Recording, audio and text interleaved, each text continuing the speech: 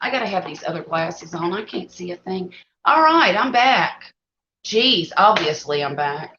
I'm being a little redundant, aren't I? There, now I can see. It's Hot not wearing diggity. black. What do you mean? Black and back. Dad joke. It was bad. But I have a black. It was I bad. have a black cat. So, where is everybody? Grumpus and Laura And my phone. and your phone. I'm sorry, y'all. I'm starving. I've got to eat something. So, welcome to the live stream. I'm sorry, I messed up. Part 2. Part 2. Heck yeah. I'm not even going to do it on the computer. I'm going to do it right here. I think. Jeez. Guests. I'm going to guess. Copy. Okay. How do I do this? Leslie, I can't type anything in there. Yay, Grumpus! Thank goodness. Is it any better? No, still looks like poo. I can't fix it. I don't know what to do. It's probably the internet, not our house internet, but the Boy, wow, you just. Look. I'm trying to talk.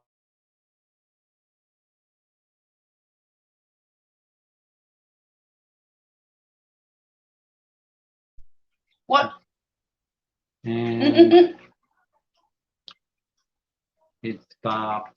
See what it does. Oh, you're a little more clear. Am I more clear now? Yes, you are. Now, are you on the house now or not? Nope. You're off of the house. I'm on the phone. You know why it's better now that you're on your phone? Uh-uh. Their AT&T guys were doing fiber work right down the street. Well, I got news for you. They didn't finish. I'm on my phone. I'm using my whatever G, LTE, whatever it is. Yeah. This always works better when I only have my data going instead of Streaming off the house. streaming off the house Wi-Fi. And I didn't realize I was doing that till just a second ago.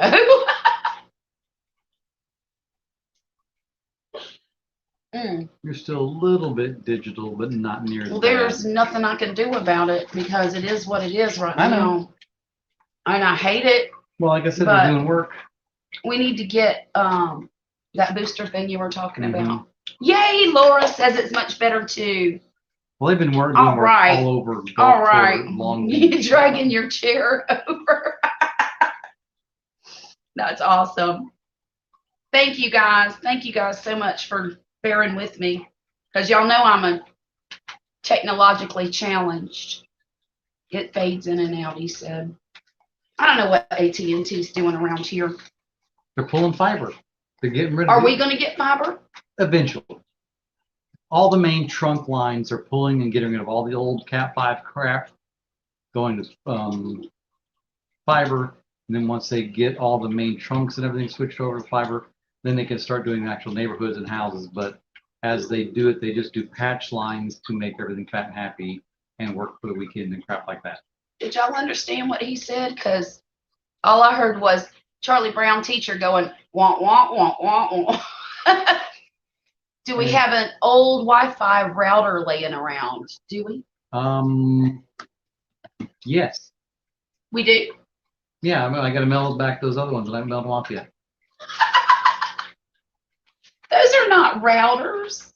But they bounce Wi-Fi, Charlotte. Do they? Yes, indeed they do. I'll tell you what we just did, Grumpus. I'm going to go plug one in close. Okay. I know what he's talking about.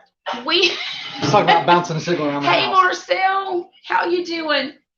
I got to get my, StreamYard put on the computer, and then I'm going to figure out some other stuff here. But, gosh. Do you know what? I'm so challenged when it comes to multitasking. So y'all talk amongst yourselves just for a minute. Hey, you can't have that. Okay, I'm going to enter the studio. Oh, yeah. I'm going to have Wesley get all this stuff straightened out for us. And that way, maybe the next time this happens, we'll be plugged into something with an Ethernet or whatever. Hey, let me ask you a question. Are these purple glasses bothering y'all? And does it make it look like I'm hiding or something?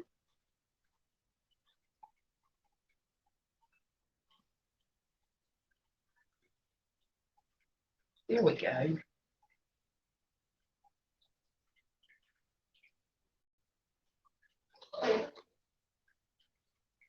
You have a Jeopardy song playing in your head. Do, do, do, do, do, do. I can't sing.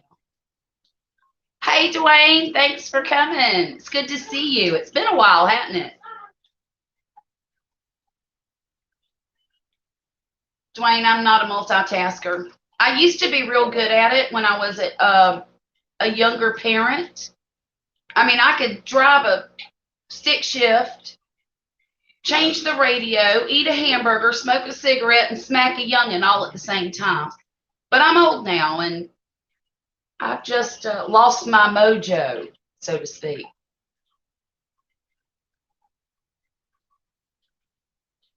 All right, whoever want to come up on here, come on up, and we'll have a chat and have some fun and drink some wine. We'll drink some wine. And Poppy's going to work on my wiring. Wiring. Mm-hmm.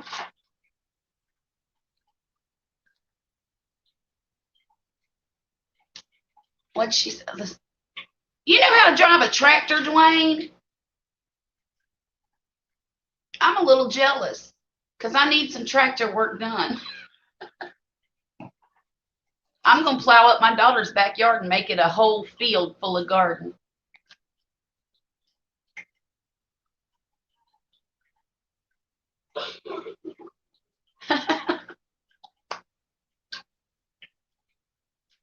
Let's see. Do I have anybody in purgatory? Not yet.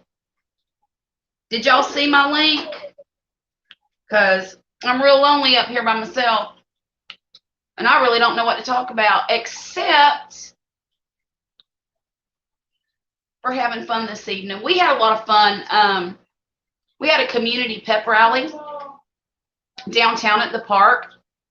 And all of the football players were there from the middle school on up to the 9th grade JV and the high school players.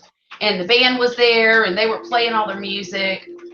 And so I really enjoyed it. I made a video, but I don't think I'm going to post it on YouTube because it's a bunch of other people's kids and I just don't feel comfortable doing that, you know?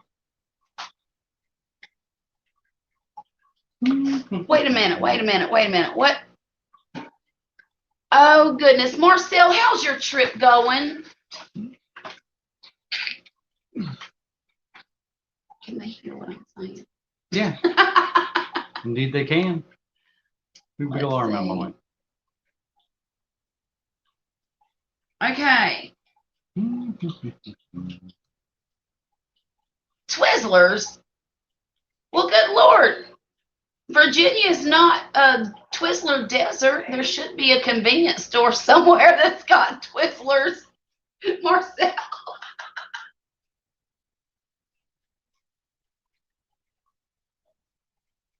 Yeah, we're connected.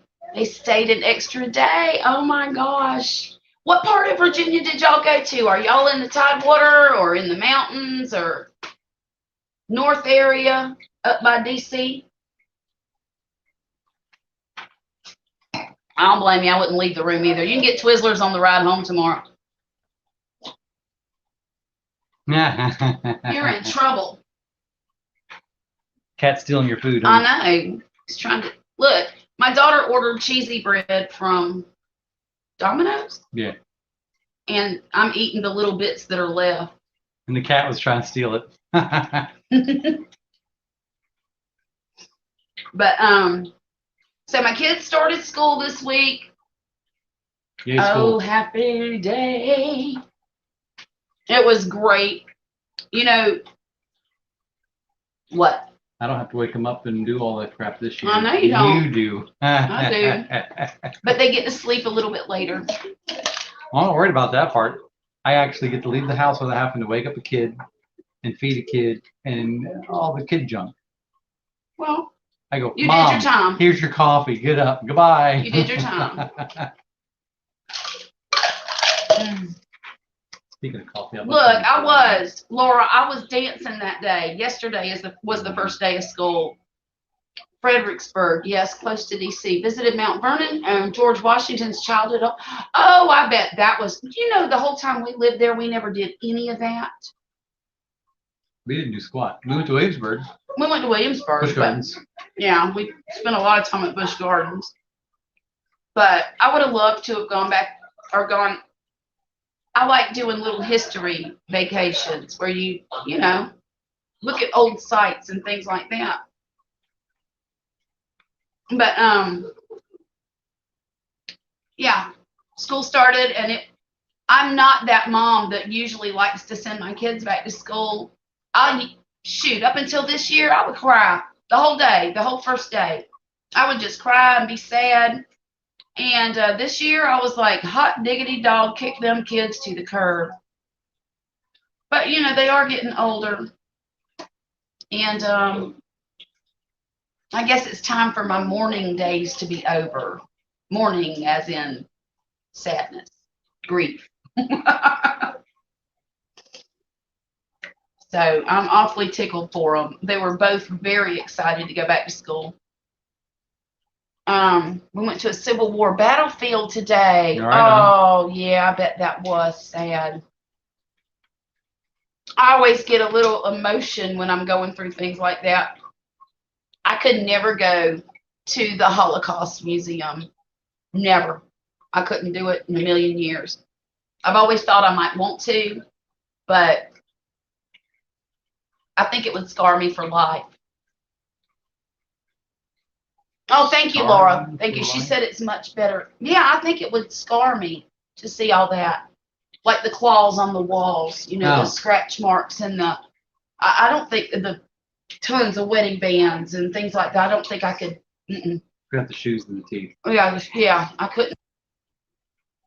Your ancestors never came to North America before 1900. Wow. Mine did. Mine did too. On my dad's side, they got here in 1764, I believe. Well, mine came in around Laura said in England, they're saying that never happened. Ain't that ridiculous? Saying what never happened? The Holocaust. They're stupid. They were victims of it just like it. Yeah. I mean, not the Holocaust, but the war, the bombings. And they're just trying to rewrite history, Laura. Damn and indoctrinate our children to a new whatever. Oh, Grumpus is in per. I'm sorry, Grumpus.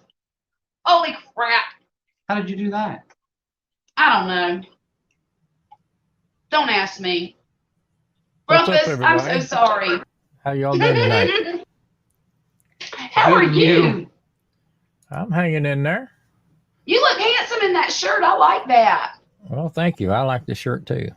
Yeah, it's very nice. Looks kind of Jimmy Buffett. It kind of does, doesn't it? Fuzzy now, not gonna say a word when it. Not gonna say. Oh well, Laura, there ain't a whole lot I can do about it now. I'm just gonna sit here and do my thing, and if people want to talk to me, they'll come in here and talk, and if they don't, I'm sorry. It'll get better next week. If you've got if you've got an old wireless router, you can wire it into the existing router and put it in a different place in the house and use that antenna. That's probably what we need to do. Either that or just direct wire into it. Well, that'll work too. Yeah. But now, see, I'm using my what is it called? You're going off of 5G. I'm going off my 5G phone. Yeah, now. You're off of fiber. Okay. Mm-hmm. And that tends to do better than my actual Wi-Fi in my house. It's not as good tonight as it has been. I agree, and I believe that. but I can still see y'all. All right, well, good. Hopefully it'll get better as the Murphy. I need you to hold it down in there a little bit, please. He's trying so hard. Yeah. Our son's in the other room playing his PlayStation 4, and sometimes he can get a little bit loud and boisterous with it. Especially when he's playing with other people. I know, they get so excited in all the ways. He'll get mad and try to hammer his arm on the sofa. Especially when the people are using hacks and cheats and all that. That drives him insane. Dwayne, are you asking, did you see any of your distant relatives from overseas? Did who? I'm lost. I'm sorry, guys. I'm so lost. Oh, he knows people who lived through the Holocaust. Oh, my Lord. That's just the saddest thing ever. Hey, Jules, how you doing? Popping in to say hi. Miss you in Cape Cod for the weekend. Eat lots of food. Yeah, eat a whole bunch of lobster. Enough for me to taste it. That's creepy. It is kind of creepy. Charlotte, good read. Gotta read my comment about the rocks. She put shiny rocks in her pocket. Did you? Where is it? I'll go back. Fiddlesticks. Go find it for me. Her daughter put some shiny rocks in her pocket from the road. Oh, no. There won't be any ghosts following you home. You have to pick up crazier stuff than rocks. Right. I mean, you'd have to dig them up and take their hat or something. Oh, there's been people find femur bones and bullets and all kinds of crazy stuff over there. Where? Battlefield. Oh, well, yeah, I guess so. I know That's at why the I'm- Olustee battlefield that was down the street from where I used to live, Mhm. people would find all kinds of Civil War Relics. relics, yeah, like casing or balls, the little ball Maxi shot, balls. yeah, and buttons off of uniforms and things like that. Yeah, Cape Cod does sound awesome. I'm a little bit jealous yeah. What was that? Somebody's music. I just got a notification somebody else went live. Oh, did you? I thought it was 1970s porn music. Wow.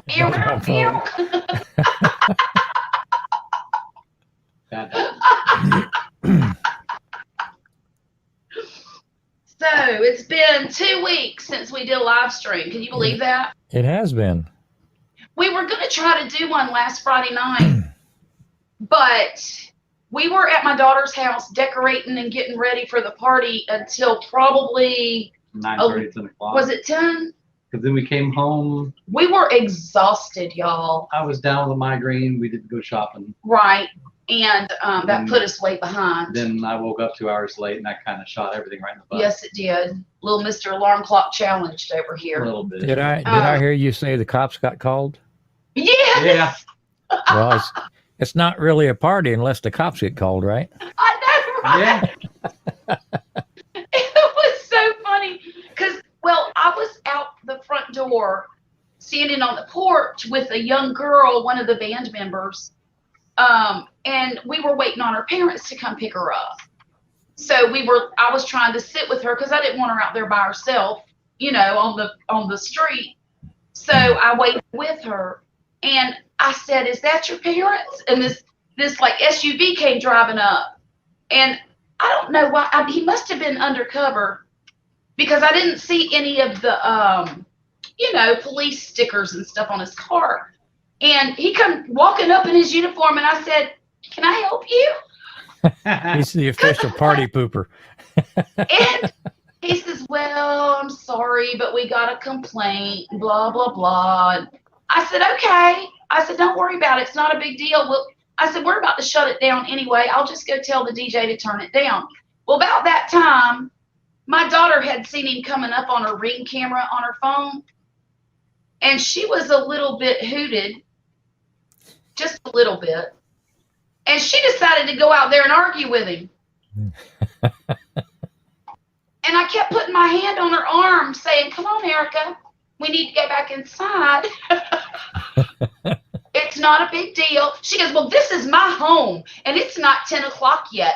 And the ordinance says we can do what we want till 10. And I'm like, Erica, it's not a big deal. Come on inside. And then he was about to get snippy with her.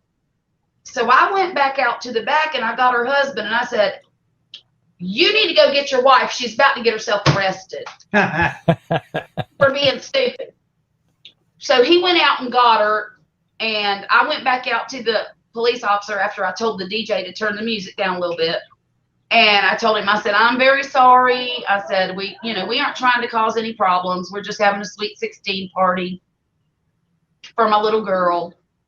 I said, and we'll be done at 10 o'clock anyway. He said, okay. He said, they probably won't call back. I can't hear it from here, because he couldn't even hear it once the DJ turned it down. So, and really, I didn't feel like it was overly loud. No. But it was loud enough for the whole backyard to hear it. Well, what the problem probably was is it went from Violet's music to Rachel's music. Yeah. And Rachel's music is kind of crappy. Well, it's got the whole beat and the bass and all of that. Yeah, but y'all become the cool parents when the cops showed up. I know, right? Oh, that's hilarious. Well, they talked about it for a really long time. In fact, they were talking about it today at the pep rally. All the band kids were coming over saying, thanks for inviting us, blah, blah, blah, you know. So we had a great time, but I'm going to tell you something. I'm so disappointed in myself because I left my phone in the truck and couldn't find it in the house, and I was panicking. Let me tell you what happened.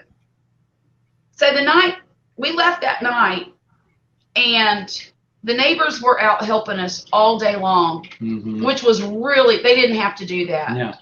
And they helped so much. I think they helped more than the kids. I think they did too. They helped more than my own family did. And, but when I got there the next day, after cooking all morning, I get there at about 2 o'clock in the afternoon, and I've got what looks like a party to clean up. It looks like they sat out in the backyard all night and had their own little party. And I'm like, oh my God, I've only got 3 hours. So I spent about the first 45 minutes I was there cleaning up the yard, the trash, the beer cans, all of this stuff, because I didn't want those kids coming over and seeing beer cans. And, you know, I was trying to have a family-friendly party. Now, some of the people were drinking beer, but I didn't provide it to them. What, baby? Ciao, Julie. Hey, bye, Jules. You have fun. Julie. You have so much fun on your vacation. But anyhow, it turned out I didn't get everything done that I wanted to, but it really didn't matter. You were close. We were so close, and like I said, we had about 60 people there in total. So it was really nice, and it was the social event of the season. But I didn't take any video. I was dependent on other people to video, and I've got one video that I posted on my Instagram and on my Facebook page. I don't think I posted it on my Gulf Coast Granny Facebook page. I'll have to do that. But and it's just her entrance into the party, because she had on her pretty dress, and my daughter has a brand new Jeep. And so she was hanging out the top of the Jeep with her dress on, waving at everybody as she was coming in, and the music was playing, and everybody was clapping for her, and it was just really special. If you have a Facebook account, look me up. Because it's on there. Hey, DJ, how are you doing, dear? It's good to see you. We're just talking about my party last weekend, and then the kids started school, which, like, I think I've said that 1,000 times. It's because I'm so absolutely happy to have just, well, you know, they get on the bus at about 7:20, and they get off the bus at about between 3:30 and 3:45. And that is time that I'm here in this house by myself. And I don't have to do a thing if I don't want to. You should. But now this week I did start on my fall garden. I cleaned out all of the spring stuff, my tomatoes and everything. And I started a whole bunch of fall seeds. I got mustard greens growing, collard greens. I'm going to do some more squash, zucchini, and yellow squash. You got a couple of tomatoes. And I'm going to keep the Virginia sweets, but they're not in the bed. No, you got 2 under the fish by the fish tank. Oh yeah, I do. I told y'all last time I killed all my tomato plant, but I saved 2 of them and I replanted 2 more. But I think what we're going to do tomorrow is we're going to go to the local feed store and see if they don't have any started seedlings, and I'm just going to buy them because in fact, I'm thinking that maybe next year I'm not even going to start my own seed as far as tomatoes go, because it's a real pain in the behind. And sometimes, especially at the feed store, the seedlings that I get there are so much healthier than the ones I do myself because they're grown under better conditions than what I can provide. Because all I really have is LED lights. And Don't they normally provide plants that are very hardy in your area? Yes. You know, the nice thing about seeds is you get to try out different varieties that normally they don't have, but generally the nursery is going to have what's going to live. You know what I'm thinking about doing is next year just excuse me. I'm thinking about just growing celebrities next year because those do super well in this climate. And we need to call that place because they said we weren't going to have anything until the end of August. This is the beginning of August. I guess it is. So if we just call them and say, hey, is it in yet? Then we go. Well, I know that some the one that lives here, what's her name? Not Dawn. Kat. Kat told me that Lowe's and Home Depot usually get their seedlings in, she said, in 2 weeks, and that was 2 weeks ago. So I'm going to start checking with them too. That's fine. But we can check them when we go buy dirt. Yeah, because we got to go get some more soil tomorrow, and I think she eats the dirt I buy. I buy so much dirt. do not eat your dirt. Well, I got quite a few bags over here. She's hungry. Send it. Probably the ones I suckered him into buying about 3 months ago. That's exactly right. That's hilarious. Hey, that was a good deal. I don't care who you are. It was a good deal. So I had to tell everybody about it, you know. All right, Laura, go get your snack. Hey, Pia, how are you? It's good to see you.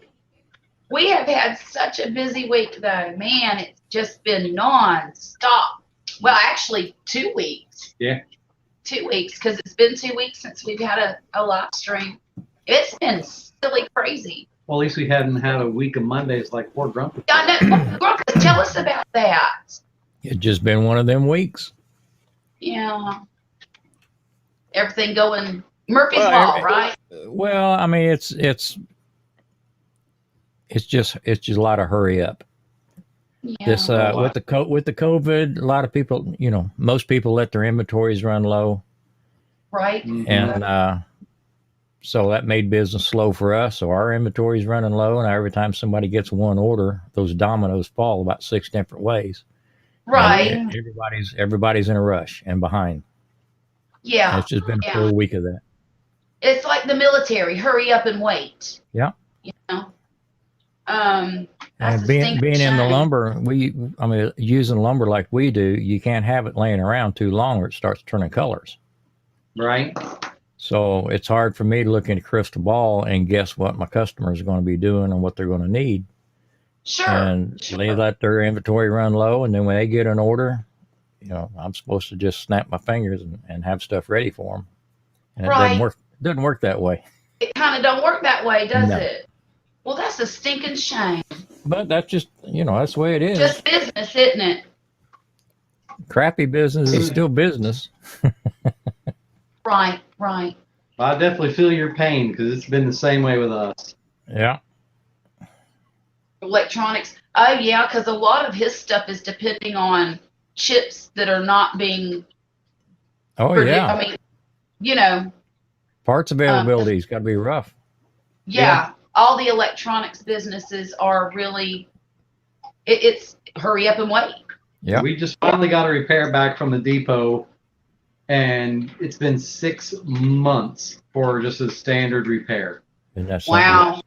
We do most of the repairs ourselves, but if it's classified a depot level repair, we have to send it back. And we had one of those. It was deemed a depot level, and 6 months later, we finally got it back today. Yeah. He's got 120 vehicles coming in over the next how many months? More like a couple weeks. What? Weeks.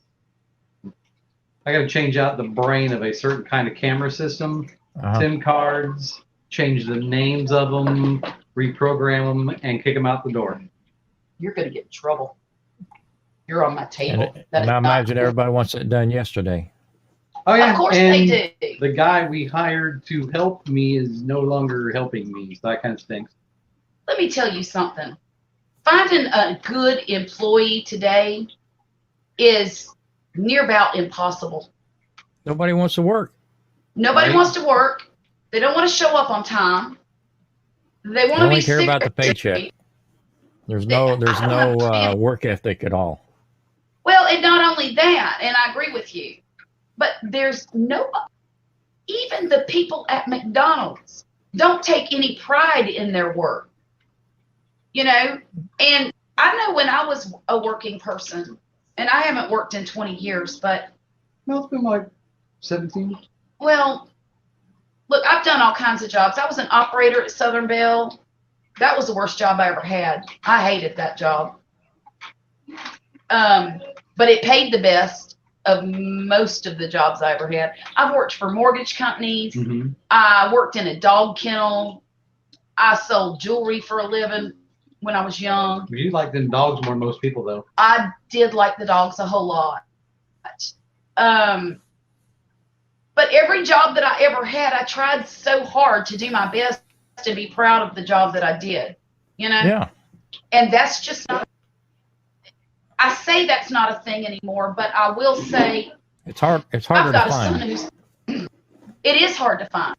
It is hard to find. And I don't, I almost think it's because us as parents, our generation,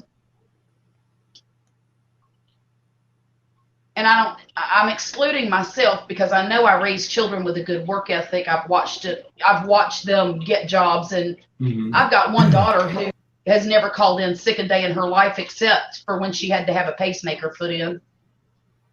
And I've got another daughter who has been working since she was 15 years old and paid her way through college, worked full time and went to college full time. I got a son who runs a restaurant, and he's there from sun up to sundown, it seems. He calls me at midnight. Hey, Mom, how you doing? I said, are you on your way home from work? Yes, ma'am. So, I mean, I know they work. They're out there. It's just where There's they all go. so far in between, but I really blame the parents from my generation. I do Because too. I don't think that they give the children any expectations as young people, and they just gave them everything. They're not teaching them how to survive and how to make it on their own. They've been told they're special their whole life. Right. And they've been covered for their whole life. When they get out in the workforce and realize that they're not treated special anymore, they just can't handle it. Exactly. Started going downhill. If I need to hire a person, if I need to hire a person, I'll go through 8 people. Oh my goodness I'll have gracious. to go through 8 or 10 people just to get a good one. Oh God. That's heartbreaking. Yeah, Because you spend all that money trying to train them, Or- Exactly. and you spend money hiring them and the testing. I don't know if you guys do drug testing and all of the things a lot of companies do, but that costs money, Oh yeah. and it's money you got to eat. And it doesn't help when they can stay at home and the government will pay them almost as much as I can pay them. Is that still going on? I don't know. I can't. I've had a help wanted sign out in front of my office for a month. I've had 2 people walk in off the street. What kind of help you need? Just manual labor.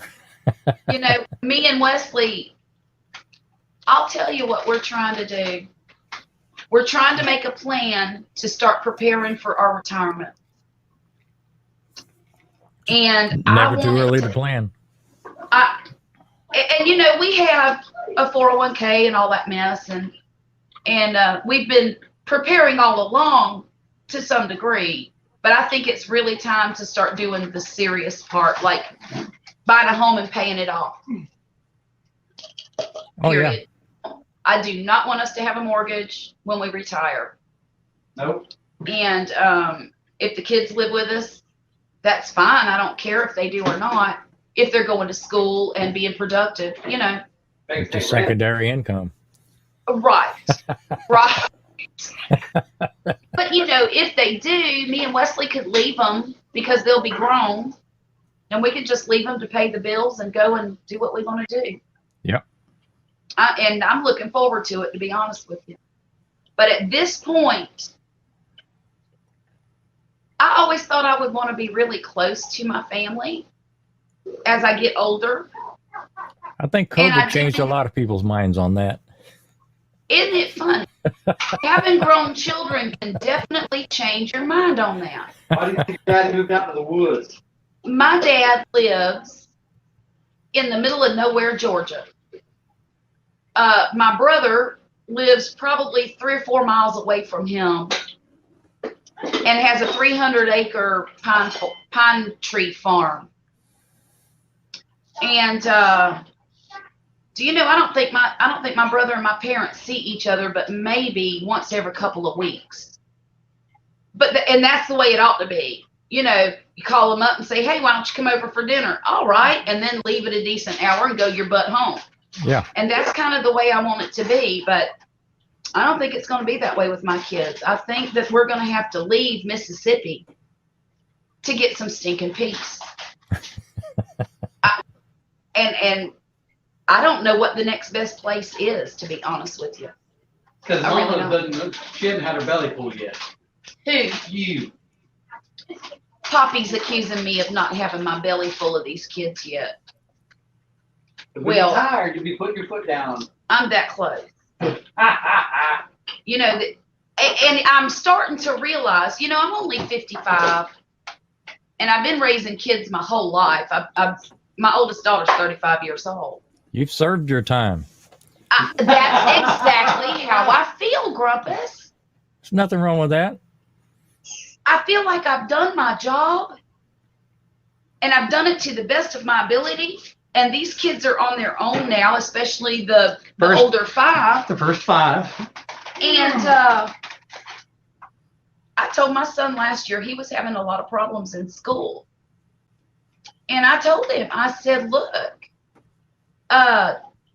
failing school is not an option for you, because I don't want to parent you 1 more year longer than I have to. So you're going to graduate when you're supposed to if I have to have my name on that diploma.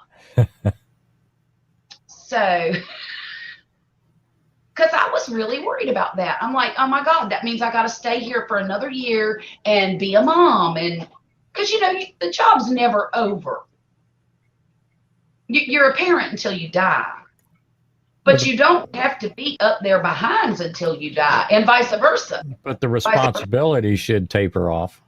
Yes, it should. That's why your daddy moved out in the middle of Nowheresville.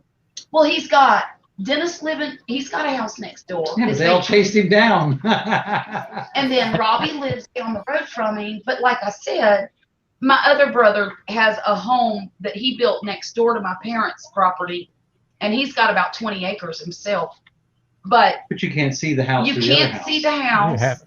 You'll have to learn a lesson from your dad. Give him a P.O. box. Don't give him a P.O. box number. Don't give him an address. But the thing is, that particular brother, he actually lives in Glen Burnie, Maryland. I mean, the only time he comes to that house, he's got 3 or 4 houses. And so he just bounces, and he's retired now. And so he just goes wherever he wants to go, you know. And he goes and basically he built the house for when he goes to visit the parents, he don't have to stay in the parents' house. And that's all there is to that. Which I think is pretty cool. I Yeah. mean, I guess I'd do it if I could, but I don't want to live where my parents live.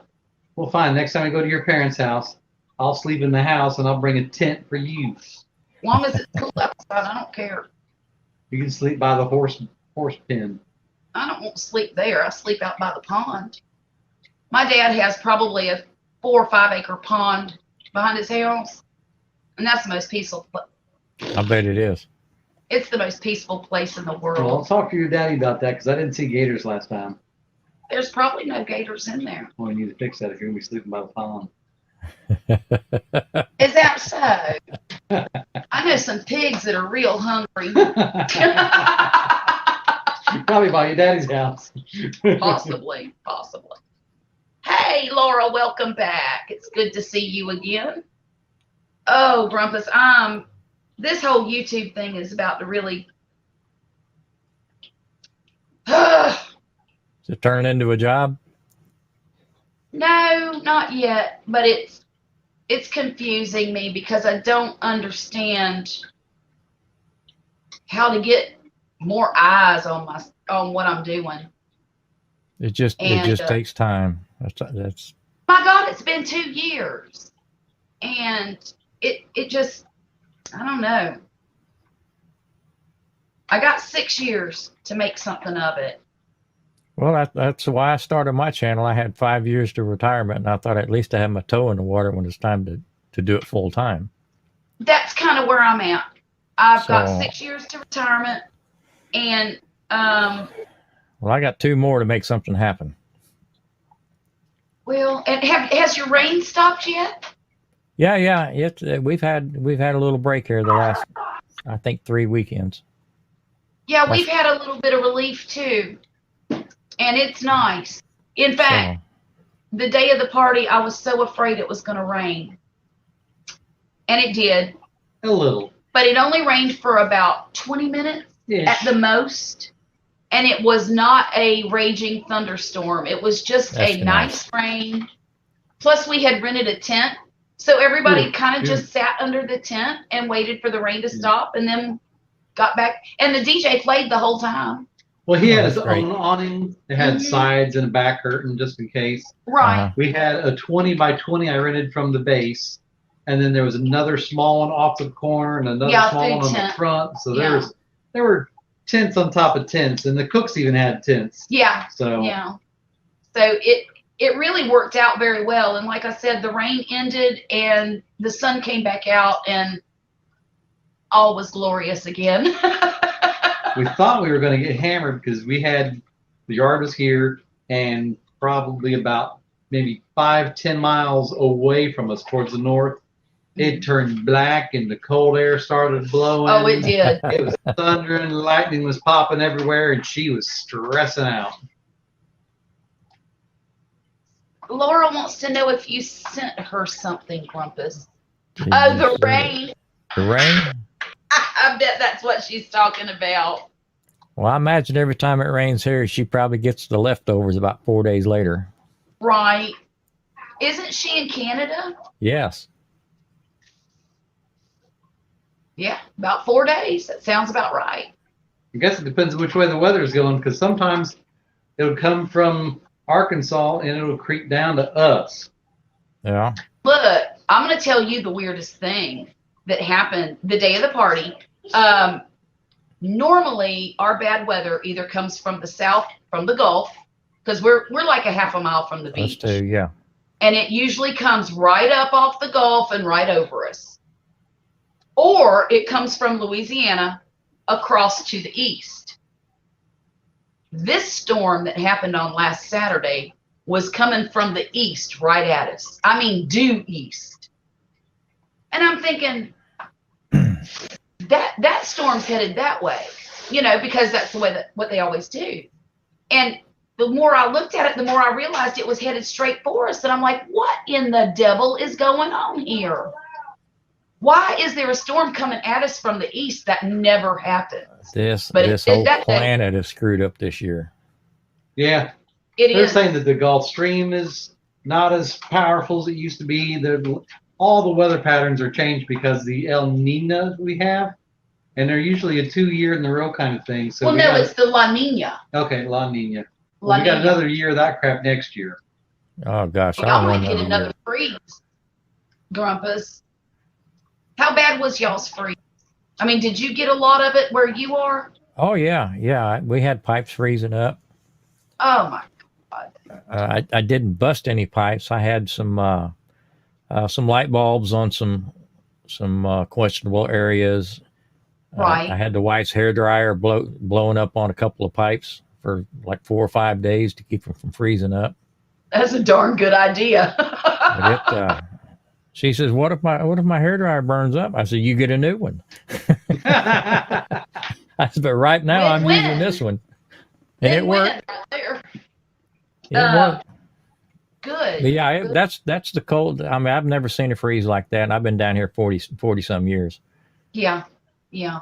Well, I remember in the 80s, like probably early 80s, all the way down below Tampa, we had a hard freeze. It was horrible. It was 85. 1986. Five. 85. Yep. We got hit hard on that one too, but it didn't last as long as it did this past time. You might. I mean, it got cold, did a bunch of damage, and then it was gone. Well, you remember the year that the space shuttle blew up, Yes. and that was caused by nothing but frozen O-rings. Yeah. And I remember that morning. That was, let's see, my daughter, my I was oldest watching it daughter, live. was about 3 weeks old when that happened. She was born January 3rd, and that happened on the 20-something. And I could see it out my back door because I lived in Florida at the time. Yeah. And my husband at the time called me and said, "You aren't going to believe this. The space shuttle blew up." I said, "Get out of here," because that had never happened before. Yeah. Mm-hmm. He said, "Look out the back door. It's supposed to be that direction." And I looked, and you could see. It was, oh gosh, it was terrible. But you could see the cloud, the trail. Yeah. Yeah, I was in middle school when that happened, and my entire science class, we were. What? We Don't already tell know. people you were in middle school and I had a 1 year or a 3-week-old baby. Good Lord. Cougar. No, I was in middle school, and my entire science class was outside, and we were watching it come above the trees when it exploded. And the teacher's like, "Everybody inside now."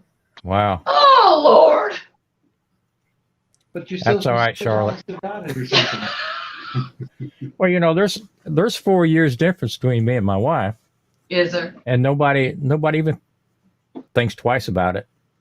I But you think know what? now But that you know we're what? older. When I was 18 and she was nobody. 14, when I was 18 and she was 14, people talked. Well, yeah. Well, what's funny was when we When we were dating, my mom lost her mind. I don't What blame are her. you thinking? I don't blame his mama, not one bit. If my son right now came home and introduced me to his twice divorced girlfriend with 5 kids and said, "Hey, I'm going to marry this woman," I would tell him to run. I mean, honestly, I don't blame her a bit. Yeah, Laura said she remembers watching the shuttle on TV with her dad. Yep, I used to watch them live every time they launched one. I did remember too. that. And you know what was sad to me is I lived only about 2 hours from the launch pad, and I never once got to go down there and see it in person. And just life got in the way. And Well, that's the way it usually works. Yeah. Living in Florida, it was A common thing. it was a common thing. So it's not something you stopped your life for. Right. But that I still regret not going down there to see it in person. Yeah, the company my dad worked for forever built Look. a lot of parts and pieces for the space race. Y'all know I got to put that comment up there. I'm never younger than anybody. I know the feeling. I've got a friend that was our neighbor for years when we lived in our other house. And she's probably 12 years younger than me. And I feel more like her parent than I do her friend sometimes. But it's funny because every time she needs me, needs, like grown-up advice, she comes to me. And I'm like, oh my God, I don't even know what to do about this. Because, the older they get, the harder the problems are. Mm-hmm. Yes, I am, Pia. I sure am. But you look better than I do. Yeah. I'm so envious of Pia's hair. She's got the most beautiful hair to me. Well, you've got just a teeny tiny bit of white, and look at all the white you've given me. I did that on purpose too, so that you wouldn't look so much younger than me. But now that we're older, it really is not that obvious, the age difference. People don't care. I'm 7 years older than him, and my second wife was 7 years older than me. Really? Well, he took his daddy's advice and decided to find an older woman, I guess. Yep. That's what his daddy told him. They're easier to chase down. Yeah. You pull a weak one down out of the herd. Right? But yeah, Laura, we've got tape and stuff down here. It just there's not enough to go around. Laura's talking about wrapping pipes and stuff. Heating tape, yeah. See, what you don't understand, Laura, is down here we don't even have a freeze line. Right. I mean, up where I was raised, the freeze line I think was 36 or 32 inches down. You had to bury all your pipes. Gee. And here, I mean, the only reason we bury them is so we don't trip over them. So that's the truth. All you got to do is catch just a whiff of cold air coming, and all the Home Depots and Lowe's they put out the insulation for the pipes, and that stuff is gone in just within an hour. A minute, right? Because we just don't have. That's uncommon to have that much cold down here. It is. So to answer your question, Laura, yeah, we've got that stuff here, but there's not enough for everybody. Right.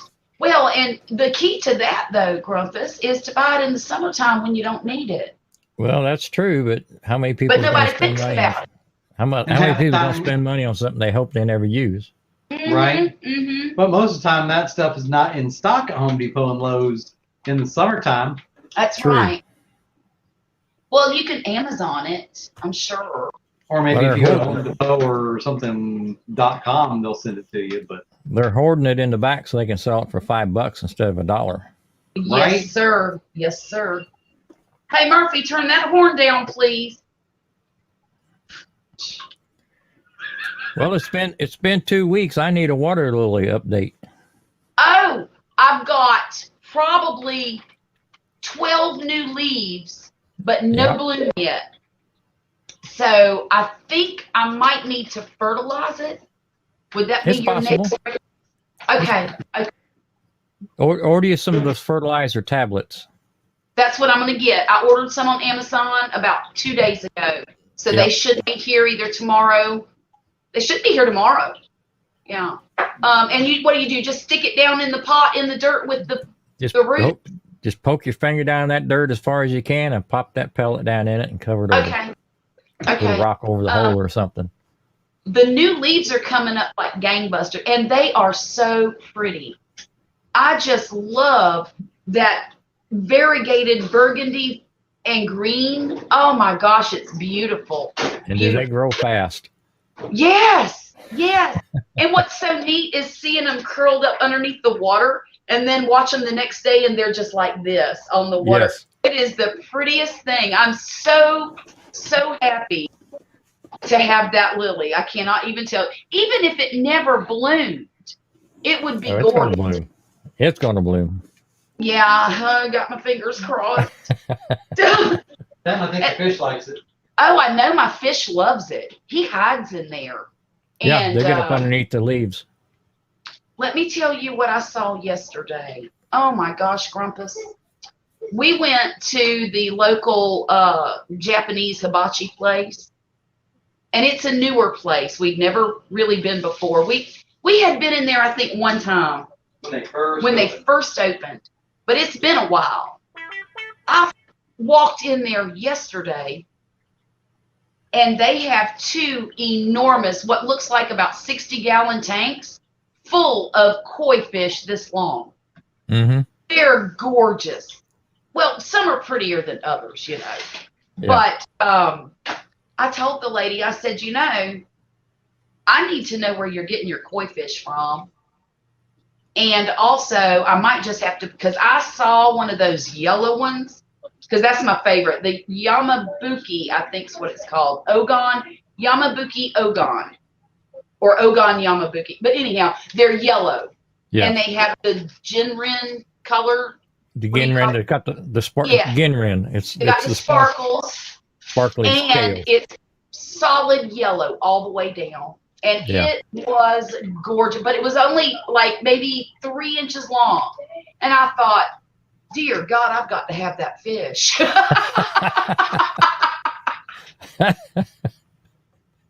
And so I'm going to go back up there. She's originally from China, Uh-huh. and her English is beginner level. And it's very difficult for me to understand her. So I'm just going to go up there one day next week and ask her to write down where she got them from. Because she had to have bought them recently, Grumpus, because they're so small. Uh-huh. Let's just go through a Ziploc bag and a dip net. Look, I told her, I said, you might have to sell me one of those fish. Yeah, they I just don't generally seine the mud ponds in the spring, and that's when they put them up for sale. You can buy them year round, but generally they winter everything over in mud ponds, and then fatten them up a little bit, and they color up really nice, and then they'll Right. seine them in the spring. That's usually when you get your best selection is spring. I think they call those tosai when they're little tiny, before a year old. They call them tosai. I've been in koi all these years. I never did learn all them Japanese names. I actually studied, not formally studied, but I did a whole lot of research when we lived at the other house and we were going to build a koi pond. Mm-hmm. But I've forgotten a lot of what I learned. I forgot the name of the fish that's real popular, that's all white and it has the red spot. Is that a sanka? You're talking about A tancho? it's a tancho. Tancho. It's usually all white with a red dot. Yeah. Yeah. They had one of those in there that looked just about perfect. Now, mind you, it was very small, so that dot on the top of its head will probably get smaller as it grows. But boy, for the size of it, it was a winner to me. Yeah. But then again, that's not my favorite of the koi varieties. Yeah. I like the ones that are a little more unique. I love the ones that have the black scales down the back, and the rest of it is The Deutsch scale. yes, Deutsch yes. scale. It's generally a scaleless fish. right. Or the But they scales have are so that fine mark- it makes it looks like skin, like a catfish, but it's got like a zipper down the back. Yes. Yeah. I think those are fascinating. They also call those German scales sometimes. Oh, okay. I like the ones that are fairly unique. Well, you might have to save up because they're not cheap. I know. I was looking online just the other day at some, and like I said, I'm only going to have room for one. That's it. I'm trying to talk Poppy into getting me one of those 6-foot round. 300-gallon. Yeah, it's a Squat 300. tank? Yes, and it's 2 feet deep. The only thing that concerns me about getting something that's only 2 feet deep is predators, because Well, when you spend that kind of My money pond's for a only fish, 2 feet deep. it really. Yeah, because when I dug it out, I hit a big cable. Oh, So I just took a flat shovel and just slid right across the top of that cable. And that's how deep my pond ended up being. You still But no, haven't if you've posted a video of it. If you've got some pretty straight sides, you don't have to worry about the predators that much. Okay. Birds are the biggest issue. Now, And so they like to wade in and they'll wade in. Now raccoons and stuff like that, if they can't put their hand in the water and find something solid to stand on, you don't have to worry about it. Okay. But I've never lost to cats or raccoons or possums or anything like that. The only fish I've really lost is with blue herons. The blue herons. Yeah. Well, then we should be all right. We should be okay. Do you think one is good for that size of stock tank? Probably. Okay. Yeah. I mean, I could get 3 or 4 and then sell off the other ones as they grow.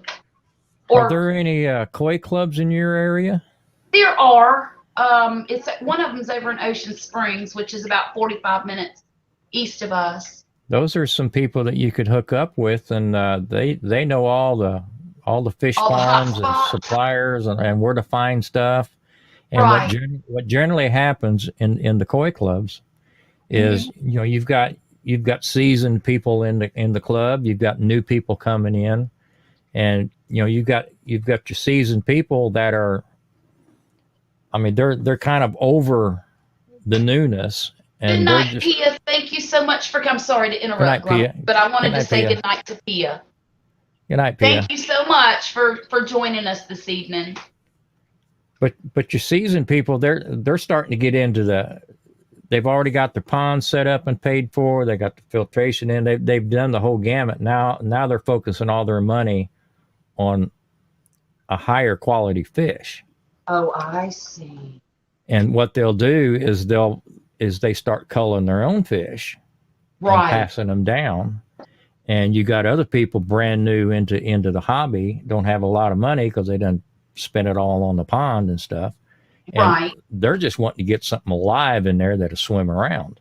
Yes. So you may have one person in the club buy 2 new fish, and 6 people get an upgrade as they move things down the line. And sometimes you can score some pretty good deals on fish through those people because they can't buy what they want until they thin their herd. Right. So they're willing to sell their stuff off at a pretty good price. Right. I'm going to get on their Facebook page. You do that. I am. Because I think that's going to be my project for spring, early spring. And I'm talking, we'll start probably in January. And, all I got to really do is buy the stinking tank. But Wesley wants to, excuse me, I'm sorry. Wesley wants to coat it with something so that the metal isn't toxic to the fish. I've always heard that metal is bad for fish. So we'll see how that goes. Well, I had a galvanized 6-foot round galvanized stock tank. Mm-hmm. I put 1 foot into the ground, had a 1 foot out. Yeah. And I had that thing so many years that it finally rusted through. And, and I had fish in it the whole time. Did you? And it was fine? I mean, it didn't. Huh. Well, we don't even have to do that then. Well, what I was telling you I wanted to do, if we were going to bury it in the ground like him, I would like to do I wanted to get some cold tar, paint the outside in the so pond it doesn't rot. Right. Maybe spray an undercoating or something like that. Yeah. Okay. Like Dip a Grip or a gallon of cold tar. If I don't know about the guy. I mean, I don't know if the fish were retarded and had a lisp or anything, but they seem to be okay. Yeah. They swam and they ate. So. They ate. They seem to be enjoying life, didn't they? Yeah. What did you have in the bottom of it? Did you have rocks or sand or anything? Just clean bottom. Just clean bottom. That sounds exactly like something I would do. It was easier to keep clean that way. Yes. it is very difficult to vacuum sand. And even not only that, but the bacteria can get underneath the sand and cause these pockets of lethal gases. You get dead areas. Yeah. So, because if you'll note, I don't know if you can see it or not, but my fish tank back here, all of my fish tanks have a clean bottom. I don't have gravel or anything in them, and for me that's easier because I can clean them easier that way. Yeah. She's already tried 2 different types of substrate, and it was a pain in the Oh butt yeah, both it ways. was terrible, and I never could keep it clean. Yeah, but the only way to do that is with the underground filters. Now, Right. Sometimes that'll help, but even then, you got to pull those out about once a year, and it's pretty nasty. Yeah. Nobody Well, wants to do that. I'm very excited about making a new that bog filter that I would. Do you think a bog filter would work for a 300-gallon container or just my little one? My little 110-gallon tank. Well, I mean, just in the ideal world, your filters would be the size of the tank. In an ideal world, You know? you can never I'm have feeling too that. much. You can never have too much filtration. Right. But you can make up for a smaller area, with your pump and your flow and stuff like that. Sure. Now, what we could do is take your 110-gallon tank, turn that into a filtration system to filter into your 300-gallon. Well, we could, but that one's ugly and the other one's not. One's black rubber and the other one's Galvanized steel. Flecked metal. Yeah. So I don't care for that idea They're very both much. ugly. No, they're not both ugly. Well, when I finish, they won't be. Right. But yeah, I'm very excited about doing that. And like I said, I really only want one. Look. You froze up.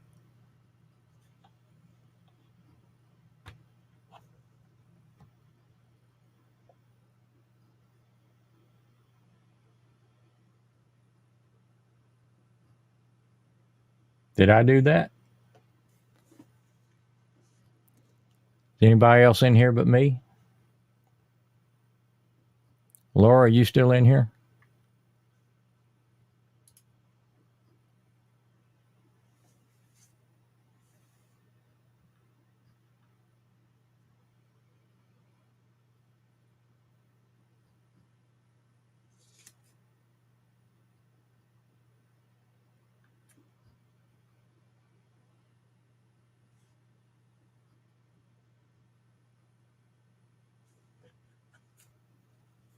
Hey, Wesley.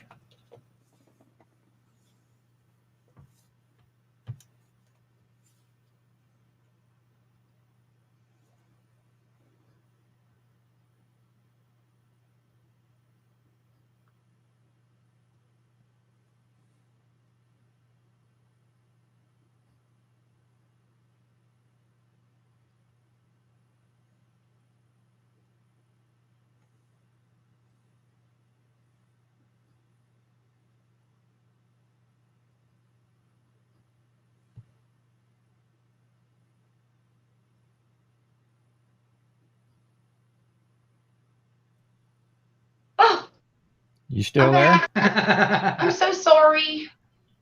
Oh, jeez. Okay. Oh. I thought I'd done something. No, nothing at all. That's why I threw buffering on there real fast. I'm like, uh-oh. Entertain my folks. I have to run to take a bio. That's why I threw buffering on there. What's going on? I'm like, uh-oh. What's going on? You had feedback. I don't know why. I think that was me. Oh, okay. I was going to try to get you on my phone. Yeah, for some reason because she's streaming on her phone this time, not the computer, and Right. both sides of the screen just turned black and had the little ticker sitting there spinning around making circles. And she's like, "Crap, what do I do?" I just typed in buffering, and she backed out of everything to go back into it again.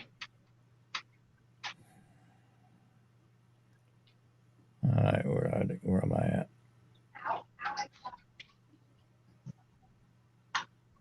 Now, I found some DIY filtration systems. You buy the pumps and buy the bio balls and get the batting for making pillows and all kinds of crazy stuff. And it's like 2 5-gallon buckets will do like 600 gallons. Oh yeah.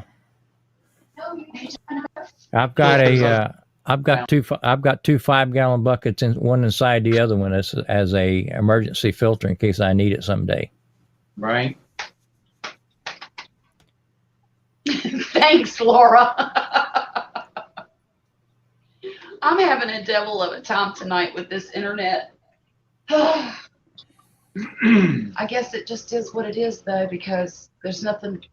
I think until we have a hardwired system or at least a booster of some sort, we're kind of stuck. Well, look in your Amazon box. I've already shoved a few things in it. We're just at the mercy of the internet and what it's deciding to do that day. I know. So Someone's going to be once the infrastructure is finished, or at least they have the main trunk pulled, and then it'll be better. But they're still in the neighborhoods working, pulling lines. So I've been trying to do a gardening video all week long, but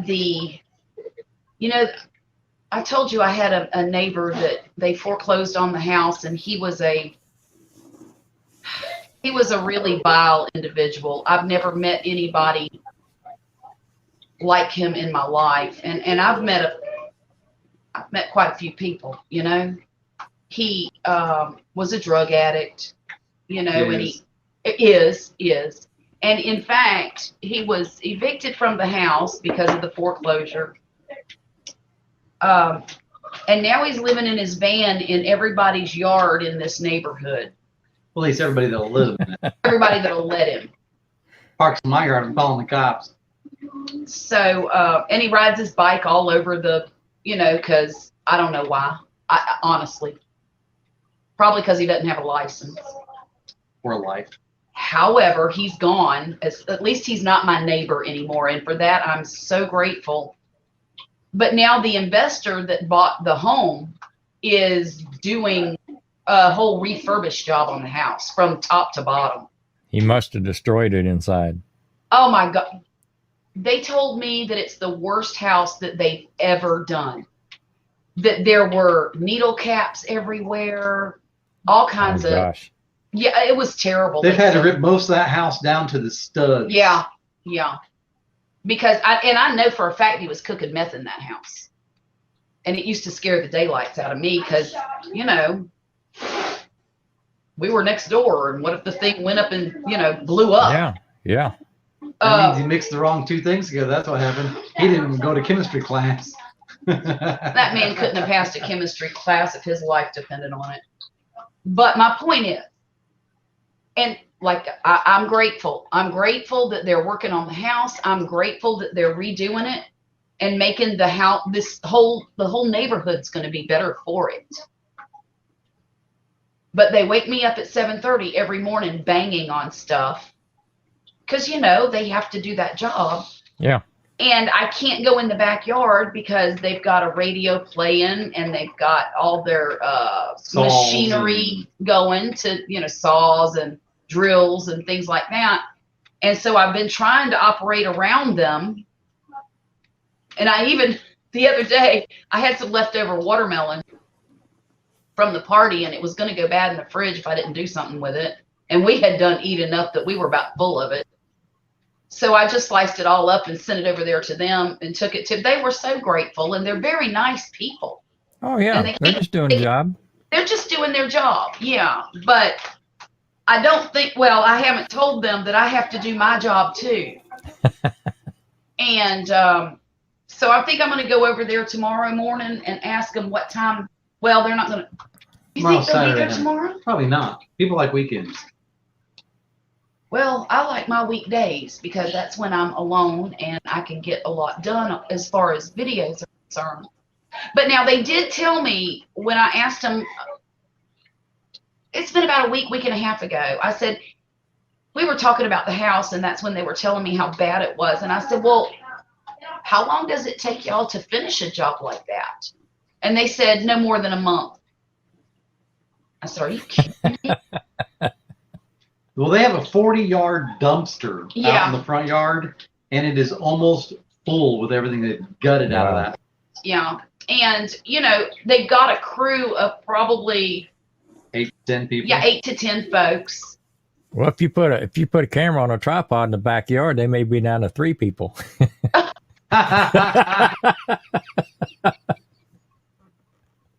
Oh my God. They I may might scatter. have to do that. I just might have to do that. Well, I got a video just about finished yesterday, and I needed to do the very ending of it, and I just couldn't because the noise was too intrusive. Before when I was doing, I could still hear them, but it wasn't in the video. Mm-hmm. It was just, I could hear them working in the house and talking to each other, which is fine.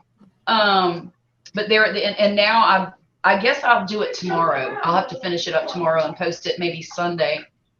Because I really would like to start doing 2 videos a week and then doing my live streams. Honestly, I don't know how many more Fridays I'm going to be able to do.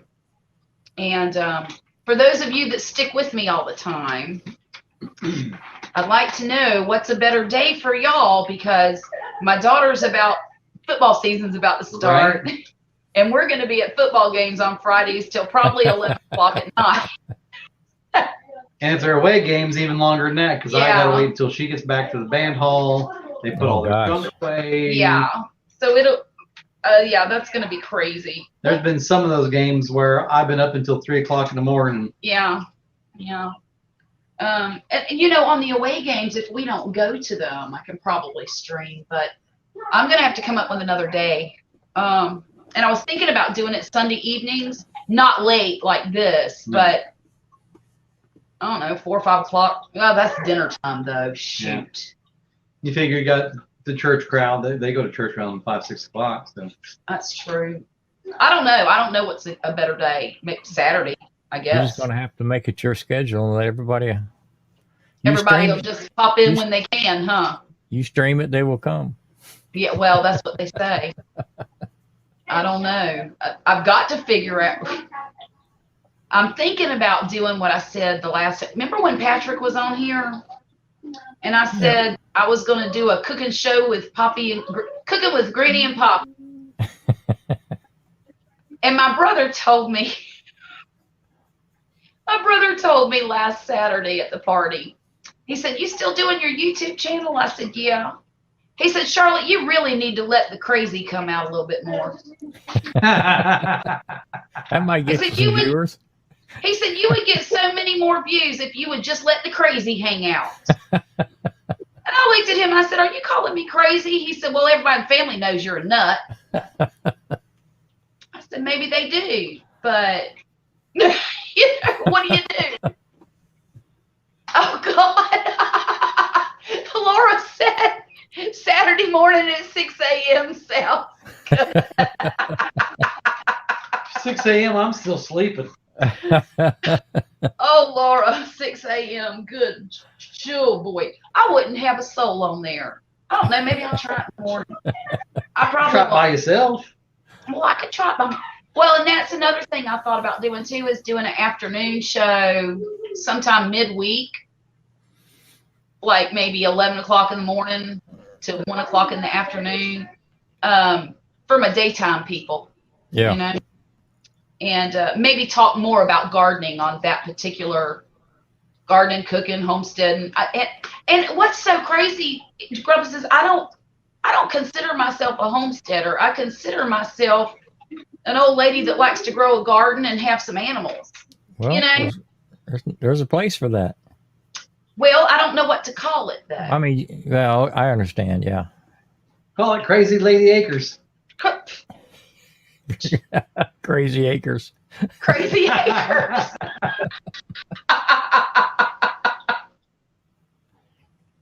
We had a radio personality here years ago. Yeah. Used to call his place Oleo Acres. Oleo. Oleo Acres because it was a low price spread.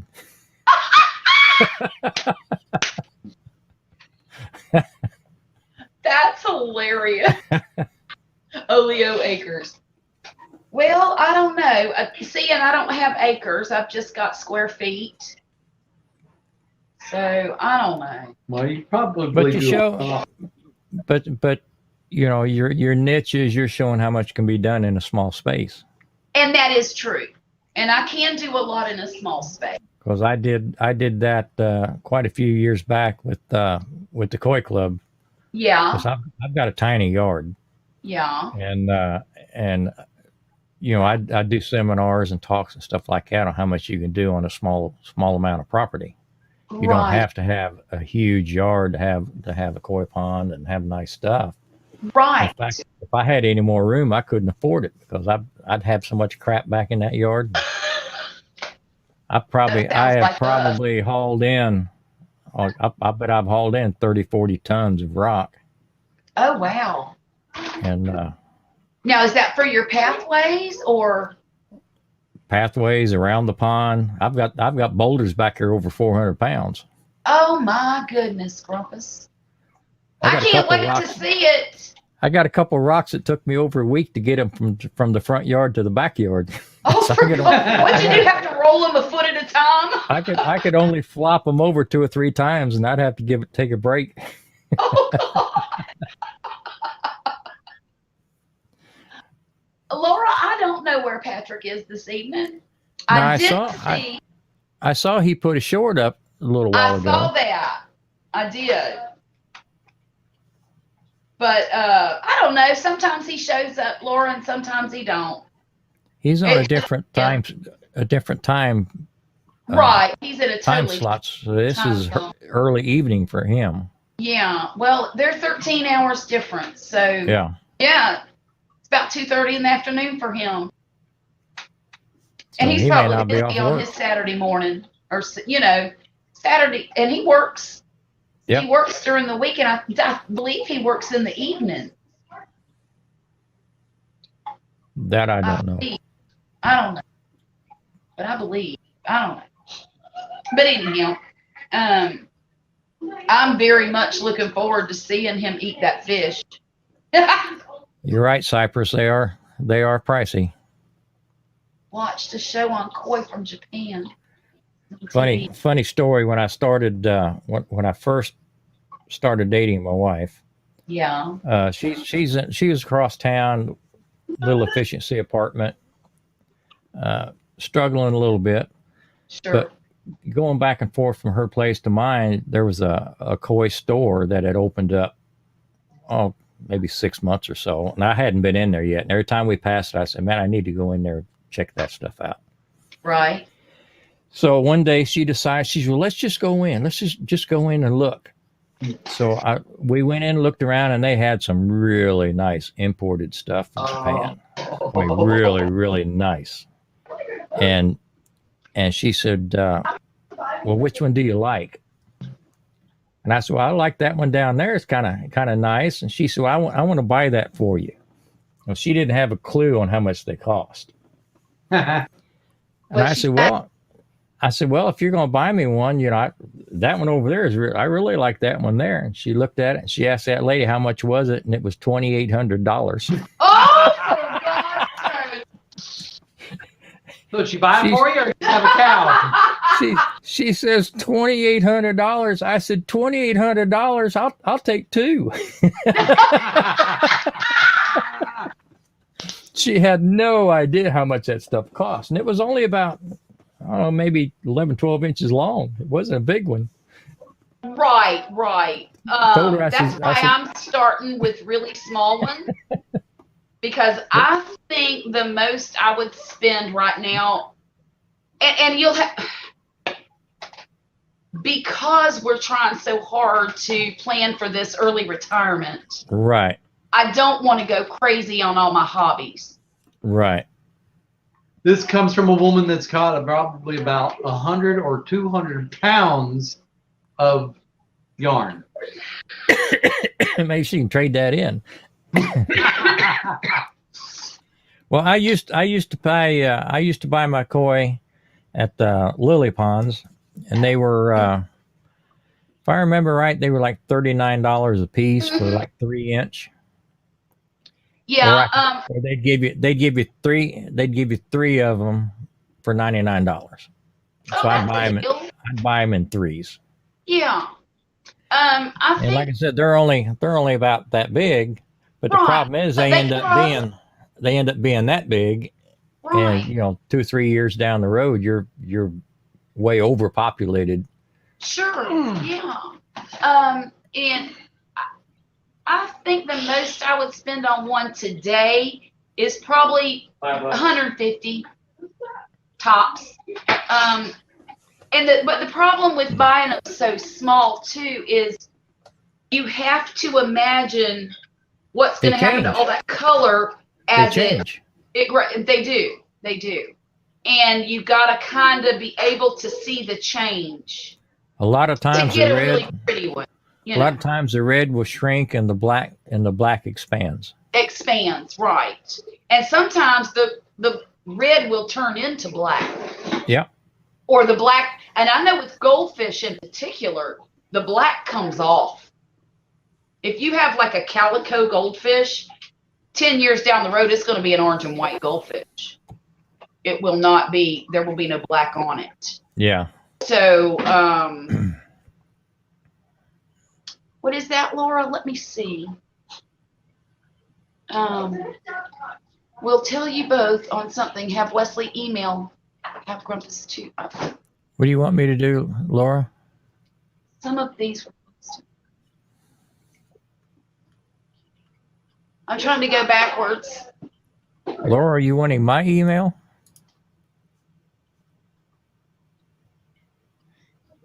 I know she has Wesley's email. I'll give her mine. I don't know if that's what she's asking about. I'll give it to her. Okay.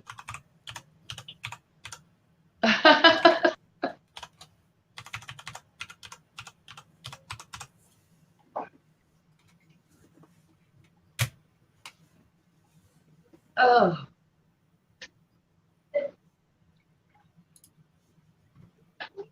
Well, right now I have 0 koi in my pond. Yeah, you said that you had that. So I told the wife. Yeah, we went to Dallas for a few days, and we had a brownout here at the house, and it tripped my main breaker. Right. So when I came home, I mean, I had a mess. I mean, when I pulled in my driveway, I could smell the fish in the backyard. Oh God! It was horrible. It was just horrific and heartbreaking. And the water was a rust color, to where they had bled and hemorrhaged and all that kind of stuff. Oh my God! Middle of summer, hot, stinky. So, and then COVID hit, so I couldn't buy any fish this year. Right. And so I told the wife, because I was probably overpopulated for my pond. In fact, I had looked into a couple places that I could take some fish to and turn them loose. There was a funeral home here in Houston that had a pond, a Serenity pond out back. They said they would take them. There was a hotel down on the west side, said they would take them, but I ended up losing all of them. So I told the wife I'm going to be very selective this time, and just put not a lot of money, but just put in the money to buy 2 or 3 what you want. And just leave it at that. Right. Yeah, I've got pictures of that mess. It was heartbreaking. Oh, I bet it was. I had some fish in there I'd had probably 25 years. Dear God. They'd eat out of my hand.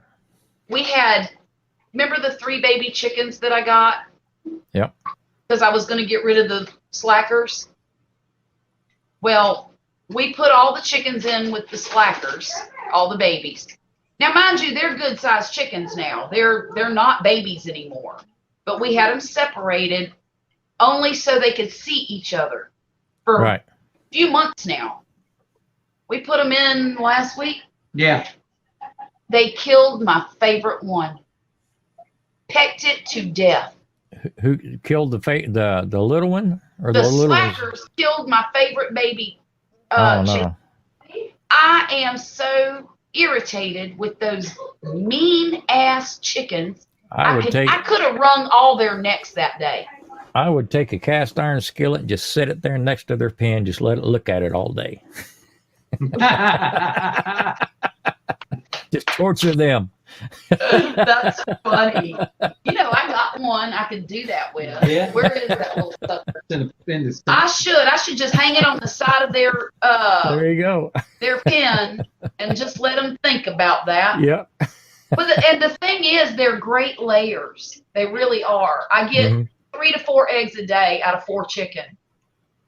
But that little black chicken was my favorite because, number one, it was very nice and mild mannered. Well, that's what got it killed because it was at the bottom of the pecking order. Yeah.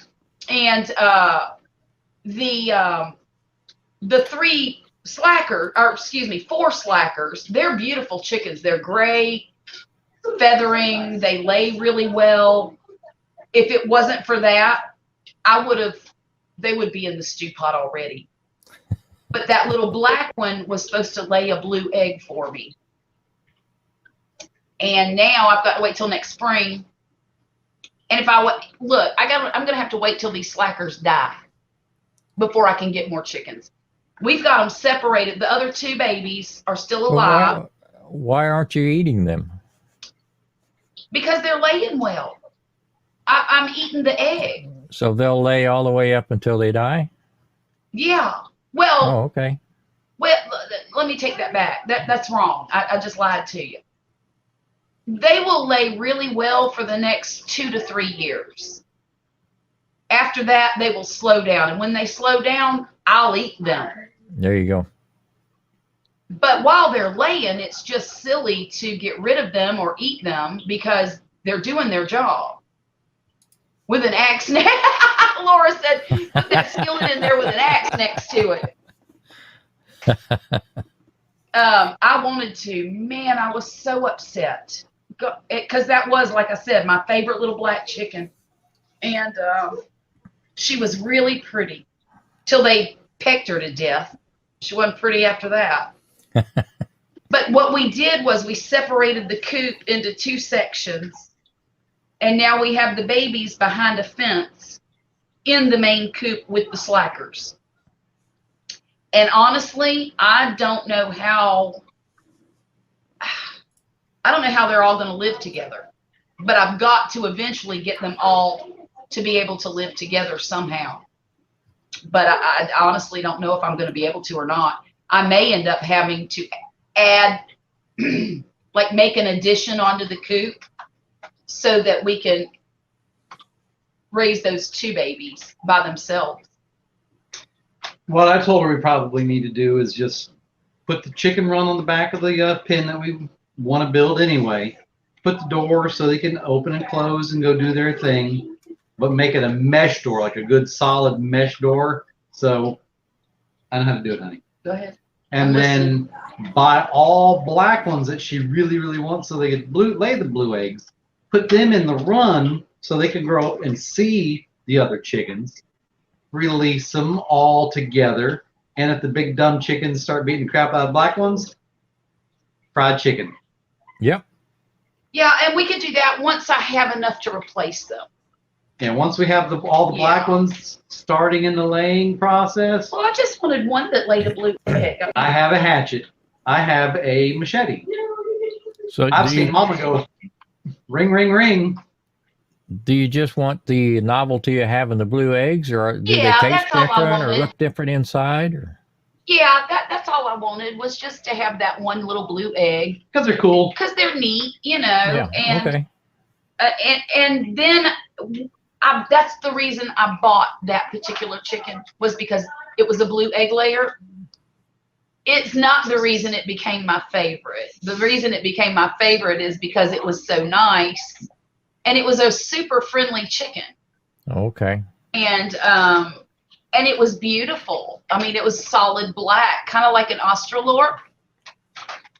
but it wasn't an Australorp. I don't know what it was. It was a mix of two breeds, and yeah, but that's why it became my favorite, because it was so nice. Next time. Next time I get 4 or 5 of the same kind of chickens. And you know that old saying that birds of a feather flock together? Yeah. There is no truer statement when it comes to chickens.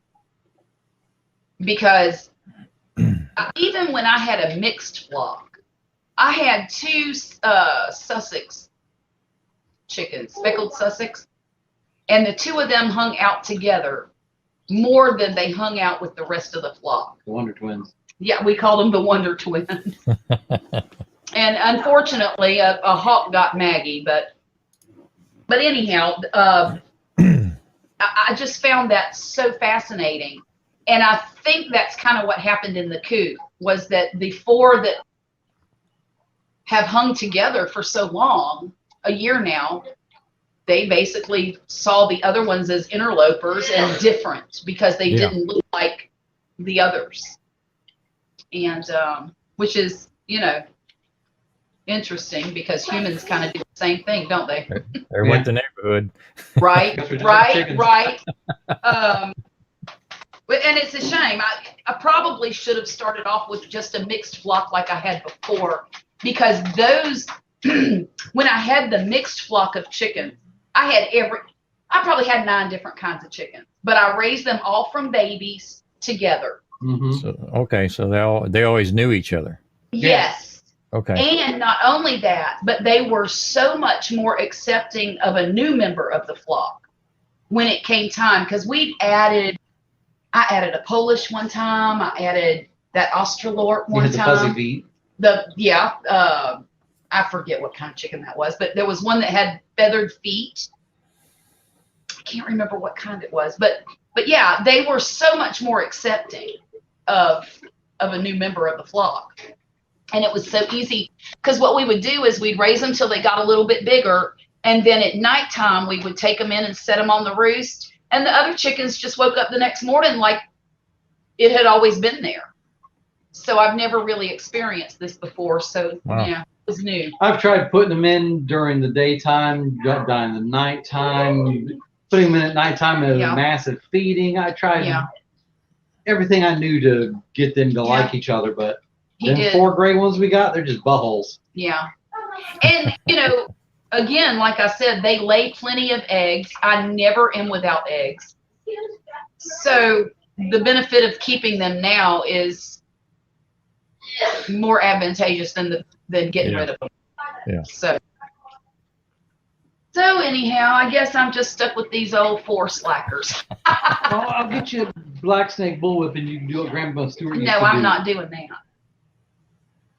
Middle of the chicken pen, because she had a big one, and she was older, and she was standing there, and she's like, "Oh, I want that one for dinner." And she would take that bullwhip and go, pow, pop its head off, wait for it to run around and do its thing. She'd walk over and pick it up.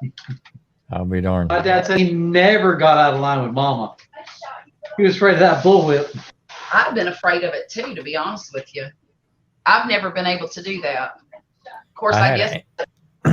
I had an aunt that had a farm, and we'd go over there after church on Sunday sometimes. She's about 45 minutes away from us.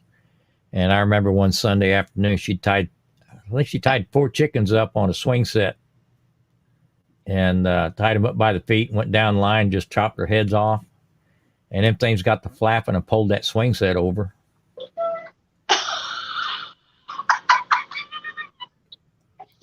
The honest truth. The honest truth. Y'all are entertaining as heck. Hello, honest truth.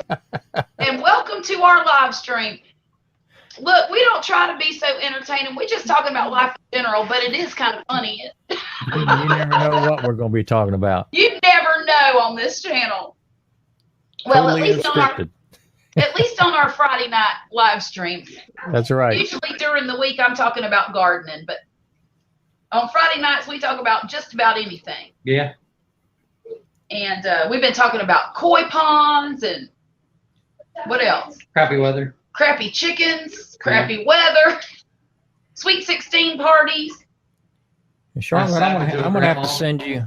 I'm gonna have to send you a picture. I got a out and back. I've got a. It's one of these poly. It's for a koi decorative pond. Yeah.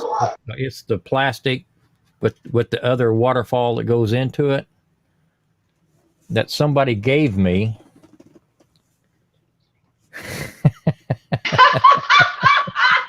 That is hilarious. Honest truth, you are welcome here anytime you want to come, okay? We're here usually on Friday nights at 9:30. But during football season, did I say football? Yeah. You said High school football. season. My daughter's in the high school band, so I'm going to be off and on until football season is over with because we go to her games and help with the band and watch her play. Home games and close games and far away games, nah. We're not going to those faraway games. So, like I said, I'll be off and on Friday nights at 9:30, okay? And I hope to see you again. And hey, subscribe to my channel.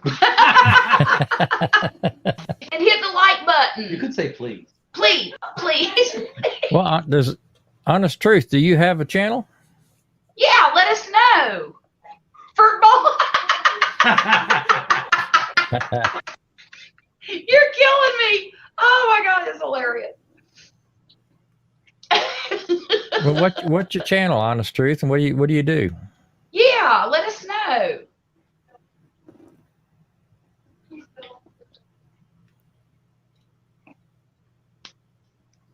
Hey, all you 5 people in here, go subscribe to The Honest Truth. Did 'Cause I'm about I? to. Well, I don't know if that's not your. I talk about very. Ooh, tell us what. We like controversy. Well, wait a minute. I don't know. I don't know. I don't want to lose no subscribers. I know me either. I ain't got enough as it is.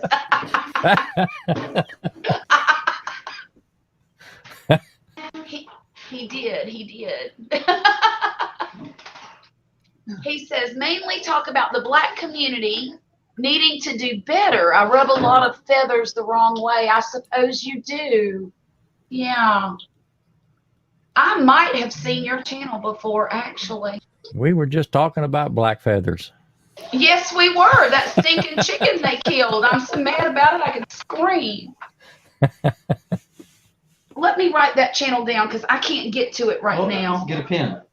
I think there's one in the thing. I got a pencil over here. And another thing my grandma did to my daddy one time is there was a big nasty storm, and I guess he couldn't behave during the storm. So she said, go outside and get me a switch out of the willow tree. He found a log that got knocked out of a tree.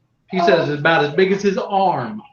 He brought it into his mama. She broke it over his head and said, now go get me a damn switch. And then she tore his butt up with that.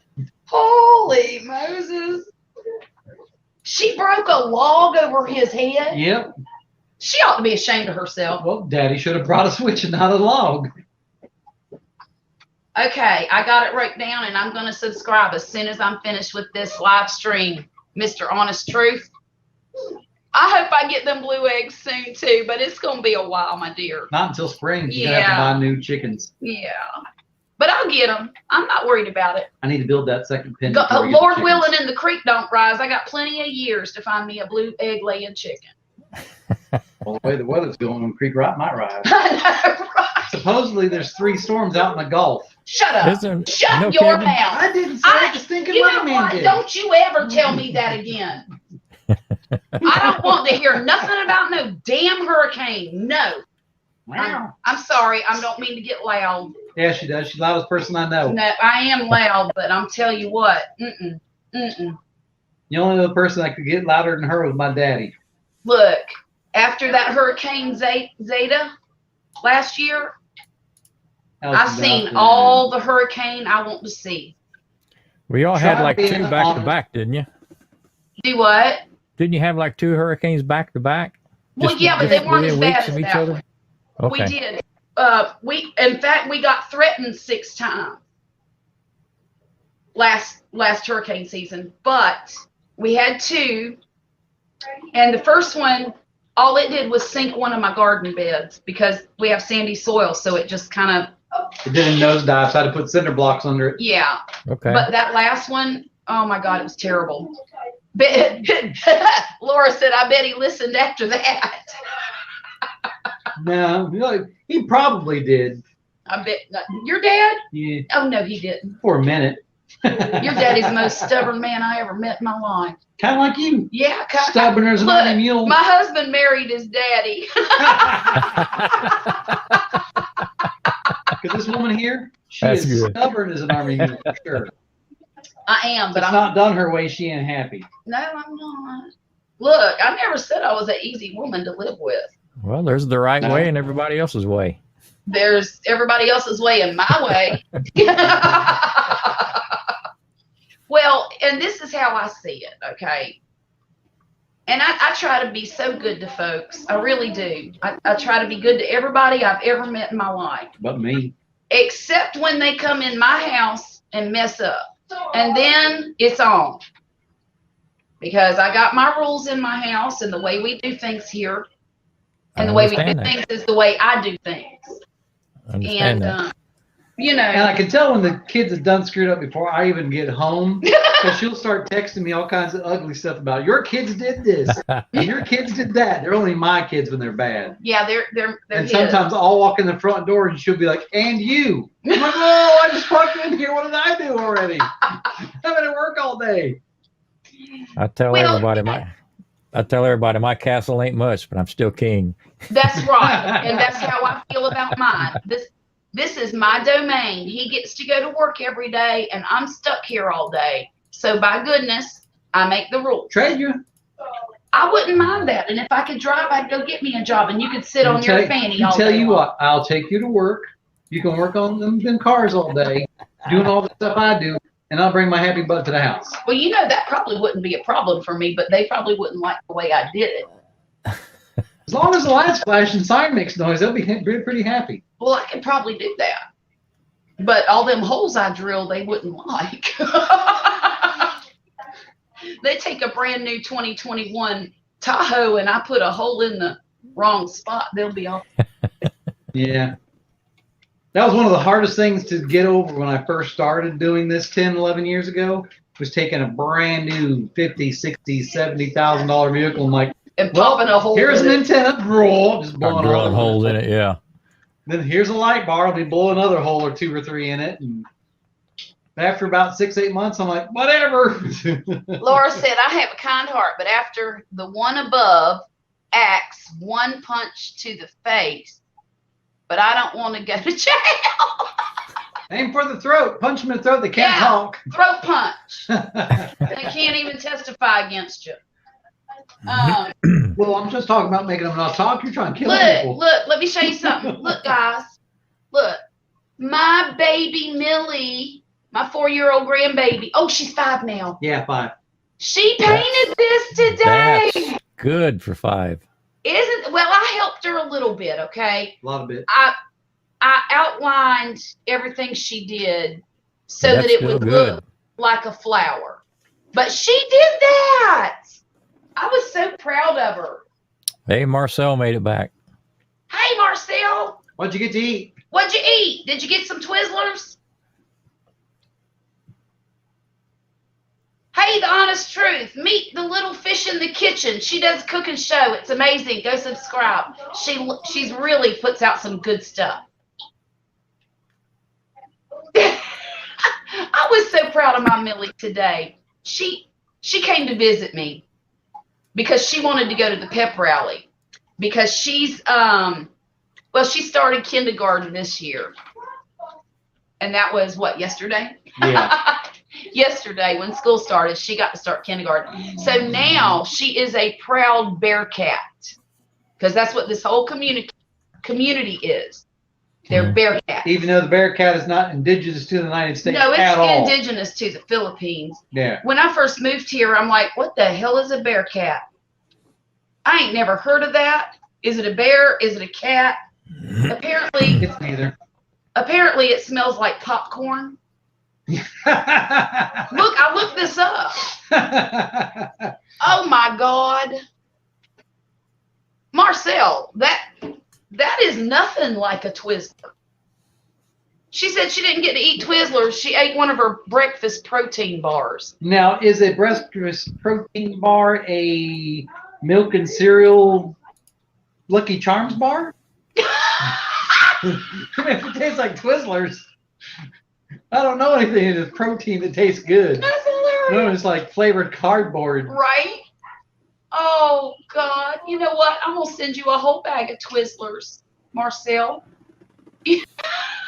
I've had breakfast MREs taste better than We those need to things. get her some Twizzlers. I'm not a fan of Twizzlers. I never have been. You stick to your teeth. I don't like them. Now, I'll tell you what I do like. Tootsie Rolls. When she was pregnant, she ate them by the Oh, pound. my God. Not a bag, pound. I would go in the store and buy the box. I would drop $50 a pop on an entire case of them and hide them all over the house. Yep.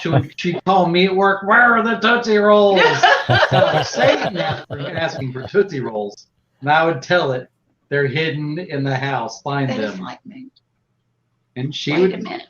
I would, find them. She'd kill a box a week. Laura, what in the world are you talking about? Maine Coon cat. What? Wait a minute. You know, the Maine Coon's a big monster cat. I know, but They're huge. they're beautiful cats. Told you if I have to have a stupid cat, I want one of them, not one of these little Well, monsters we have. look, we might not be able to have a coon. Why? Because it'd be bigger than our dog? No, because my allergies. You know what's so funny? For years and years and years, every time I got around a cat, I was so allergic that I felt like I had a hairball in my throat. And my sinuses would get all clogged up, and I would just feel miserable. My eyes would itch. And then I got my own cat, and it never bothered me once. And I just don't understand that. Long hair Complete. versus short hair versus. There are 10 breeds of cats that are actually really good for pets. So Well, there's a lot of cats out And there. I'll tell you what I believe. I believe that your body changes as you get older, and maybe my cat allergy is not as severe as it once was. That's what I believe. Or the fact that I take Zyrtec and Flonase every day for my seasonal allergies. That may have something to do with it right Flonase there. And everything else you just shove up there. And it doesn't bother me anymore because of the medication. Yeah. Apricate tiny house. How you say that? Apricot, where is she? Hey, Sherry. Y'all, she just bought a travel trailer and some land, and she's going to move her travel trailer and live in it on her land and homestead there. That could be That fun. sounds pretty cool. It What part of is, the and country? she's What part of the country? Sherry, tell them what part of the country you're going to. I can't remember if it's Arkansas or Oklahoma, somewhere around there. Oh, let's see. But yeah, she's in the middle of doing this renovation on this little travel trailer, and she's doing a really great job.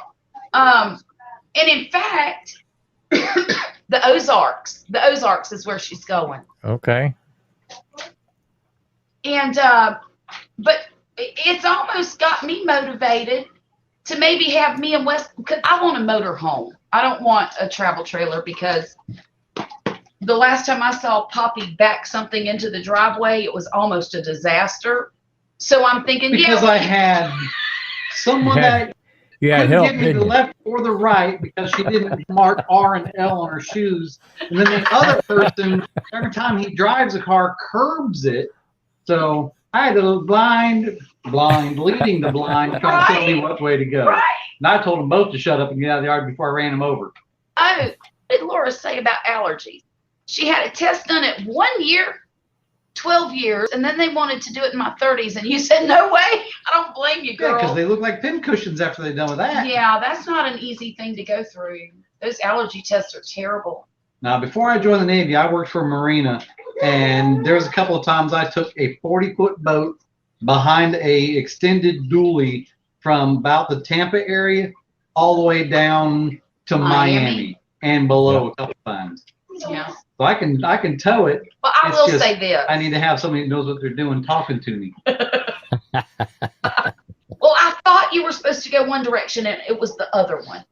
The other direction. And Go no, up. No, that was right. She was driving for you. Right? Back up until you're here at the last break and pull forward a foot. You'll be fine. stop it! Stop it! You're killing me. No, I think what it would take to buy a travel trailer for us is for him to have just a little more practice. Again, backing things up and getting, because I think he could do it. I really do. I mean, he's done it before, and Yeah, it's just it becomes second nature after you do it a little bit. Yeah. right. Well, we shoved half of our house into a trailer and stuck it behind an HHR and went through the mountains with it. Yes, we did, didn't we? Yeah, We sure did. that was a fun Well, trip. Going At least with a travel trailer, you can drop it where you're at, and you still got a vehicle And to you run still into have a town. vehicle. right? Right. I told her we just need to get a toy hauler so I can have an F-250, have the toy hauler, and then in the back of the toy hauler, we have like a little MGB Roadster. There you go. Perfect. See? That'd be great. Get one of them little convertibles. You can put a floor above it and store stuff. Right? Yeah. See? There you go. He's got the greatest. He sees it. Well, I see it too, I but see the vision. hey, this. You need to get another job Well, that's what you're because gonna be doing. YouTube ain't doing it. Look who showed up. Hey, Patrick.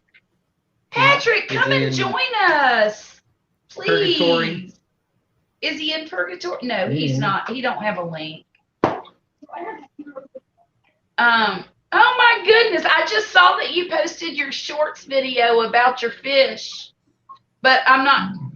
I want to know what happened, and I want to watch your video first. Hang on, copy.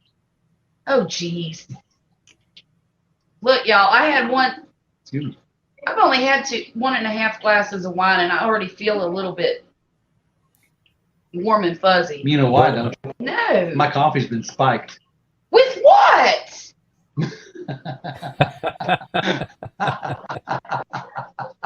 I've done drank half of his coffee too. Both of them. Oh, for the love of God. What is it? Look up there. I'm looking. The cream de cocoa. Oh, we'll go do some more. Okay. More coffee, please. Right? Come on up, Patrick. Or anybody else who wants to. Shoot, we'll have a whole party up in here. What's that song? Up in here, up in here. They played it on Gone in 60 Seconds when they were stealing They the did. Humvee. They did. You know what I miss? I miss going to the movie theater. Does anybody else miss going to the movie theaters? Nope. I'm not a movie theater person. No. I like to go, and it costs an arm and a leg and a mortgage. I'm not paying that much money to sit in somebody else's gum. Well, and I get that, and when you I have to bought pay a- $25 for a Coke and a candy bar and I a bag of I popcorn, bought a nice big screen TV with surround sound. I don't need to go to the movies. well, yeah. But I miss the experience. You know, the last movie that we saw in the theater was which Star Wars? Number 5? I think so. The second of the last 3 trilogy. We're Star Wars No. nuts in Yeah. our house, and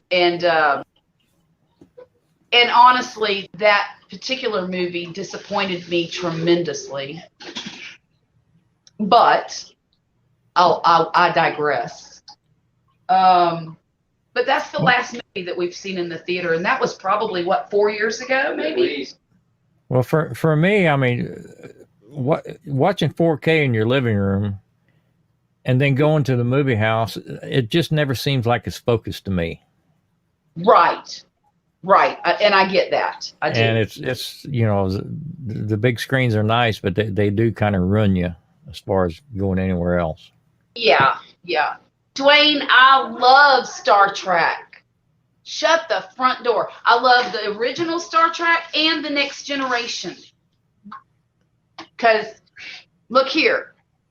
What's his name? Picard. Oh God, Jean-Luc Picard. Patrick Stewart. He was so sexy. And you know what? When I found out he was gay, I was absolutely devastated.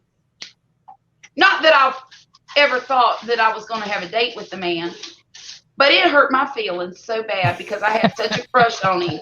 I did. He was, okay, my 2 celebrity crushes in my whole life have been Alex Trebek and Jean-Luc Picard, Patrick Stewart. And other than that, I cared nothing about celebrities. But boy, oh boy, those were my crushes. I used to think Terry Clark was hot. You did, that Amazon woman. Yep. And I used to tell him all the time, because Terry Clark is a large woman. She's very tall. She's got big arms. Big arms. You know, she's a big woman, and not big in an unflattering way. She's a beautiful woman. But I looked at him and I said, what the heck did you see in me? Because when we met, I was 5'1", still am, but I only weighed about 102 pounds. With rocks in her pocket, soaking wet. And I'm like, well, if you like that, what did you because we're total opposite.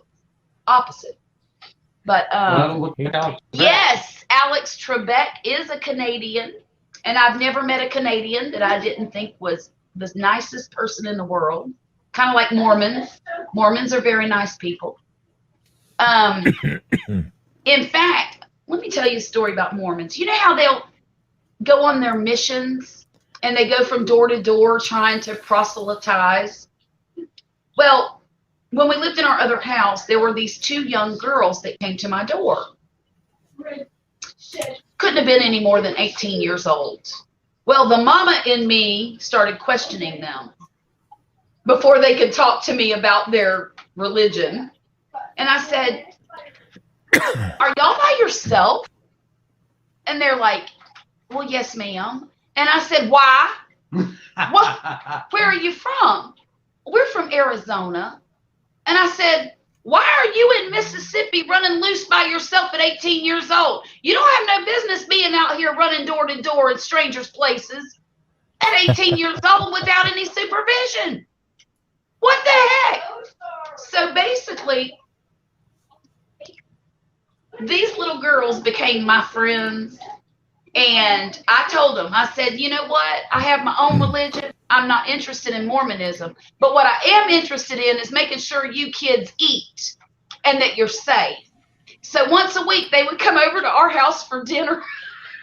And do you know? For like a year. We did. We fed them for quite some time. And they were the sweetest girls on the planet. They really were. They were very polite. They were well-mannered. They were just wonderful kids. And do you know, they still keep in touch with me on Facebook. And they both had children. They've both gotten married. And I just think it's wonderful. It's nice.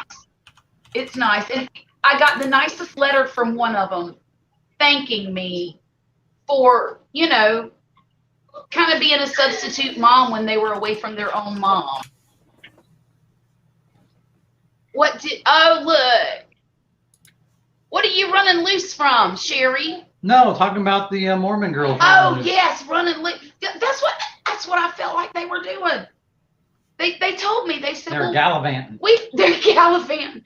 They told me that they had like this supervisor that was in the neighborhood. But I said to him, I don't see him. Driving a big white murder van. Where is he?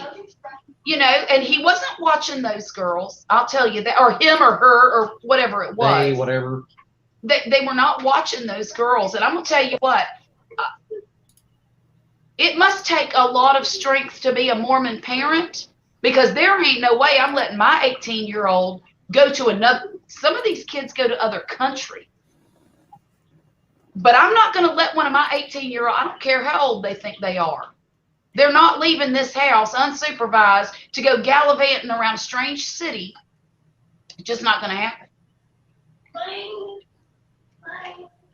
Laura said, I was off in a park camping with my cousin alone at 14 and 16. People ask, where are parents? And we say, at home. Grew up in a small town. Well, you know, Laura. Small towns are different. And not only that, but Laura, you and I come from a very similar generation. And times were so, so different back then. I remember when I was 8 years old, just 8 years old, and I would ride my bike all through our neighborhood. They did have bicycles back then. But I would be gone from sun up to sundown, you know, and my parents, they didn't worry so much about us. My brothers did the same thing. And I lived in a neighborhood full of kids, and we'd all play hide and seek after dark in the neighborhood. But you just can't let your children do that anymore. The whole world is. Now they call that child abuse for kicking you. Well, and they do. Drink out of the garden hose. Right, yeah, Sherry, I agree with you. If that was my 35-year-old daughter, I would tell her she'd lost her damn mind. Oops. Sorry, guys. No, that's right. You can't talk like a sailor. I'm trying not to talk like a sailor. I'm married to one, so it rubbed off on me through a little bit. generations. Yeah, I'd come home from being at sea, and she'd be barking at these kids like a master chief. Then turn and start barking at me. I'm like, whoa, I've been underway. You ain't doing that. Yeah, and I tell him, you are in my way. Either join the train or get off the train. Right. Yeah. Laura, you know, times are so different. And I've got 3 different sets of kids. I had one set in my 20s, one set in my 30s, and the third set in my 40s. And the changes that I have seen in those 3 decades, as far as the way kids are brought up, the way kids are indoctrinated at school. Yeah. The way that the change is so different. You know, when my oldest set of kids was in school, they would walk to the bus stop by themselves, get on the bus, and I had no doubt that they were going to be home unscathed at 3:30 in the afternoon when school was out. And now I don't let my 16-year-old daughter walk to the bus stop by herself. I just don't. Because I don't know. Number one, she's beautiful. And number two, too beautiful to be standing on a street corner by herself at 7:20 in the morning. Yeah, any time of the day. At any time of the day, really, yeah. But no, it's not happening. Yeah, they were different in the 70s and 80s, Yeah. and even in the early 90s. And it just seemed like somebody flipped the switch and it just started going downhill. It's been in the last 20 years. 90s, early 90s. And I know this is very embarrassing for my son, who's 12, almost 13 years old. But he's not allowed to go to the restroom by himself. And if his daddy is not with us, he has to go in the ladies' room with me. Because I don't know who's in that other bathroom. So he has to come with me. And he gets so upset with me. But I told him, until you're big enough to knock the hell out of somebody, you're coming with me because I can do it. And I feel sorry for him because, you know, it's not right for a 13-year-old boy to have to go to the bathroom with his mama. It's just not right. But I'd rather do that than send him in a strange place where there's strange people. Right. Honest Truth said he absolutely agreed. He will never let kids wait alone anywhere. And I wish I could high five you. Booyah. Because, man, you just can't trust people anymore. Mm-hmm. Especially not with children. Have y'all heard about that 5-year-old girl that went missing in Tennessee? Weeks and weeks ago, honey. I know, it's been 6 weeks ago. She has still not been found. They live at the top of a mountain where it's a very secluded area, and nobody's seen her. Her mom sent her in the house to go play. Her mom went into the house a little bit later to go find her, and the kid was gone. And there's 3 brothers sitting in the upstairs. The girl went to the basement to play with her toys. The boys are upstairs, and the girl's gone, just gone. So it is my humble opinion that either the parents were involved. The thought of that child walking through the wilderness at 5 years old at the top of a mountain blows my mind. I don't think she would do that.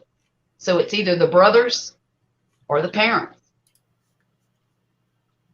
I had a 5-year look under the door. His mother, I'm so sorry. I don't quite understand that. Me too, Sherry. Let's see. What did Sherry say? I got to go back. Let's see. I went unsupervised in the 70s, so I thought every mama was watching me. You know what, Sherry? Every mama was watching me in the 70s. Oh, yeah. The whole neighborhood looked out for each other. The 80s were down in Bradenton, Florida. The entire neighborhood knew who the kids were, knew who the parents were. And if you were doing something stupid, they call. Shoot, I got my tail tore up by the neighbor one time. You probably deserved it, too. I probably did. You hoodlum. Sadly, human trafficking is an issue. A Canadian country music artist, Paul Brandt, works with agencies to help combat it. You know what, Dwayne? We live At a corridor. at a major trafficking corridor in the States. And it's a very sad thing. Well, it's a trafficking for everything you would or would not want corridor. Coming from Florida, going to Texas. Oh, yeah. That loop. Yeah, that loop. That I-10 loop. You Yeah. can find whatever you don't want. Have you heard of, no, Sherry, I have not heard of the 411 Missing podcast. I do enjoy listening to a lot of real crime channels, though. But I'm going to write that down because that sounds interesting to me.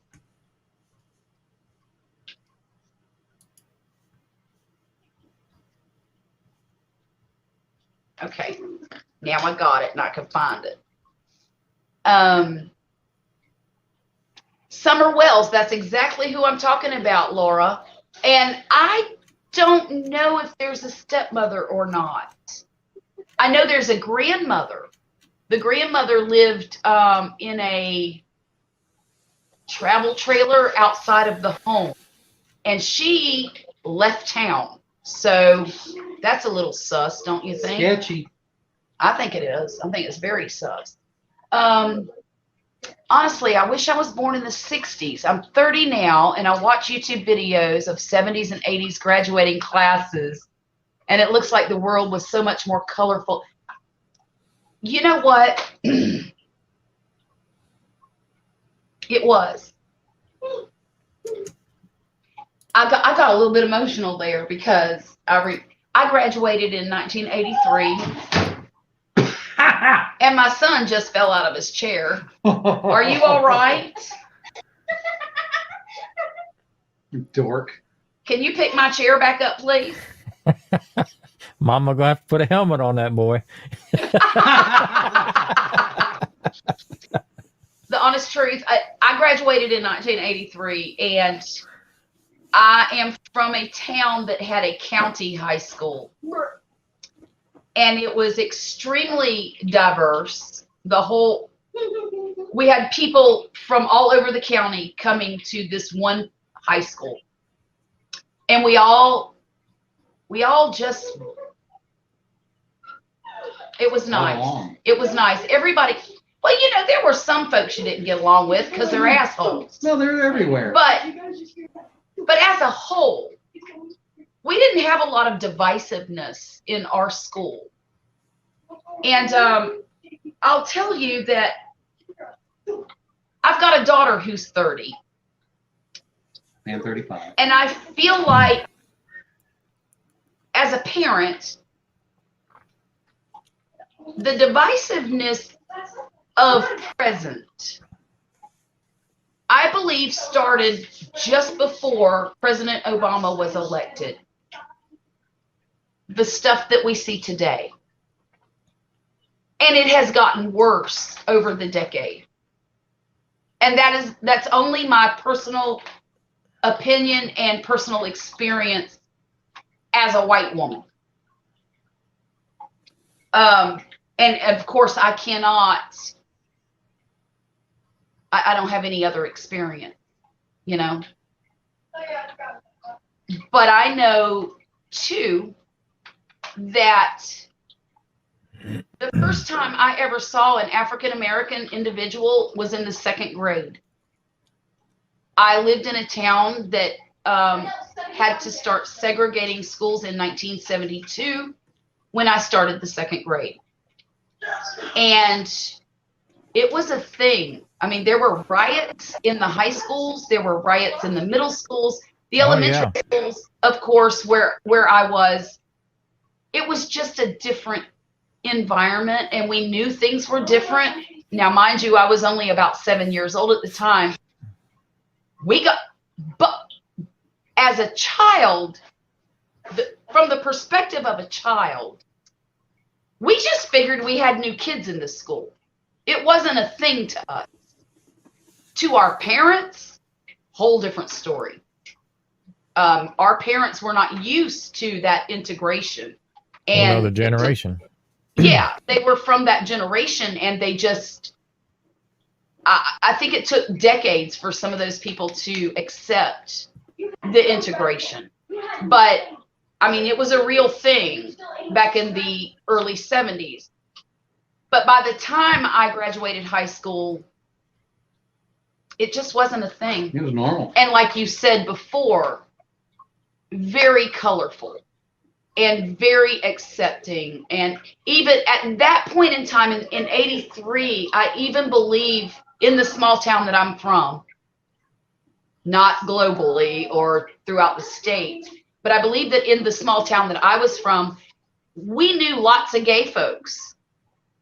I can probably name 5 off the top of my head that I went to high school with. They were our friends. We didn't beat them up and stuff them in the woods somewhere like in other places. Because I know that did happen to a lot of gay folks. But things were just a lot different then. And yeah. Oh, shoot, Patrick. I'm sorry. You're in purgatory. Ah. Greetings from the grid. Did you see why didn't you say something before now?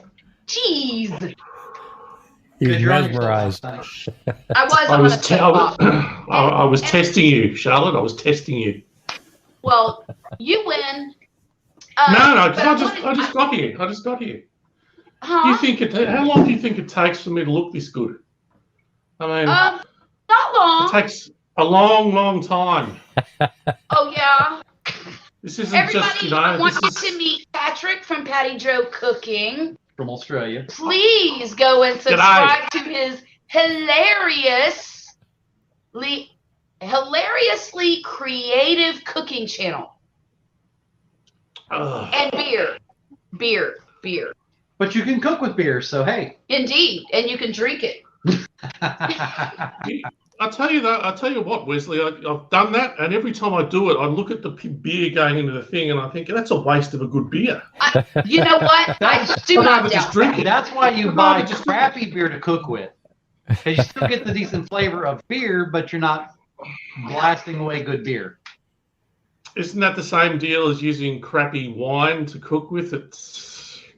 You only cook with wine you wine just tastes like crappy skunky wine. You want to buy just cheap wine, not skunky wine.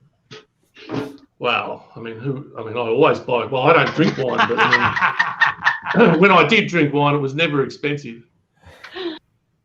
Mine's all my wine comes off the bottom shelf. Yeah. You told me that my wine was costing me too much money. Did I? I took Marcel's advice and I bought an entire bottle of rosé.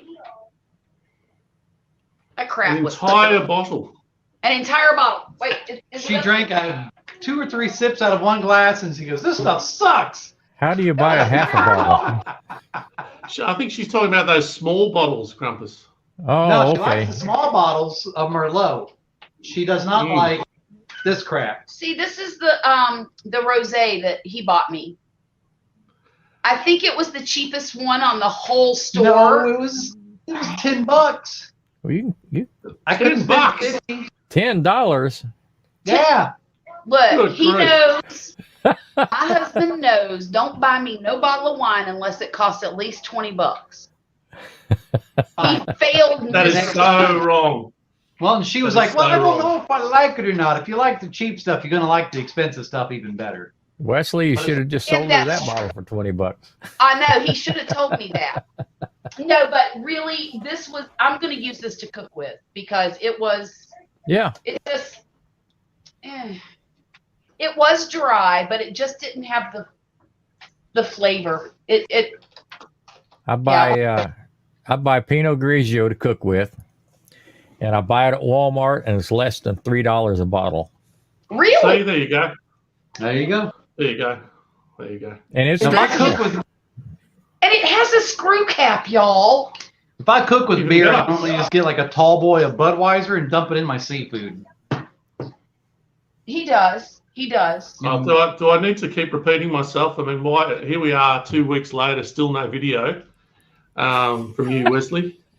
What about Look, that? we're Just give me working on that. Put that. a bunch of seafood and dump some Budweiser in it and stir it around. Sounds There you go. fancy. Well- We've been stupid busy. Patrick, we've been so busy. Oh, The party and everything. And school just And started then for school us. started on Monday. What? you're making excuses. It's all excuses.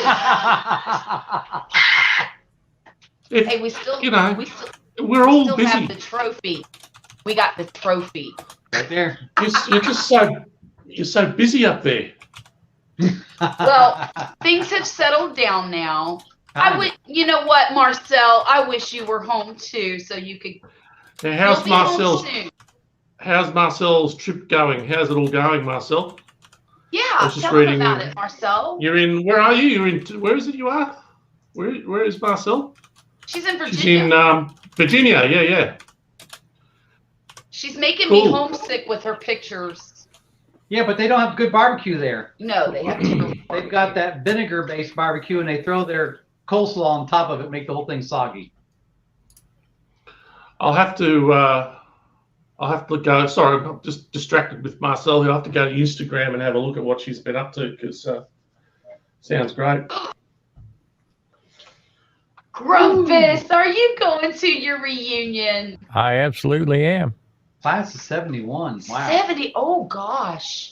50 I years. would have never believed that, Grumpus. 50 years. Not in a million years. That's incredible, huh? I'm gonna go check out the fat cheerleaders and the bald pot-bellied jock. The bald football players and Yeah. you know I what? think you. When did you say your last one was? Because you've been to more than Yeah. one, haven't you? Of these. Yeah, they my classes had them like every 5 years, Oh Oh, wow. yeah, right. all along. So, did you go 5 years ago? I did. All right, so it won't be sort of a huge shock. Yeah, I've been to the last 6 of them, I think. Uh, I think my 30th is next year, but I don't know if I'm going to go or not. They're a lot of fun. I went to my 20th. We were the only 2 sober people in the entire building. What's wrong with you? Well, that was Well, I had to drive. that was back before I drank wine on Friday night. Oh, okay. She was still a teetotaler back then. Yeah, back then I had nothing to do with any kind of alcohol at all. And I wasn't with any of my Navy buddies, so we couldn't go tie one on the right way. So. Right. But yeah, back then I didn't drink at all. And We can keep working on it. You'll catch up. you know what? Grumpus, here is my idea, okay? I remember being at my 50th birthday party that my family threw for me. And my parents were there, my brothers were there, and it was a wonderful, wonderful party. I'm forever grateful that they did that for me because, again, one of the brothers that were there, I had not seen in over 10 years. And it was just really, really special.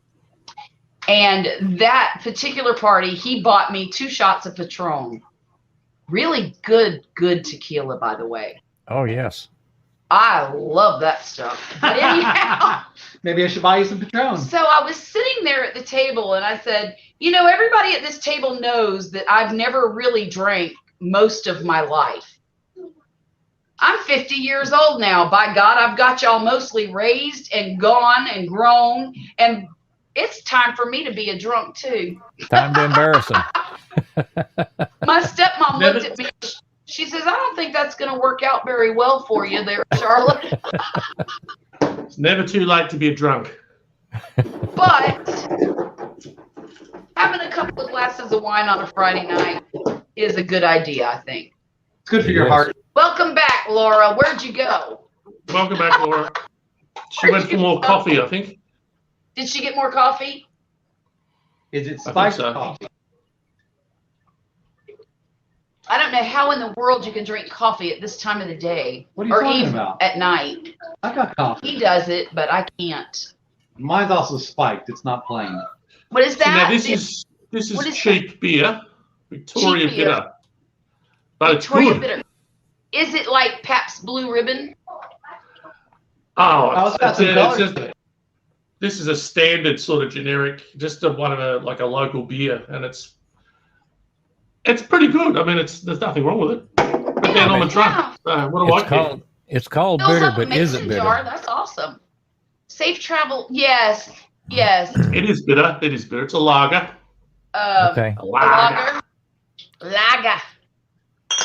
Now, I Grumpus, remember years ago Oh. you could go to Albertsons, which is one of our supermarkets. look what I What got is that? What is that? Oh, it's called- from the man that Oh, he's got mail. sits in the Hawaiian shirt there.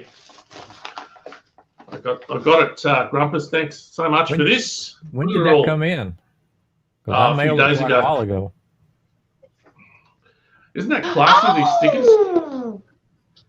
And I've even got your fridge magnets on the fridge right now. There you go. That's a great Oh, idea with fridge nice. magnets, because I should get some fridge magnets.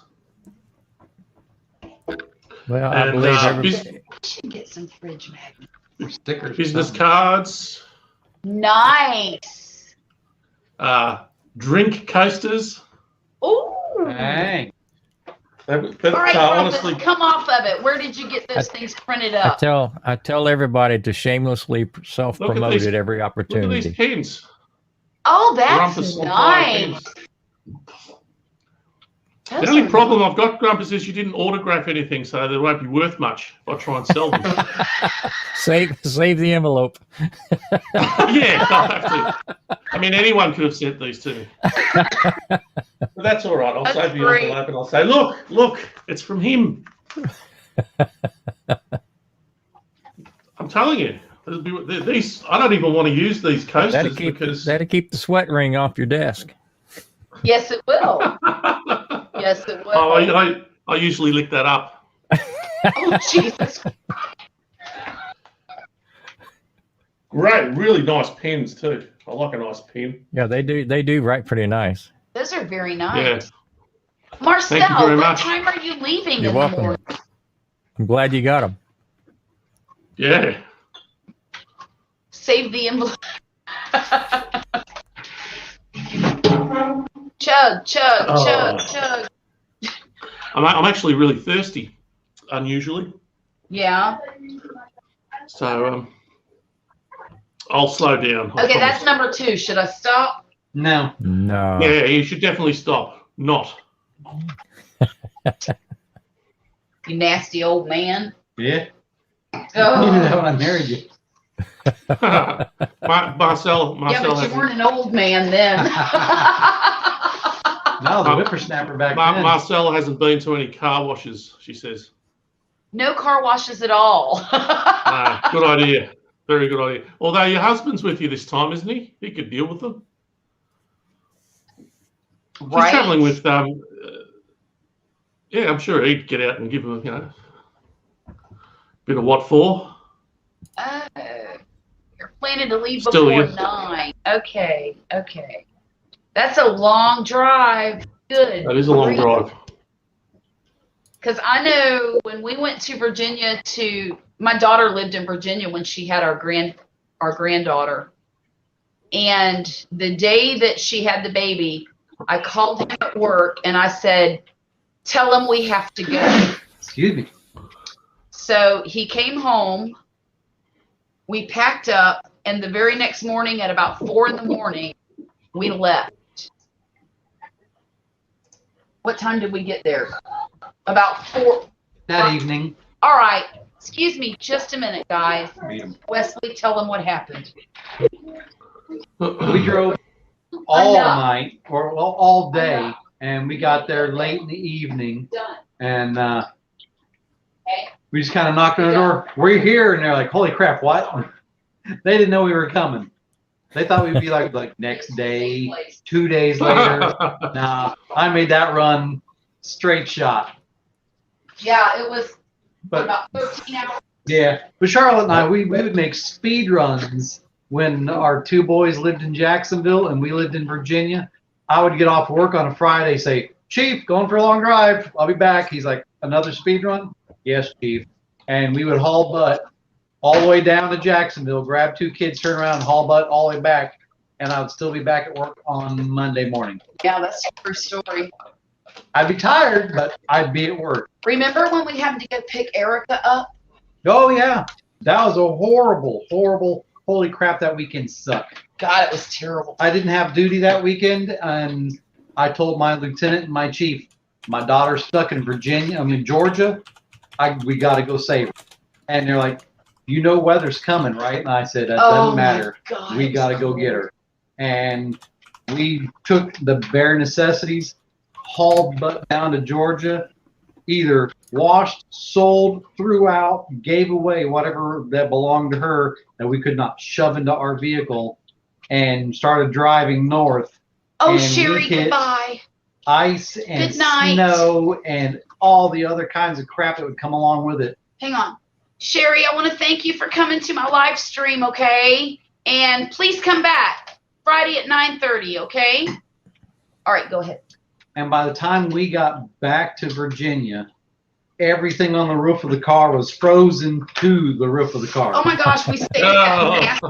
That was like a Night's Inn. It had purple carpet. It looked was like terrible. It looked like a crappy porn room. It was disgusting. Are we froze up? Yeah, a little bit.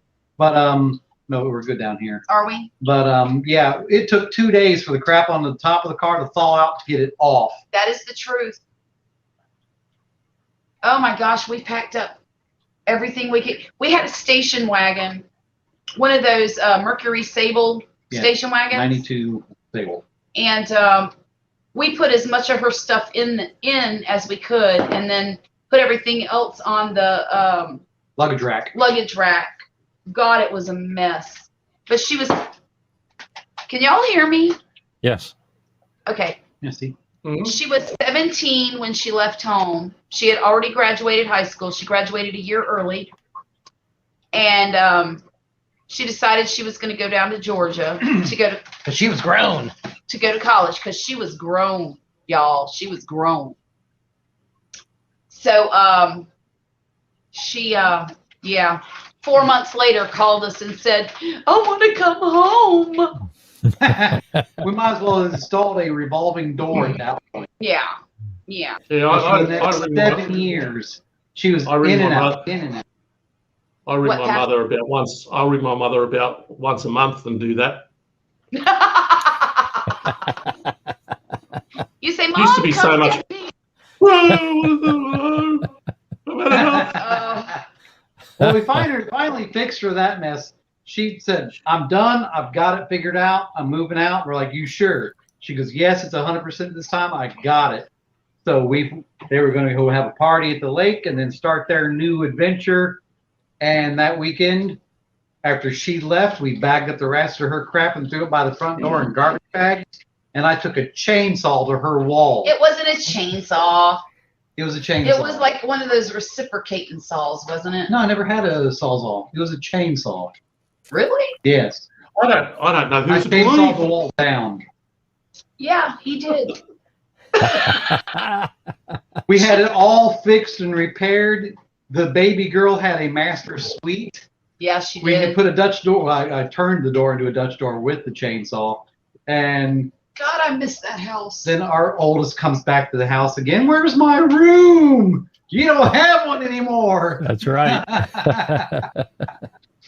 Yeah, You I'm come still and back to this considering house, you get a pump tent and a garden hose.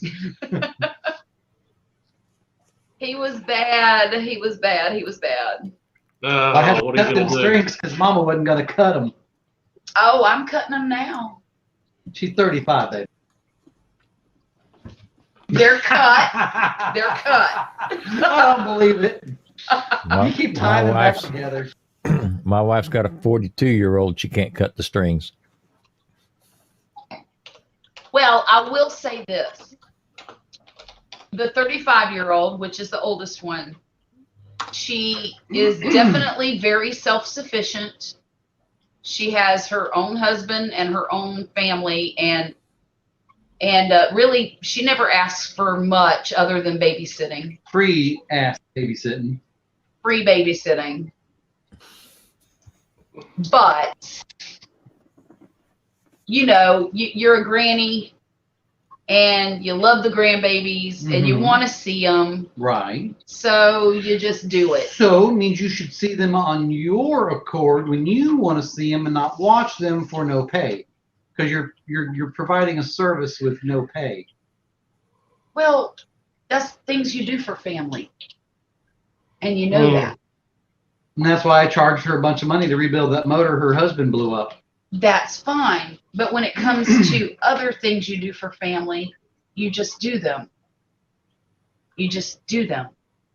Because Yes, I agree. You take care of family, but when family starts taking advantage of you, that's you Bingo. punch them in the right in the throat. well, Bingo. and I get that. I do. I get that. Yes. But there's a fine line sometimes. It's a very fine line. Trumpus agrees. I know he does. Punch him in the throat. I know he Kick- does. Kick them in the I feel nuts and bad show for them the guys door. I work with. His kids are grown. One has a husband. One was close to having a husband. Both girls back in the house with him now. Who? Tony. Really? Yeah. I did not know that. He was was- happy, and now he's not so happy. He was our DJ for the party, and he did a phenomenal job. Yeah, he He did. really did. He kept Okay. that party just going and going and going. So I want to hear about this. I want to hear about this party, but I got to make a phone call for a couple of minutes. So I'll be right Okay. back. okay, Bye. Okay. See you soon. See you. we'll be here. No, Oh, my Laura, he goodness. does not cook.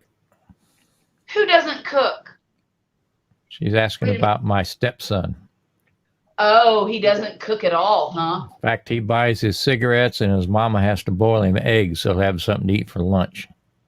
What? That's terrible. He don't even live here anymore. Oh my goodness. So what does he do? Come and get the eggs every Monday morning?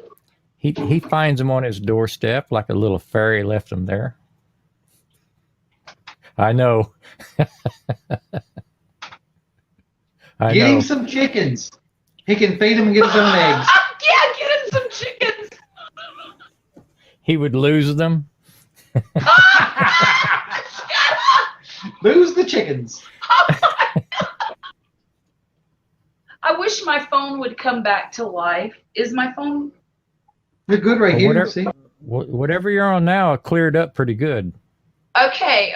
Well, my screen on my phone is frozen, but on Wesley's phone, everything looks fine. So I think there's a little bit of a delay, but that's okay. There's a small lag, but The boiled egg fairy. That's what Dwayne Yeah. said. Had many arguments with the boiled egg fairy.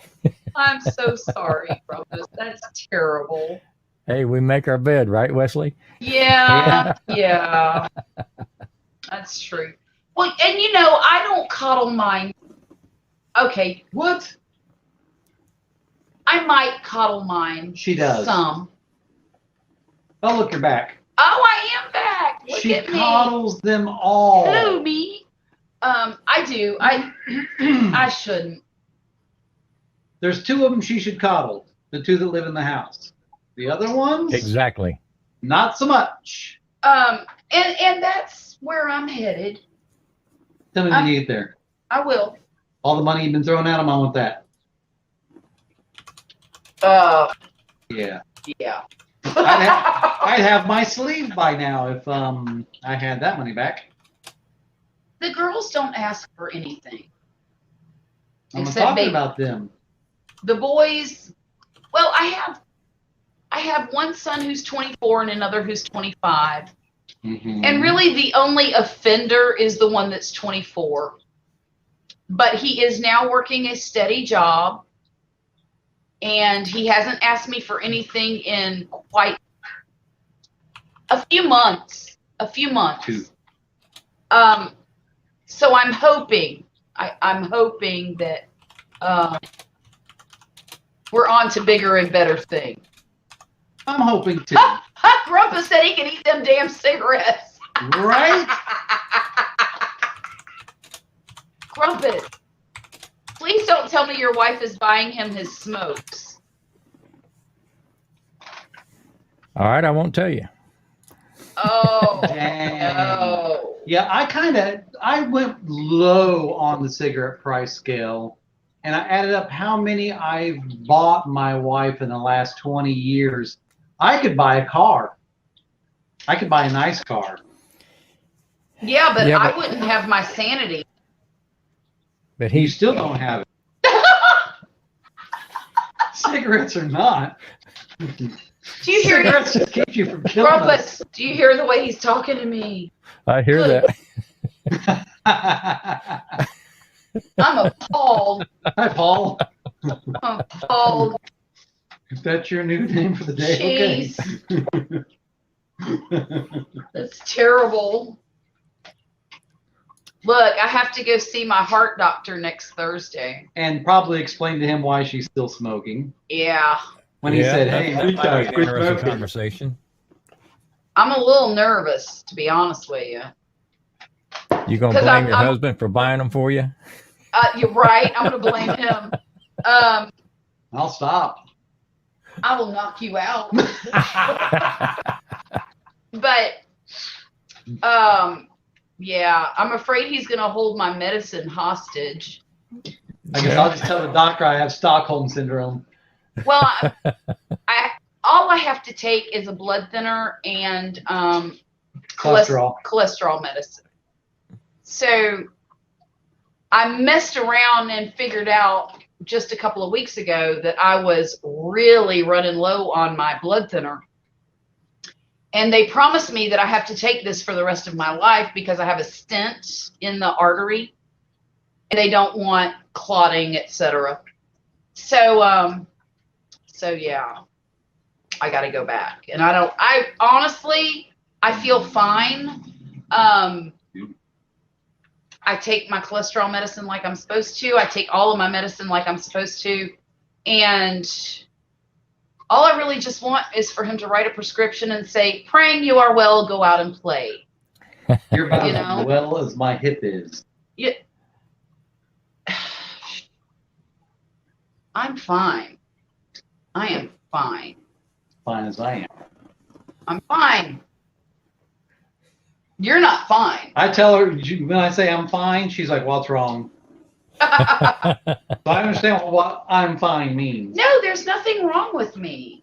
So I had a heart attack, but they fixed me and now I'm back to normal. But now Poppy, on the other hand, is sitting here with water on his knee Me. and hasn't even made a doctor's appointment yet. It'll go away. Somebody talk some sense into him. No, it is very swollen, and I don't know if it's his. I don't know if it's his ankylosing spondylitis acting up, or if it's just a anomaly that he usually gets every now and then. I haven't had this anomaly before. No, but you've had quite a few. We think that's Look, one morning he woke up to go to work, and he came. I was half asleep, and he says to me, "Hey, Charlotte, would you look at the side of my face and tell me if it's swollen?" And of course, I'm in this daze of half awake, half asleep, and I looked over at him and I said, "Oh dear God, you've got the mumps." His entire jawline, all across here, was swollen. And I said, "You've got to go to the doctor. You've got to. You've got the mumps." It was like Saturday morning. I'm like, I really don't want to go to the doctor on a Saturday. I said, "You really need to go because we need to find out if that's what it." I only had the mumps on one side when I was a kid. And so I could probably get it on the other side if I was exposed. Of course, I did have follow-up vaccinations, etc. But anyhow, I was floored. Here he was, a 30-something-year-old man, and looks like he's got the mumps. And he even asked me, he said, "What's the mumps?" Yeah, I never had the mumps. I was vaccinated for it, so I didn't think I would get it. Right. Well, he didn't have it. He didn't have it. You know, when you take medication that suppresses your immune system, you can get all kinds of weird infections.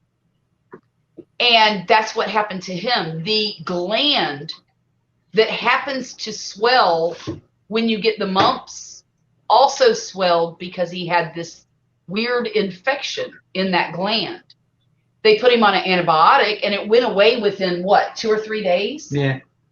But come to find out, he did not have the mumps, and it was just a weird side effect of his medication, allowing infection in, you know. But look, I need to go back because I want to see what's going on in this chat. I have not been paying attention. Hang on, I'm going to go back. Okay, here we go. Dwayne says, long ago he saw an ad in a newspaper. It said, "We'll help you stop smoking in 3 days guaranteed. No ifs, ands, or buts about it." I told her I would do it the way Saturday Night Live did. You went to this club, you signed up for it, and they guaranteed you'd stop smoking. All through the series of Saturday Night Live that night, every time someone would hide somewhere and smoke, someone in that club would pop out and pow, just bust them in the face.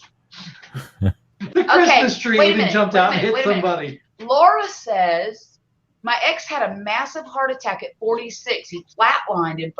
Oh my God.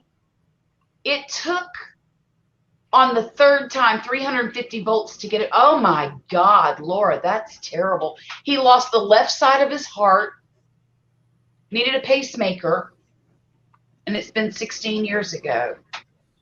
Oh my goodness. Okay, Marcel, if you're still here, good night. Thank you again for coming.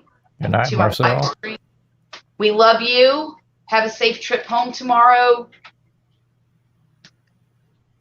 And Dwayne says, decades ago, I thought I had major acne breakout, but it was chicken pox. I had that crap. It Are sucked. you freaking serious? I had that Look. in middle school. Look, there is a huge difference between acne and chicken pox. Yeah. Chicken pox itches really bad. Acne, you have it on your face. Some people get it in their back. When I had chicken pox, I had it from my hairline to the top of my feet. That stuff sucked. To your toenails. I know. I hated it. Oh, it was terrible. But I you even know have a couple something? scars here and there. Guys, kids don't get chicken pox anymore. There's a No. vaccine for it. The last 4 kids that I've had never had the chicken pox because they got What do vaccinated. you know what that means, though? They won't get shingles. Right. That's what All it of us means. old farts need to get the shingle shot. I'm going to get the shingles vaccine. Oh, I've seen people with the shingles. Ew, no. Well, my son was 27 or so and got the shingles. And I had never heard of a young person getting the shingles like that, but apparently he did. Stress will do that to you because my brother had it and he was only like 17, 18, 19 or something stupid Really? like that. But he was a Dwayne- pansy about it anyway. So. Dwayne's cousin passed away from a heart attack at 44. Oof, that My sucks. goodness gracious alive. Well, I was 53 when I had my heart attack, and didn't learn a thing from it. yeah, I did. I learned that medical technology is a beautiful thing. So Charlotte, leading up to that, were you feeling bad or anything, or it just come up out of nowhere? You know what's funny, Grumpus? The Saturday before the heart attack, we had gone to a band competition for my daughter. And we had to walk up a bunch of bleachers to get our seat. And I was extremely short of breath walking up those bleachers. And I kept thinking, what in the world? Because I'd never been short of breath walking up bleachers before. And I always walked up the bleachers because we went to home football games all the time and, you know, different competitions. And that was the Saturday before my heart attack. Did I have the heart attack on Monday or Tuesday? It was either Monday or Tuesday. It was October the 15th. 2 years ago. 2 years ago. Well, October 15th will be 2 years ago. But that's the only real symptom that I noticed that was different. Now, I will say my shoulder had been hurting me for, oh my God, Months. years. I mean, my shoulder started hurting me in Virginia. And she always attributed my shoulder hurting due to slinging kids. Yeah. Because she has slung 7 for 35 years. And I also had some gastric issues, like terrible gas problems. That She's like a seagull. She can't burp. yeah, I have a really hard time with burping, but and it hurts to do that. But it seems like right before the heart attack, it got a lot worse. And the reason I went for the walk, the heart attack happened. The kids had gone to school, and I decided to go for my morning walk because I was having terrible gas pains, and I would twist like this and I would burp. And I took off to I was going to go on a 2-mile walk. And I got maybe a quarter mile down the road and my thumb started hurting. Well, that was the weekend that we moved into this house. And I was rubbing my thumb and I thought, my God, what have I done to my thumb? It must have, I must have hurt it while we were moving. And then I got a pain in the very center of my hand right here. Really, I mean, like an ice pick was going through it. And I was constantly rubbing my hand because it was just really painful. And when I got to the corner of the street up there, the pain started traveling up my arm. And it hit me right here. And I got this burning sensation in my chest. And it was sudden and it was like a punch to my chest. And I knew right then what was happening. I knew exactly what was happening. And so my silly behind, I had left my phone at home. I was in a new home. I knew no neighbors. And so I started walking really, really fast to get back to the house. And I will never forget thinking to myself, should you really be walking this fast while you're having a heart attack? But I knew that the only way I could save myself was to get back to the house. So I got back to the house. I walked. By the time I got to my house, there was sweat just pouring off of me. And I felt like my legs had turned to noodles. And I opened the front door and I knew I had to get to my room because that's where my phone was. And when I got to my bed, I just kind of fell over on it. And I was conscious, but at that point, I know that I wasn't thinking as clearly, because I believe now, looking back, there was a blockage in my artery, so I know there wasn't blood going to my brain like it should. But I did grab my phone and I rolled over on the bed and I dialed 911, and I didn't even have the strength to hold the phone in my hand, so I laid it on the pillow next to me and I put it on speaker. And when the 911 operator came on, I told her, I said, she asked me what was my emergency, and I said, I'm having trouble breathing, my chest hurts, and I'm sweating like a pig. And I remember I was speaking very, very slowly. Everything was in slow motion, everything. And she said, is the door locked? And I said, no. And she said, I've got somebody on the way. And I said, okay. And I said, is it okay to hang up? And she said, yes. She said, just listen for the door. I said, okay. So I hung up, and the ambulance got here within about 3 minutes. Wow. It was really fast. And crazy. I never will forget. I'm laying on my bed, and again, I'm cold and there's sweat pouring off of me. And somebody knocks on the door, and I'm thinking, I can't get to my door. There's no way I can get up and get to my door. And I heard them open the door and say, Miss Acosta, are you in here? And I was trying to say, I'm in my room. I'm back here.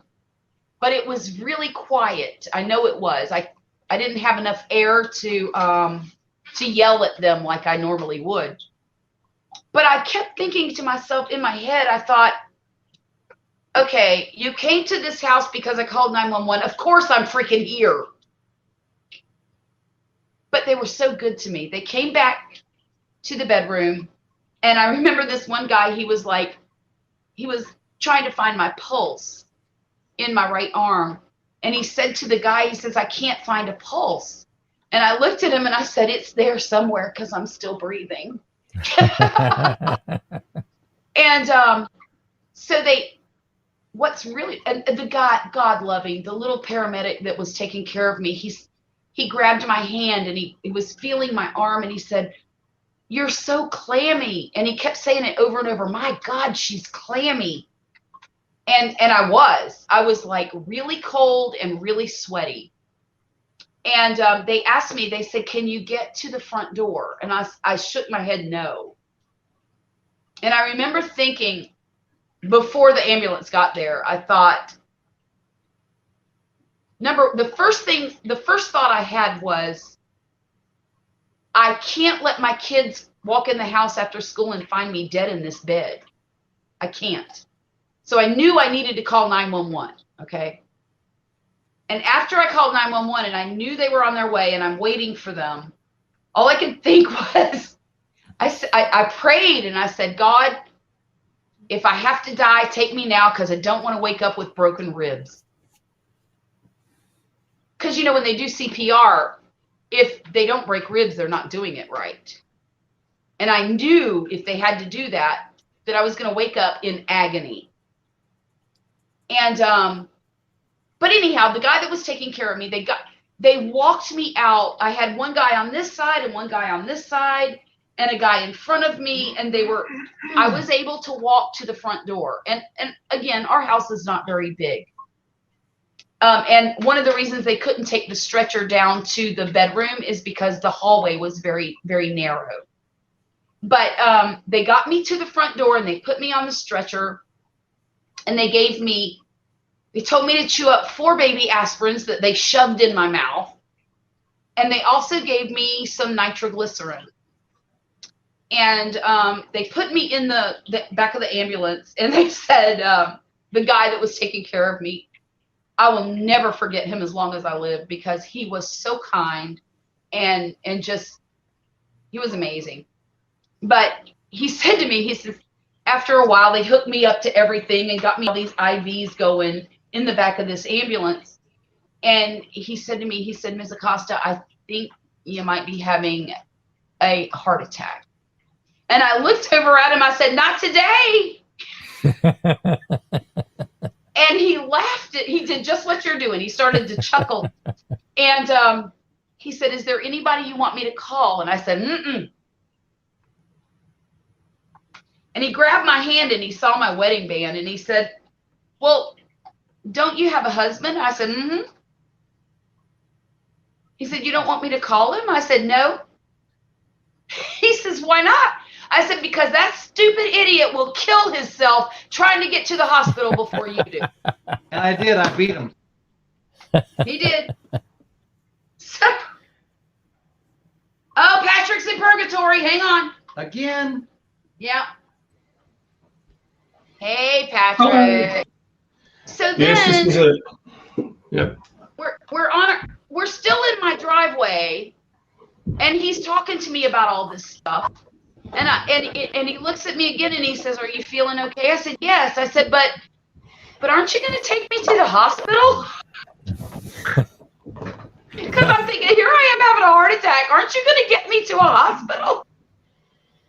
And he told me, he said, he said, we can treat you in the field and get you prepared for when you get to the hospital. He said, and that's what we're doing now. And that's when they started they were doing all kinds of medication and they had me hooked up to this monitor thing. And we did. We got to the hospital within like 5 minutes once we left my driveway. Well, I left as soon as they called me. Yeah. I was flying. And it was the most amazing thing because it was, I remember hearing the siren because they were really going fast to the hospital.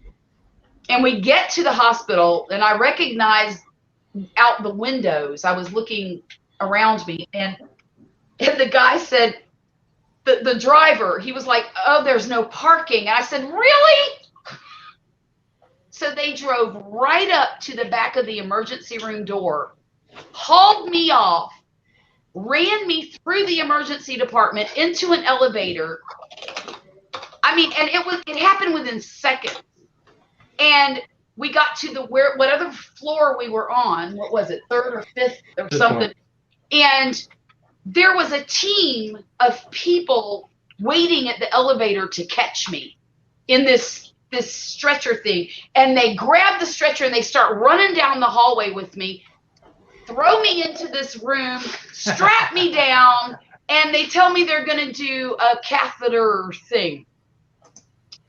And I'm like, okay, can I watch?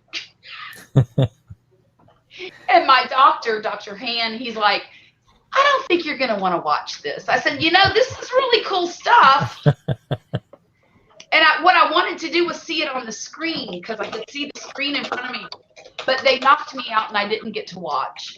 But when I woke up, everything was over and I was well. And the doctor, come to find out, this is a really interesting tidbit. But the doctor that took care of me also has a daughter in the band in a rival school. And he happened to be at the same competition that I was at on the Saturday that I was having a hard time walking up the bleachers. So we kind of had this little connection thing going. And we talked about band for the first 30 minutes after he woke me up. Well, and I also had the band T-shirt on that day. Yeah. And it said Rise Up because that was the name of our program, our band show that year. And it was kind of neat. So now every time I go back to see him, he'll ask me about the band and how everything's going. And, But his daughter was a cello player in the band. Not a cello, oboe. Excuse me, oboe. I'll say they don't have cellos in Yeah, honey. She was an oboe player. Orchestra. And of course, I told him my daughter played the marimba and blah, blah, blah, blah, blah. Oh, gosh. My cousin, who was 50, passed away mysteriously. Nobody knows how he passed. Wait, go back. His family went to see him and they found it. Oh, God, Dwayne, that's heartbreaking. Well, I will tell you this. When I was at that stage between, okay, I know I'm having a heart attack. I'm waiting for the ambulance to get here. I have a real panicky personality. In fact, I have general anxiety disorder. And I've been treated for it for years.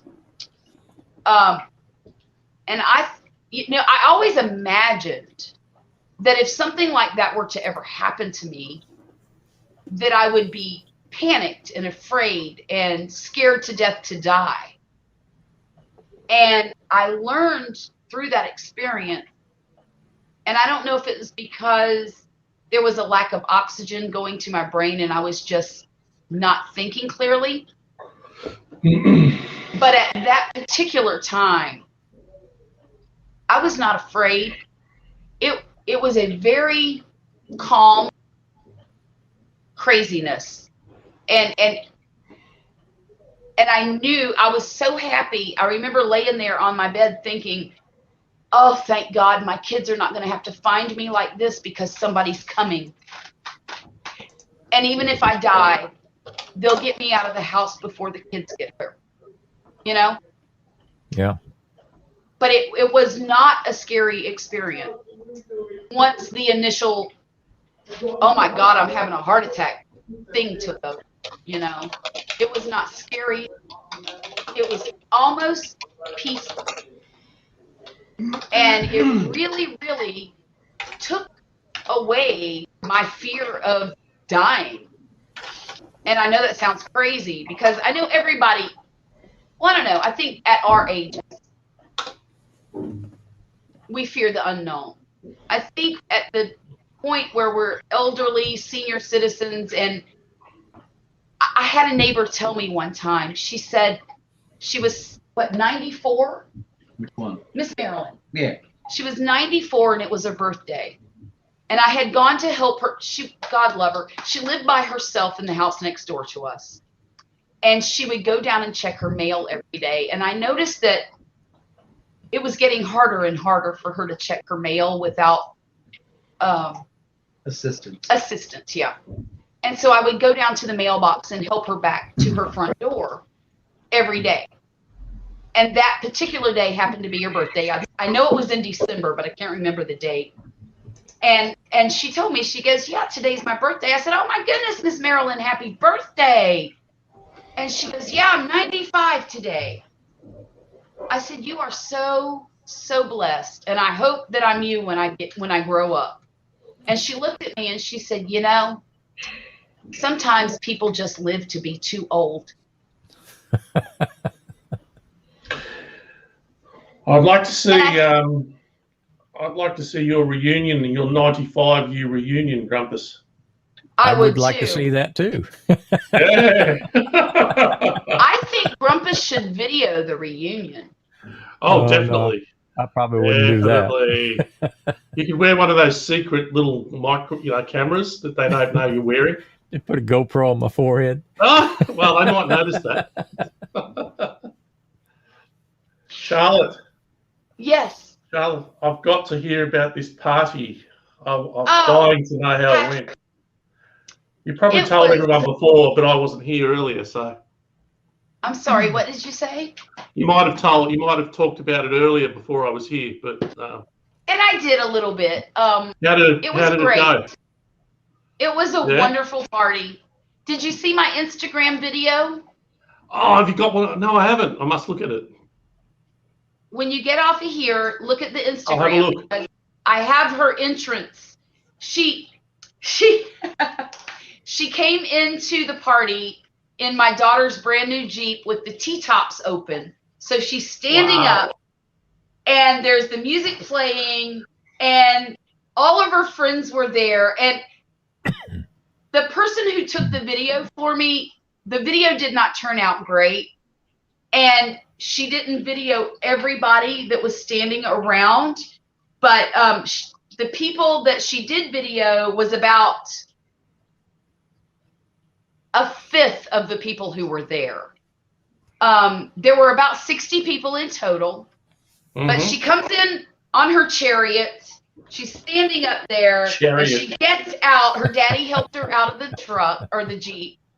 And she greeted all of her friends. And she's doing this to everybody. And for a little girl who didn't want a party, she was in her element. In her element. Absolutely. I'm not She was like the surprised. star of the show. She didn't want the big float ride either, did she? I'm sorry, what was that? She didn't want the grand entrance either, did she? No, she didn't. But you can't tell it by looking at that Instagram video. You cannot tell. She had a wonderful time. It lasted from 5 o'clock until 10 o'clock. We had a taco bar and a chicken barbecue with baked potato salad, baked beans, and a tomato cucumber salad. And the music was wonderful. In fact, my dad was there. My parents drove down from Georgia, and so did my brother. My brother lives in Pensacola, so it's not as far for him. And we just had a wonderful time. And I was really surprised at how many people really showed up to the party. girl got a proper Scottish dagger. And she got her proper Scottish dagger. She got it. She did. And Awesome. a holster to A put it in. holster. Yeah. You got to have one of them. I got her a thigh holster to slide it into. Yeah, it was Unbelievable. great. It was great. Well, it's a Scottish dirk about that long. It's That was a 9 dirk. inches. Yeah, a 9-inch dirk. Total. So it had a regular sheath, and then it had the holster. Yeah. But she had a There you wonderful go. time. And I honestly, So many things I could say at this point, but I won't. Go on. Go on. I'm so glad I did that for her. I really am. These are the memories you'll have forever, you know. Yes, and she will too. And She will, yeah, absolutely, yeah. I'm You know, it's- so happy. And we it's bought great. her. We bought her her first set of pearls for her birthday. Oh, And my parents got her a beautiful diamond necklace for her birthday.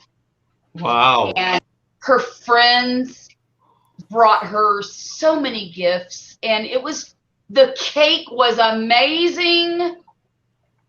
It was vanilla lavender cake with a honey cream cheese frosting. And it was delicious. That sounds sensational. Absolutely delicious. Where did you- Oh, and it had blueberry decorations, and there Where were did you get the cake from? What, did you make it? got it from a local bakery here in town. Yeah, I sent them a Wow. picture of what I wanted, and I said, "Can you do this?" And they said yes, and they did. Did you And it save was any a- for me? I'm sorry. Did you save any for me, Charlotte? Unfortunately, we ate all Oh, of sorry. I'm unsubscribing immediately. it. That's not fair. I can't Where- afford where to is lose that? any. Where's the unsubscribe button? There we go. You're going to hit it twice. Can't. I need all of you. Actually, I don't even know how many I've got right now. I'm close to 900 though. You are definitely. I I'll tell am. you. What does it say I have? 892. Okay, there you go. Yep. 892. Hot diggity That's dog crap. About to be 891. Are you really? There you go. No, you're not. No, you you have are. more than 1,000. Well, look, I'm sorry. No, I'm talking about. I'm unsubscribing because of this cake business. This is outrageous. I mean, I understand that it might not have been in great condition once it got here, but it's the thought that counts, Charlotte, you know? I still would have tried a little bit of it. If I can eat the rotting fish, I can eat the cake, you know? I cannot wait to see you eat those fish. Well, be careful what you wish for. I know. That's all It's I'm coming. going to say. I saw the shorts posted. I didn't see the video yet, but I saw that you posted the shorts video, and I am It'll As soon as be. I get off of here, I'm going to look at it. Doesn't stop very long, but I mean, it'll be on Tuesday, I think, because the other guy's filming it probably tomorrow, and we want to release them at the same time. Oh, that makes sense. So I think Tuesday. Tuesday? We'll find out. Yeah. So did you already do the video, or Oh yeah. Yeah, it's you done. already did it? I'm ready to go, man. Did you like it? I'm not telling you. Oh God, I'm not telling you. you're not any I'm fun. Well, look, for 50 Never bucks, let I me might have tell any you. fun. No kidding. How much She's money not have you got? sharing. But Oh, no, this is great.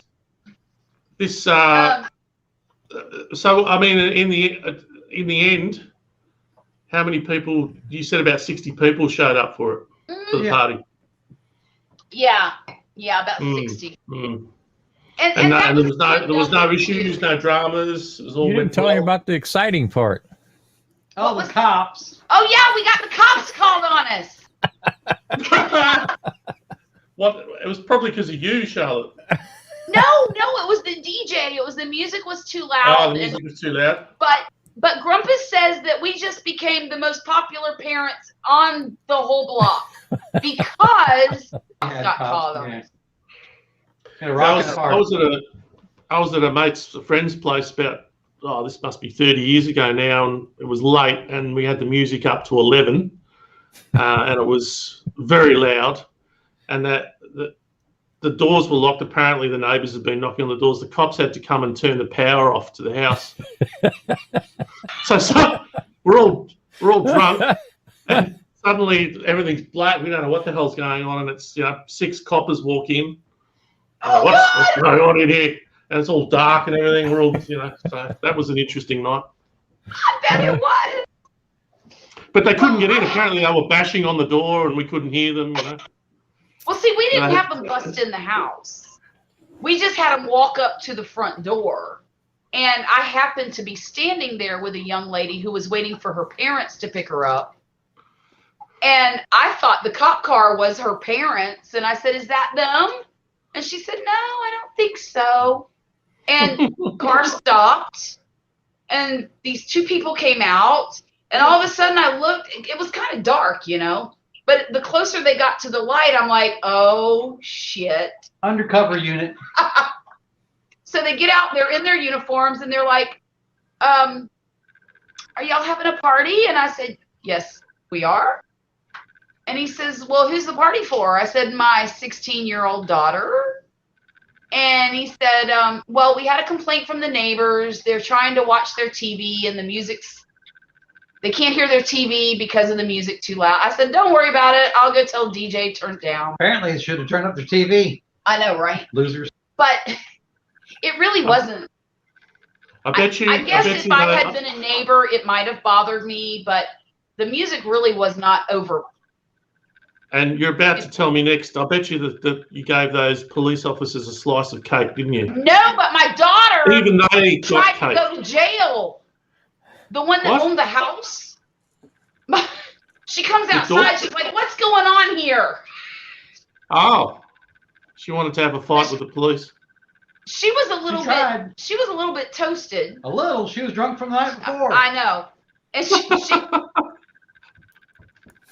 so she wants So- to argue with the police, and I was behind her, and I kept putting my hand on her arm, and I'm trying to pull her towards the door, telling the cops it's okay. I'm about to go tell them to turn it down. We've only got 30 more minutes anyway. It's not a big deal. And I looked at my daughter. I said, Erica, this is my house. Fantastic. But I'm like, Erica, and she wouldn't come with me. So I had to go in the backyard. I went to her husband and I said, look, go get your drunk ass wife. She's about to go to jail. You should have got me. I might have known them. And I probably should have. But he went and got her and calmed her down and told her to go the hell in the house.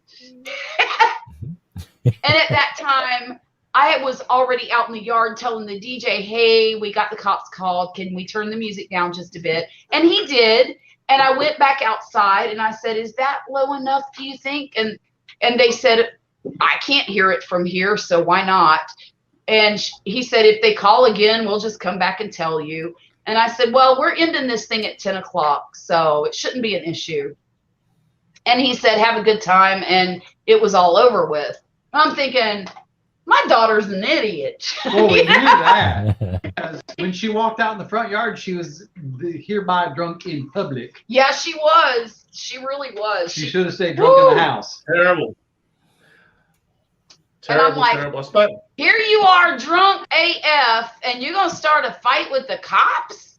Are you stupid? But, well, and it would've then been she came in the entertaining. It would've been backyard. entertaining. She came and hunted me down and she looked at me, she goes, Mom, I am not drunk. And I looked Do you at know her and what? I said, honey, you haven't sobered up since yesterday. Shut up. No, I haven't That's sobered why I up would've since said not. something else. I haven't sobered up since 1995. So Right. I've just given up saying that I'm not Look, Patrick, drunk. I just no. Just nurse it. That's all. That's all you do, Wesley. That's all you do. I'm right there with you. Nothing wrong with it. There's nothing wrong with it. Not a thing, especially when you're 55 and you spent your whole life sober. Why Yeah. would you do that? Because I had kids. Maybe it's a good thing I Wait, didn't what- have kids early.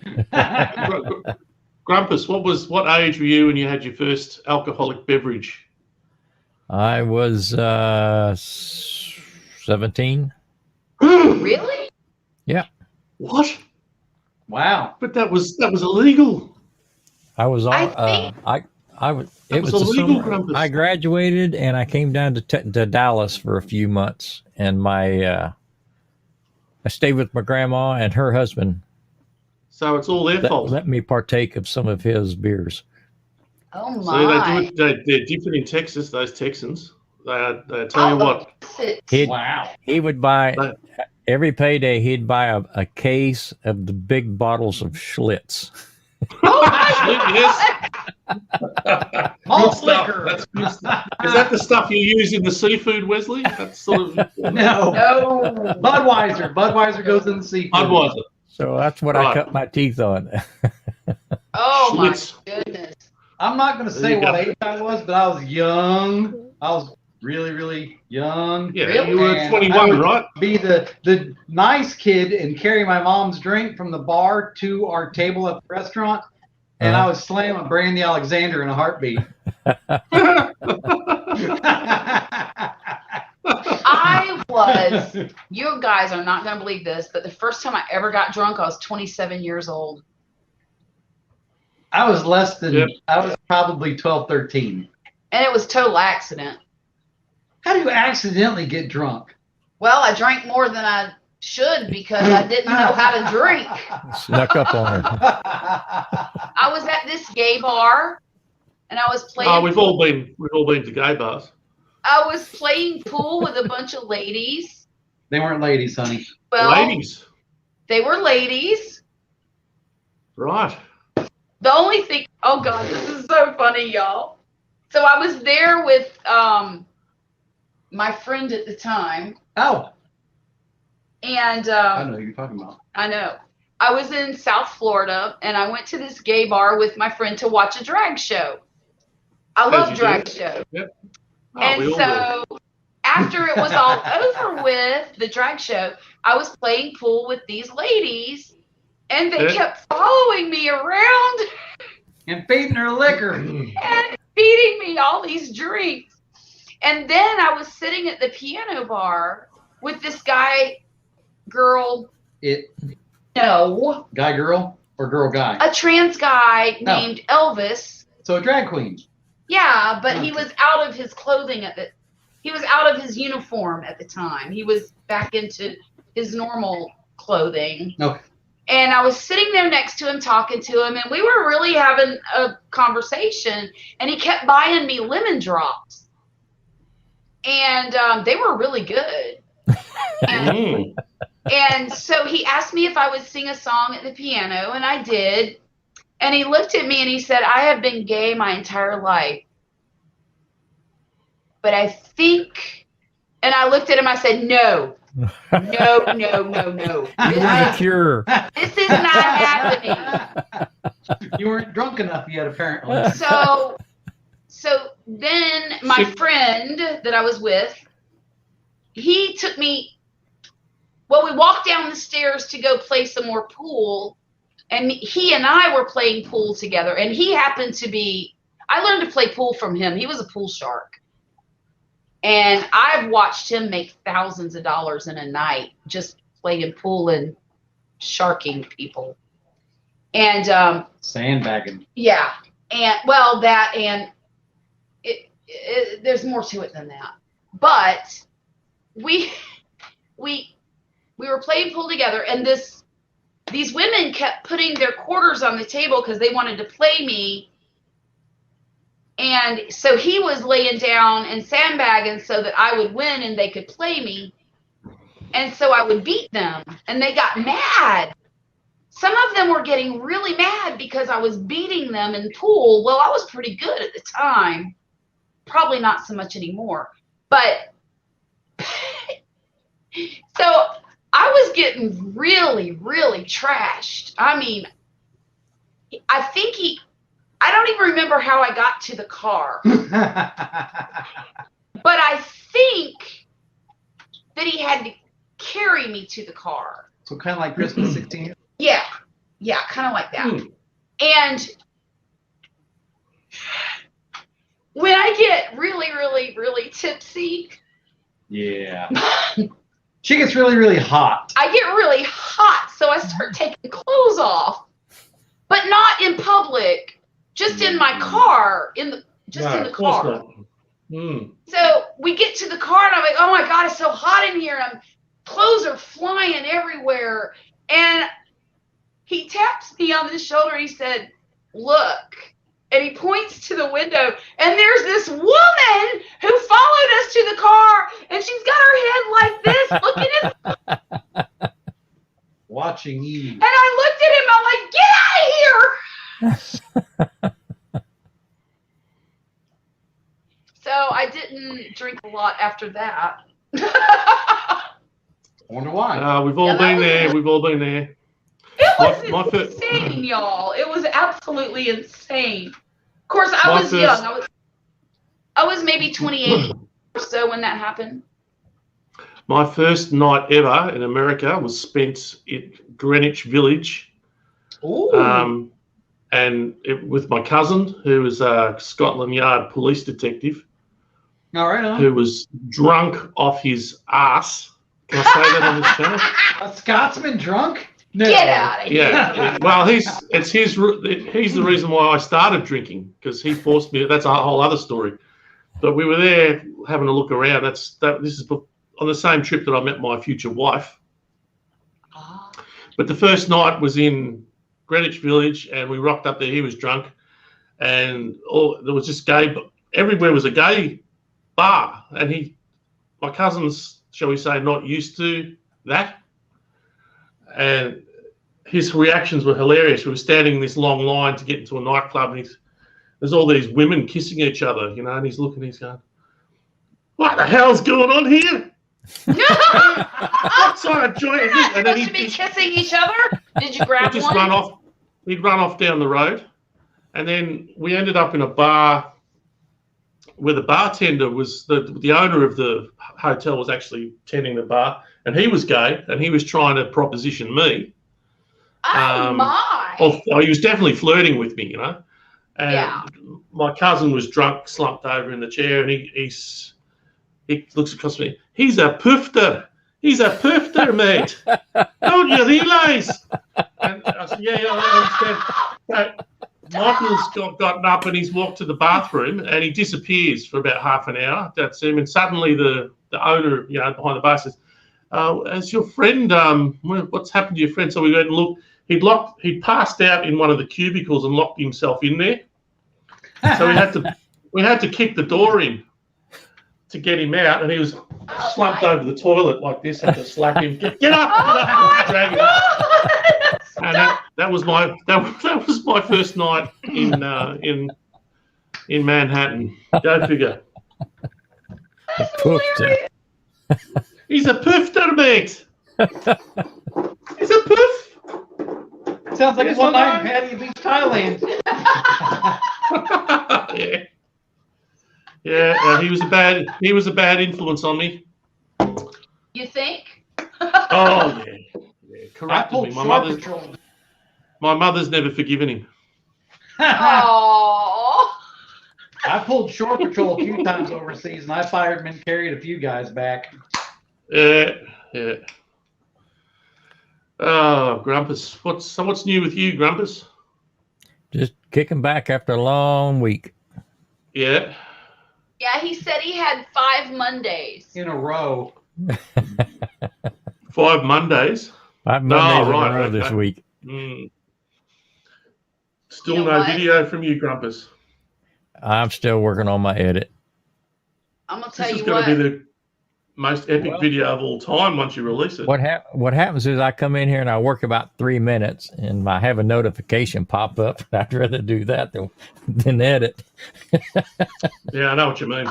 So I end up watching videos all night or hopping on a live, and I'm thinking, all Yeah. right, tomorrow I got to work on that video, and Yeah. the cycle starts all over again.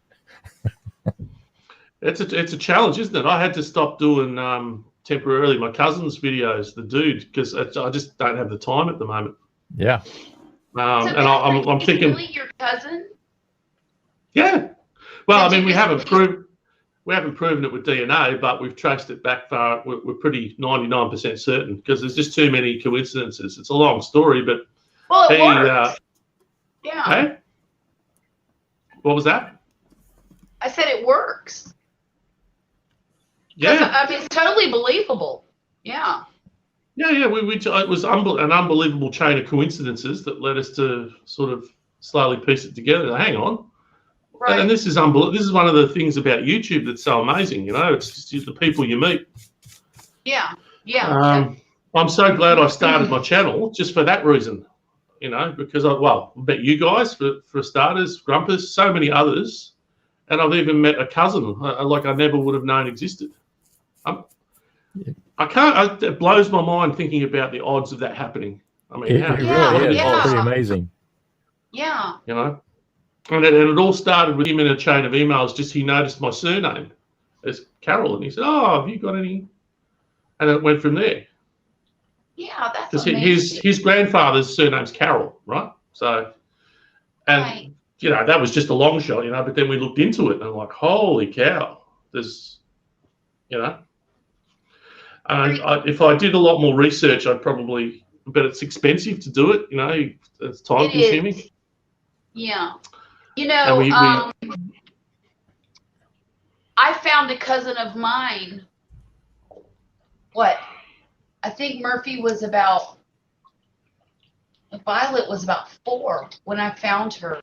So it's been maybe 4 and 16. Is that, if she's That's full, 20. that's 12 years. I found her about 12 years ago. I was doing some genealogical research, and I joined a Facebook page of my ancestors, people who were part of the group of people that came over from Minorca. Oh yeah. And I joined this group. It's called the Menorcans of Florida. And I found this woman who we had a common ancestor. Come to find out, we're like very distant cousins, but she's become one of my very dearest friends. And I am so grateful that I found her. So grateful. I bet. Yeah. In fact, the one common ancestor that we have is 5 generations back. That's how distant. But we have the same great grandfather. Right. Which in But- the grand scheme of things, really not far back. Well, yeah, in the grand. Yeah, it's you not, know, is it? Right. But she lives in. I'm thinking 45 minutes from the town that I was born in. Oh, so And we Wow. never knew each other. And I just, It's amazing, isn't it? it is. It's very amazing. And in fact, Mm. as an adult, I lived in the town that she lived in for over 2 years and never even knew that we were related. Isn't that incredible? Isn't that It incredible? really is. Yeah.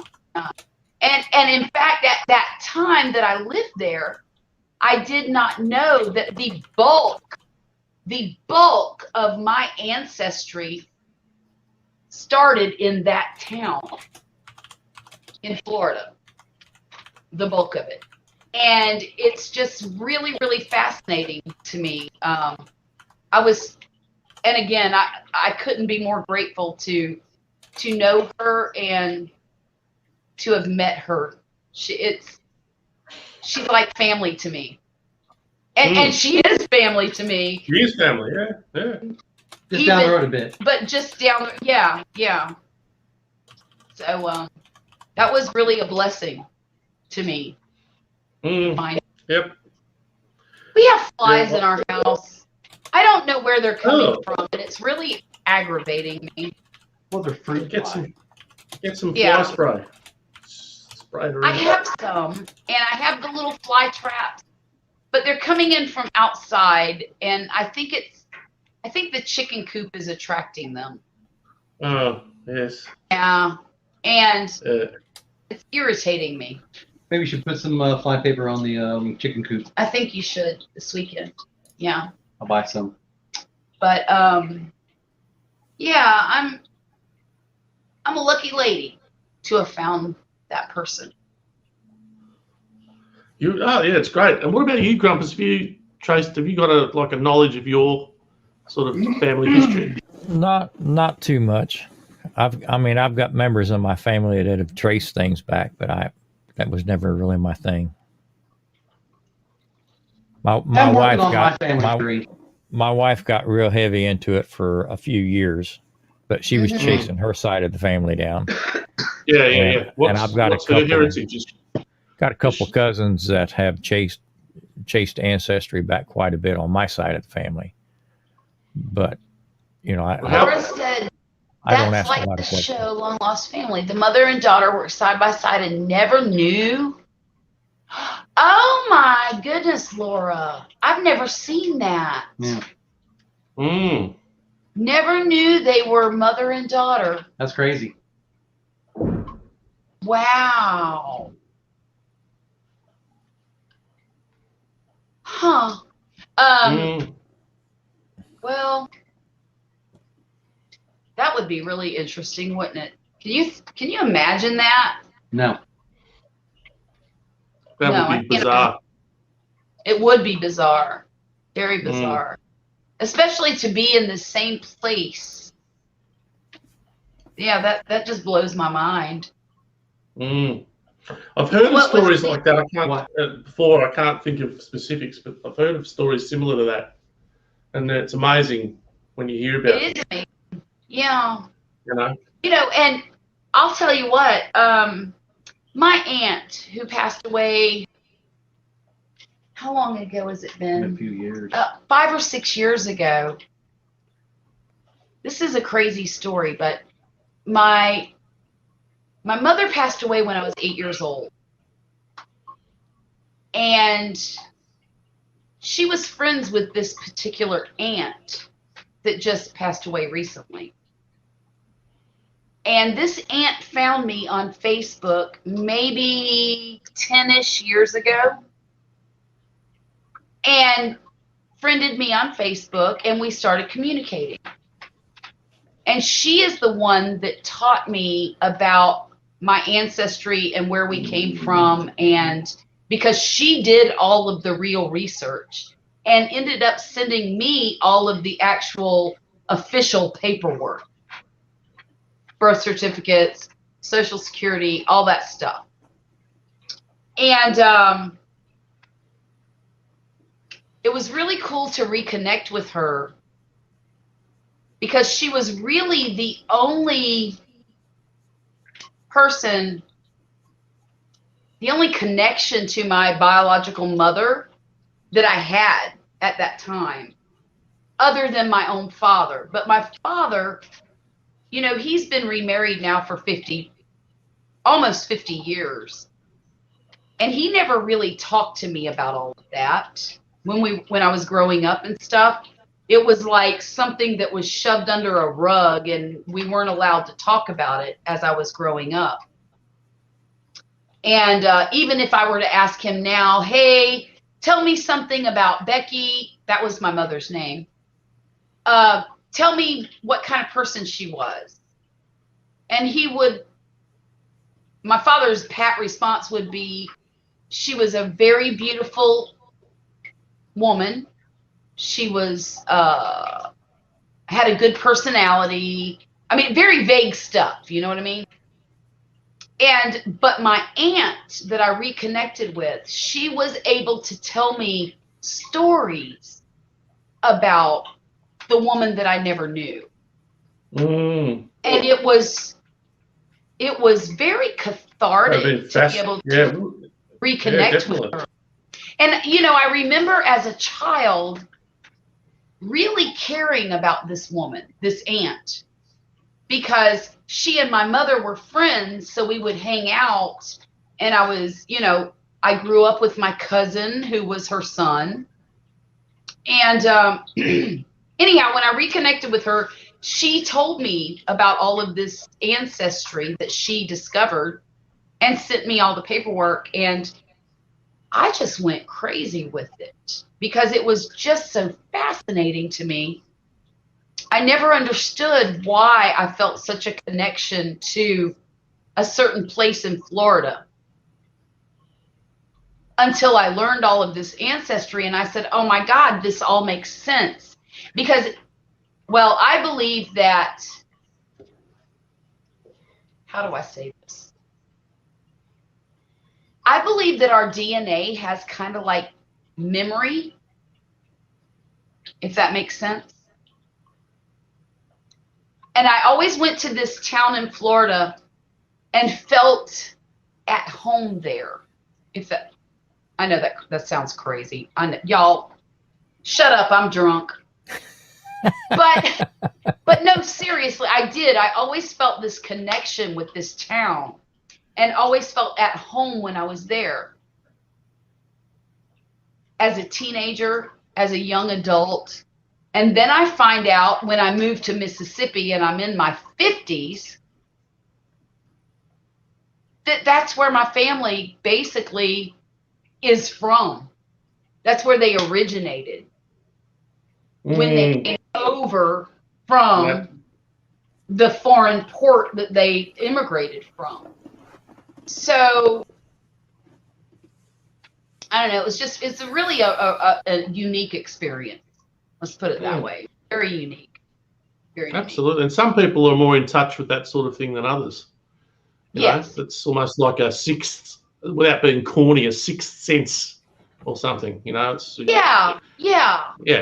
It depends how open you are to that sort of thing. I mean, they say that about people that are clairvoyants and things like that too. That's, some people are just more open to that than others. Poppy calls me a witch. She is. In what context? Tornadoes, all kinds of crazy junk. He calls me a witch because I always know when things are happening, and I know it sounds crazy, but look, here's an interesting scenario. My grandmother, who I loved better than Peter loved the Lord, she was everything to me. And she got very, very sick with cancer. And I knew that she was about to pass. We knew. Everybody knew. She knew. But when she was diagnosed with cancer, I was living in a home that had a tree outside the kitchen window. And once she was diagnosed with cancer, this bird was in this tree and kept banging itself against the window of my kitchen. And I mean, it's happened weeks. It went on for 2 or 3 weeks.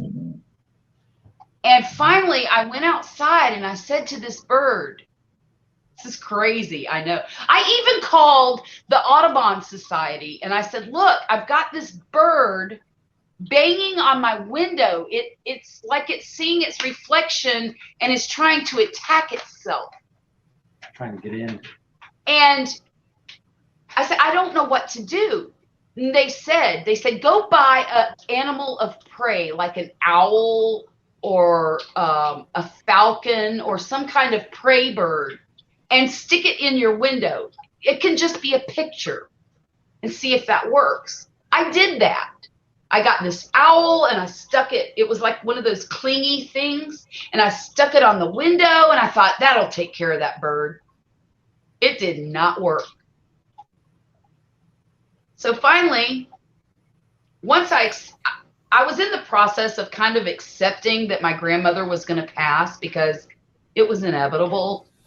And I think that evening, it was in me, you know, it was just, I knew it was going to happen. And I had kind of accepted, okay, Mima is sick. She's going to go. So I go outside. This damn bird is banging day and night, not just, you know, day and night. So I went out and I looked up in this tree where this bird was. And I said, look, you're not telling me anything I don't know already. You can go now. That's what I said to the bird. It sounds insane. I know it does. Next morning I wake up, no bird. No bird. Ever again. Ever. And it was just the most surreal experience. Mm. I don't even know what made me go out there and talk to the damn bird. Which? But I did. I went out there and I told him, I said, look, shut up. I know she's going to die, okay? I know. Well, what about the voices at the Beauvoir? Oh my God. And being pulled. Y'all. Oh my God. Is a... You're freaking me out here, Charlotte. Don't scare me. I gotta sleep here in a minute. Look, Yeah, the Beauvoir- Grumpus is it's terrified. I Beauvoir. can tell from the look on his face. I don't know how to say this French word. It's either Beauvoir or Beauvoir. I like But it it's either the- way. Just say it. Just say it. It's called Beauvoir. the Beauvoir Mansion. And it is where the president of the American Confederacy lived here in Mississippi. His name was Jefferson Davis. Okay.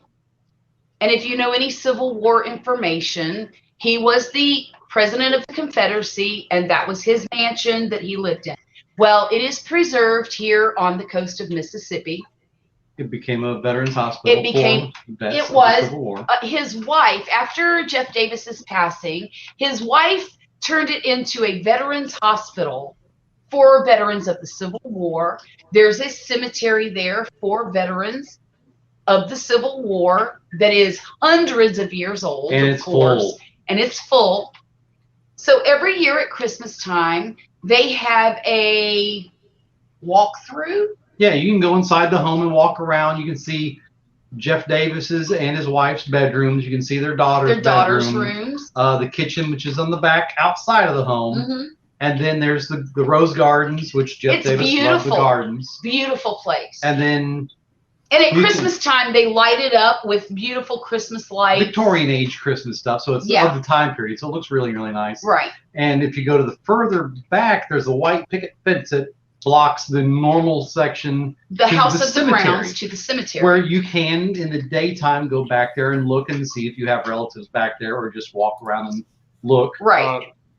Typically, So there's we a went. fence. So we went one Christmas with the little kids. I think Mylon and Murphy were maybe 7 and 4 at the time. Now, a little older than that. A little older, maybe Yeah. 8 and 5, Something maybe. like that. Okay, so you get the picture. My oldest daughter's there with her husband. Yep. My middle daughter is there with her. Did she have Justice with No, her? he had to work. Okay, he had to work. So my middle daughter's there. And we're just enjoying the Christmas season, looking at all of the beautiful lights. You can take over from here because it creeps me out. I'll be back. The kids were with one sister doing the pony rides. The little kid. Yeah, the little kids were with the pony rides, and the big kids were all together. And Charlotte and I decided to just go for a little walk and watch the kids ride the ponies. And we were walking Through the rose garden. Yeah, through the rose garden back towards where the cemetery was, because the gate was open, but you're not going to walk in the dark at night. Yeah, she had no idea it was a cemetery. I was the only one that knew it was. And I stop, and she almost falls down in the direction of the cemetery, and she tells me to stop. I wasn't moving, and she goes, "Why did you do that?" I'm like, "What are you talking about?" Somebody grabbed her by the back of her head and was pushing her towards the cemetery. Not a live person, but something. That was the second time that she got creeped out. The first time she got creeped out was inside the mansion, looking into the daughter's bedroom. She felt like she was going to throw up. Just this wave of something went through her. It's almost like something walked through her. And she even told the lady that walks you around the house and tells you all about everything. She's like, "I don't know what's going on, but I just felt this." She's like, "Oh yeah, that's the daughter." She's like, "What?" She's like, "Yeah, that's the daughter." She goes, "She picks certain people at random and walks through them." So she got creeped out, and then that was the second. Freaky, man. Oh my God. She went to Freaking a You got your money's worth. where you? Oh, she definitely did. Because you could go in this huge parakeet Now cage. let me tell about I will tell you about the parakeet cage. Okay, there was a display of parakeets, and they were in probably a 5x6 enclosed area. Okay, it was like an aviary. So what you could do is you could get these little peanut butter and bird seed sticks, and you could walk in there and feed the parakeets, and they would come and light on your arm. like $1. It was like $1. So Sounds delicious. I did one of them. And the parakeets were beautiful, you There's know. like 100 of them in there. Yeah, there was at least 100 parakeets in there. Which, So I'm like, okay, this sounds like fun.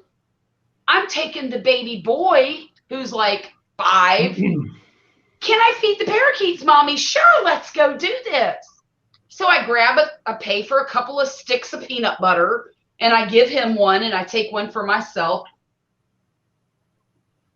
I walk in, and I'm holding my little parakeet peanut butter stick in my hand, just very still. And my daughter is standing outside of the parakeet thing, okay? The second that I walked into the parakeet aviary, every single parakeet in the entire thing shut up. Complete dead silence. they went from squawking to silent. Completely silent. And I'm looking around. I looked at Wesley. I said, "Do you see this?" And he nodded his head, yes. And all of a sudden, I'm standing there, and of course, a couple of parakeets went and landed on my arm here, and they crawled up and they started eating the peanut butter and the seeds. And there was somebody behind me, and I heard something whisper in my ear, and I didn't know who it was. And I went like this because they were about to get a mouthful of elbow because they were too close to me. I turned around and nobody was there. And I looked at Wesley and I said, "I'm coming out." And so I threw my stick on the ground. I grabbed my son and I come out of this thing. And my daughter's looking at me and she said, "You're creeping me out. You are totally creeping me out." I said, what did I do? I didn't do anything. She said, "Mom, as soon as you walked in there, every single parakeet shut up." I said, "Yeah, I saw that." But I told Wesley, I said, somebody was whispering in my ear and I don't know what it was. Which This all happened. All three of these things happened the very same night, the very same trip at the very same place. And it was like, sometimes I think about it and I'm like, did that really happen? Yes, it did, Lady LeBlanc. Did you just call me Lady LeBlanc? So now I'm the White Witch. Well, I bet, Grumpus, you've got a supernatural story for us. I Come really on, don't. Grumpus, what do you got? Come on, Grumpus. Surely something's happened to you. No, nothing like that. Doesn't So have you to don't be have a like roly that, pointy Grumpus. hat you wear? Well, and we went to a water park a couple of years ago with my middle daughter, the one that thinks I'm a witch. And She made a tornado. I did not. She didn't want to be there. She made a tornado. I did not. Who else I'm- made it? Look, me and my daughter. Charlotte, I'm getting very scared of you now. I just want to say that I would never consider unsubscribing from your channel because out of fear mostly that you might, I don't know, Hex do you? something. Yes, Leslie. Yes, I don't want that. Or the voodoo Let me tell you thing. something. There is The nothing thing of the creepier than walking outside your house to put the garbage in the garbage bin and hearing somebody say your name. And there ain't nobody there. That's insane. That's happened to me before too. But Well, and you know what I said? I said, go back to hell where you came from. yes, But no, I'll my never daughter unsubscribe. swears that I conjured this tornado. Tornado?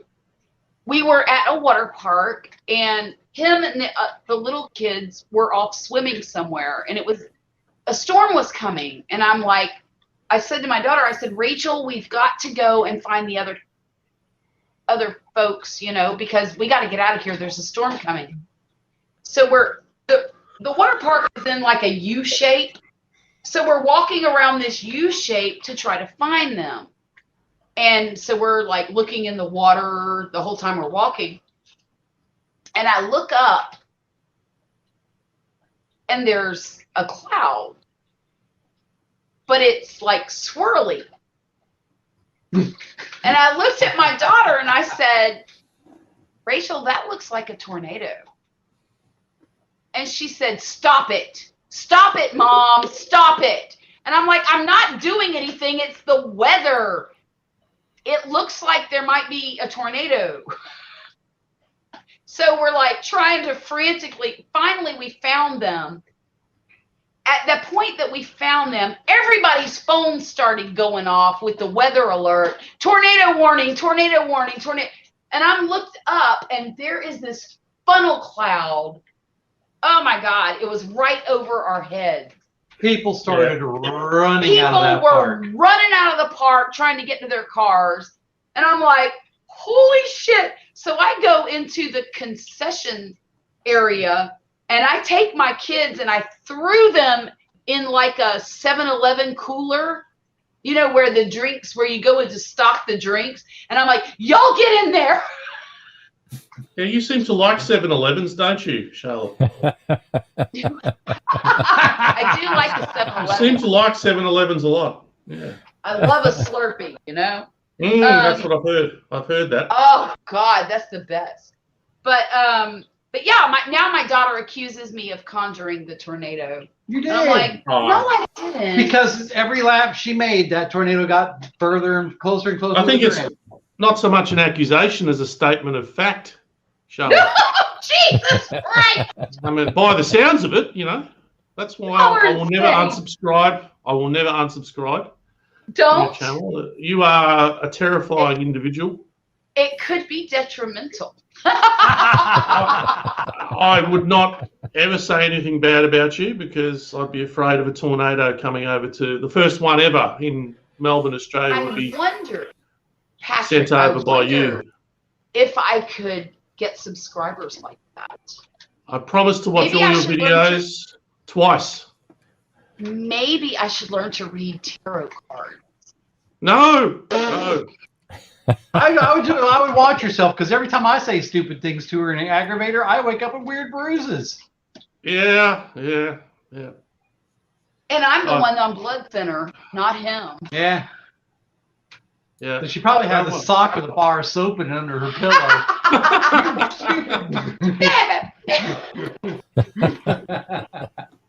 So, Grumpus, you got no strange stories like that, have you? Nothing. No, I mean, I got really drunk once and thought I saw Jesus, but I got over it. Yeah. He said I got really, really drunk one time and thought I saw Jesus. That was probably the bartender telling you to go home. Probably was the bartender. I think you've had enough, buddy. You've had enough. Oh my Praise God. Jesus. Praise Jesus. Call this man a taxi. Or you were so drunk you needed Jesus. I've never seen Jesus. I'll tell you this, though. Him and I both saw a ghost walk across the street here in Long Beach. Both kids saw it too. And both kids saw it, too. Was this at Halloween or what? Oh, it wasn't No. Halloween. I don't know what day it was, honestly. But we were Yeah, driving something home. like It was wintertime. It was cold. wintertime. And it was the weirdest thing because it was in the most, Weird. it was a weird place for it to happen. It was on railroad. I know. Oh, there's a street that runs the length of the town that we live in, and it runs along the railroad tracks, so they call it Railroad Road. How original. Creative. But to get to our old neighborhood, you had to go down Railroad and then take a right onto another street, and that was our subdivision. So we're driving along this road, and we're all having fun, blah, blah, blah, talking with each other. And I saw this guy on the right side of the road, which we were traveling on that side. And he was walking across the road, and I thought he was going to hit him. And I hollered, I said, "Stop!" And so I think about the same time Wesley started to hit the brakes because he thought he was going to hit this guy. This guy gets halfway across the road and disappears. Poof, gone. Gone. And I looked at him and I said, "Did you see what I saw?" He said, "I think so." I said, "Well, what did you see?" So he describes this man who's very tall and thin with, I know this sounds crazy. He was black. I mean, he was the whole he was figure. The dark. whole thing was It was dark. And he had a top hat, Mm-hmm. and he had an overcoat. It was like, it was all dark, but you could tell he had long pants and then a long coat on with it. And it was like an Abraham Lincoln type figure. That sounds with like the top you. hat. That sounds like you, Grumpus. Yeah, it does, doesn't it? That's very. This is, And with I the know it beard and sounds everything. crazy. I really do. I know it sounds crazy. But I looked at Wesley when I said, "Did you see what I saw?" And we were talking. And my son in the back seat, he goes, "I saw it." And I looked and I said, "What did you see?" And he describes what he saw. And then Violet, my daughter, she's like, "Well, I saw it too." And she described how it went halfway across the street and just went into thin air. Poof, gone. And it was crazy because it wasn't really, it was dark outside. So it wasn't, it was like a shadow, but it was because it was dark outside. Even if it had been real, it would have looked like a shadow going across the street. That's how dark it was. It was insane that we saw this. And I'm like, okay, we live in a haunted town. I think it was Grumpus. Grumpus, did you do that to us? Well, I this town is think pretty Grumpus. old. This town Grumpus is very old. there's another side to Grumpus. I tell you, I think he likes doing that sort of thing. Look, That sounds. Like in The, the the 1800s, description it matches. had a lot of It does. population. How tall are you, Grumpus? yeah, how tall are you, Grumpus? Yeah. When I'm Let's have it. floating or walking? What do you say? you can change the dimensions. Yeah, I'm 5'7". Oh, it's 5'7"? definitely him. Hey, wasn't Definitely you? him. This cat was at least Well, six This, and a half. yeah, this He guy was tall. at least 6'4". Well, Oh, he you could have mean been on when my stilts. feet's on the ground? Yeah, Yeah, exactly. See, there you go. I'm taller when I'm floating. Yeah. I know. Look, y'all. I know you're making fun, but I know, and I know it sounds crazy. I Yeah. really do. Oh. I know No. it sounds insane, but I Nah. swear on everything that I know that is holy, that shit happened. I love. It freaks me out too. Yeah. Totally. I want to tell everyone out there, I love Gulf Coast Granny. I've subscribed again. I didn't mean to unsubscribe. I'm sorry. You better. I just resubscribed, I'm gonna and go I'm going back to tell make all sure my I friends like. to subscribe. I'll be heading over to New Orleans trying to find a voodoo doll for you. No. Fine, you're gonna make your own. Oh, I have to. Grumpus, Oh, I have to learn. Grumpus, I seriously can suggest that you consider subscribing to Charlotte's channel too. Oh, I have. Right. Oh, I- really? Oh, good. Well, there you go. I even Darn went over to right. make sure I hit the thumbs up just now. Yes. I don't They leave can't take anything any to chance. chances. Can't take any chances. Yeah, the old voodoo doll. Oh, God. Watch some. Oh, Laura said, watch some Randonautica. What's that? I don't know what that is, Laura,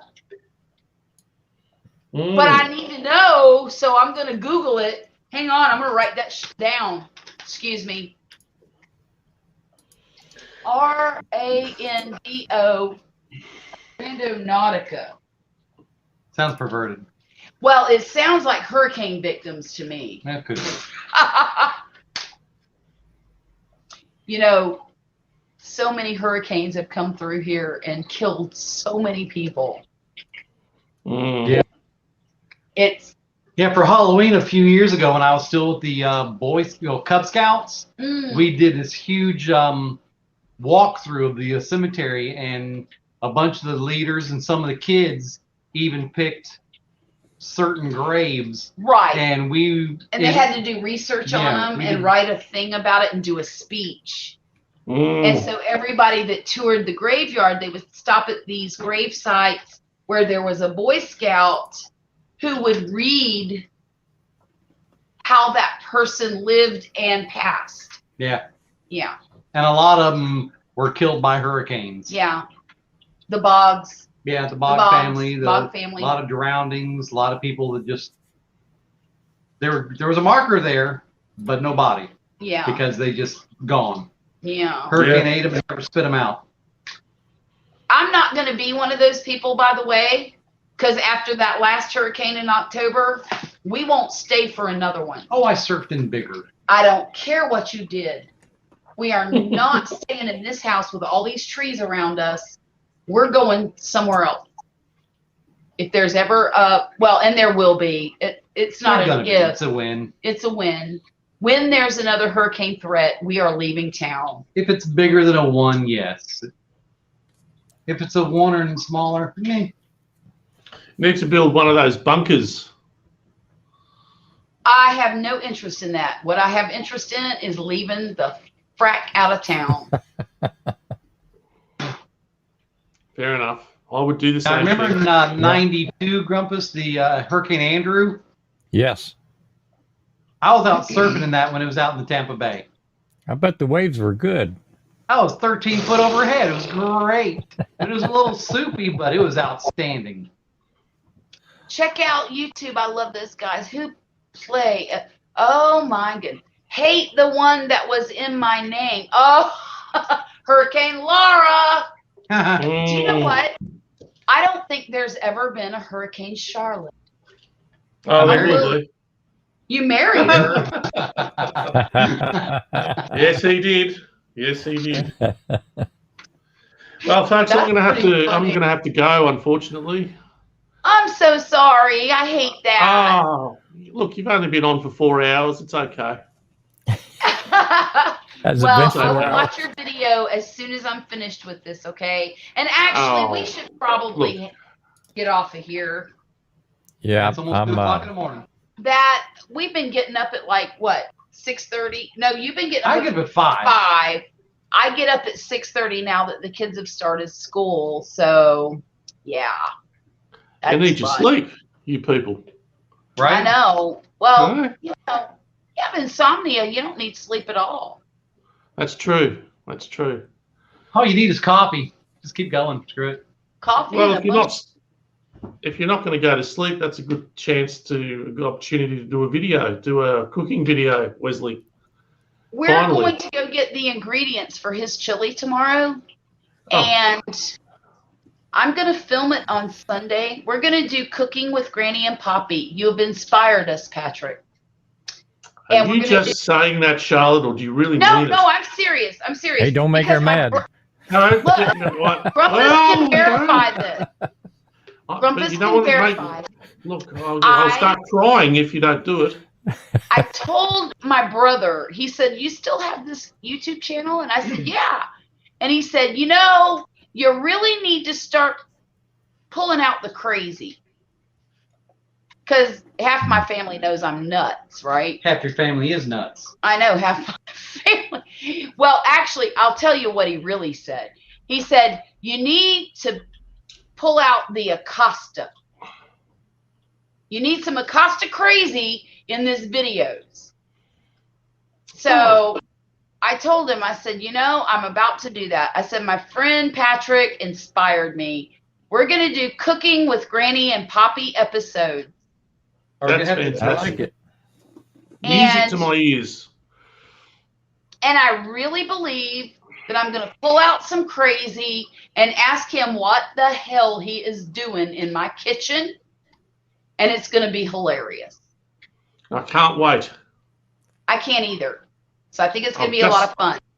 I've So just think people will resubscribed. like I'm Now, fully mind subscribed to your channel, Charlotte. I will tell you this. I cannot eat his chili in the middle of August. Yeah, but you got to do it for the fans. You got to do So it for the I will viewers. taste it for the fans, Yeah, and then I gotta do will it for the freeze viewers. the rest and eat it in November. Well, that's up to you. I mean, Yeah. Well, I've got 2 versions of my chili. Either just chili, which is good, or burn your face off. well, we want the burn your face off one. Absolutely. That's what we want to see. That's what we want to see, Charlotte. He Do wants you to see really? Granny be burned Oh her face yes, off. I really do. You know, I don't I think really you wanna like see me that. very much, Patrick. No. I Maybe just you should expect have value. I just expect some value for my subscription. I want to see some action here. Hashtag free Britney. If I can eat rotting fish, you can eat. You know, you can Look, eat a bit of chili, Charlotte. Come on. I already ate Vegemite and an MRE. Yeah, but you enjoyed that. Oh, not the MRE, but I did you like liked it. the Vegemite. She did not did. like MRE. The MRE. No, I know. I sucked was there for ass. that. She almost threw up. I Yeah, know. I I did. was there. It was bad. It was Oh. brutal.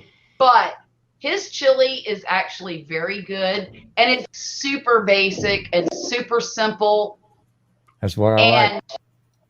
and And but it's burn your really face off. good. It's really I good. love it.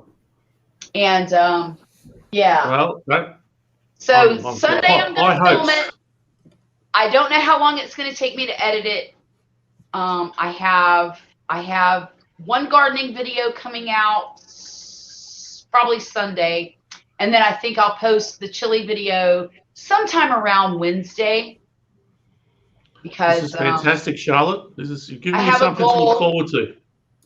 and then we're gonna do the cooking with Granny. Well, I guess that'll be cooking with Granny and Poppy right there. Yeah. Yeah, And then magnificent. my daughter thinks that I should do some videos on how to grow food quickly and preserve it in the easiest way possible. I don't know if I'm going to do that yet. Well, one step at a time. Just get this chili video happening. I love it. Yeah, yeah. And the cooking, well, see, Poppy cooks a lot like his mother. Wow. And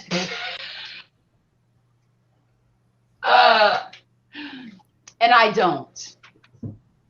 So Well, it doesn't matter. It's just, look, So it's going to let's be call it- fantastic. let's call it lots of fun in the kitchen. Well, some of the stuff I cook really well, and she really likes it, and some of it sucks. Okay, 25% of it is good, and you learn from the master. I learned how to cook chili from my daddy. Okay, and then the other 75%, he'll cook it and he'll serve it at the table, and I look at it and go, "Yeah, I can't eat that." What about that one time? She could probably, we can count the amount of times her food, we were like, we're eating out. I've made On one some, hand in 20 years. I've made some faux pas. Because there was one time she pulled Yes. pork out of the freezer that had already been cooked, and she tried to make a gravy with it, but the meat was so tender it just fell apart, and everything was beige. It was It was a awful. beige mush. It was And awful. she's like, I looked at we're it and I going said, out. "We're going out to dinner." I'm getting hungry. Anyway, that'll be great. I'm going to go. Thank you very much. Well, thank you, Patrick. Patrick. I wish you all the I've best, and I enjoyed can't your wait. company. Grumpus, thanks for all the pens and the stickers and everything. Oh, I'm Laura, glad I made it bye-bye. down there finally. Yeah, finally. Right. All right. Take care, everyone. All right, we'll see you, Patrick. Thank you. Have a good You day. take care I'm too, gonna- Patrick. I'm We'll gonna see go watch you your soon. video after a while. See you soon. Good luck. See you soon. Bye. All right, we'll see you. Grumpus, did you say it's 79 degrees where you are right now? Right now, I just checked. 79.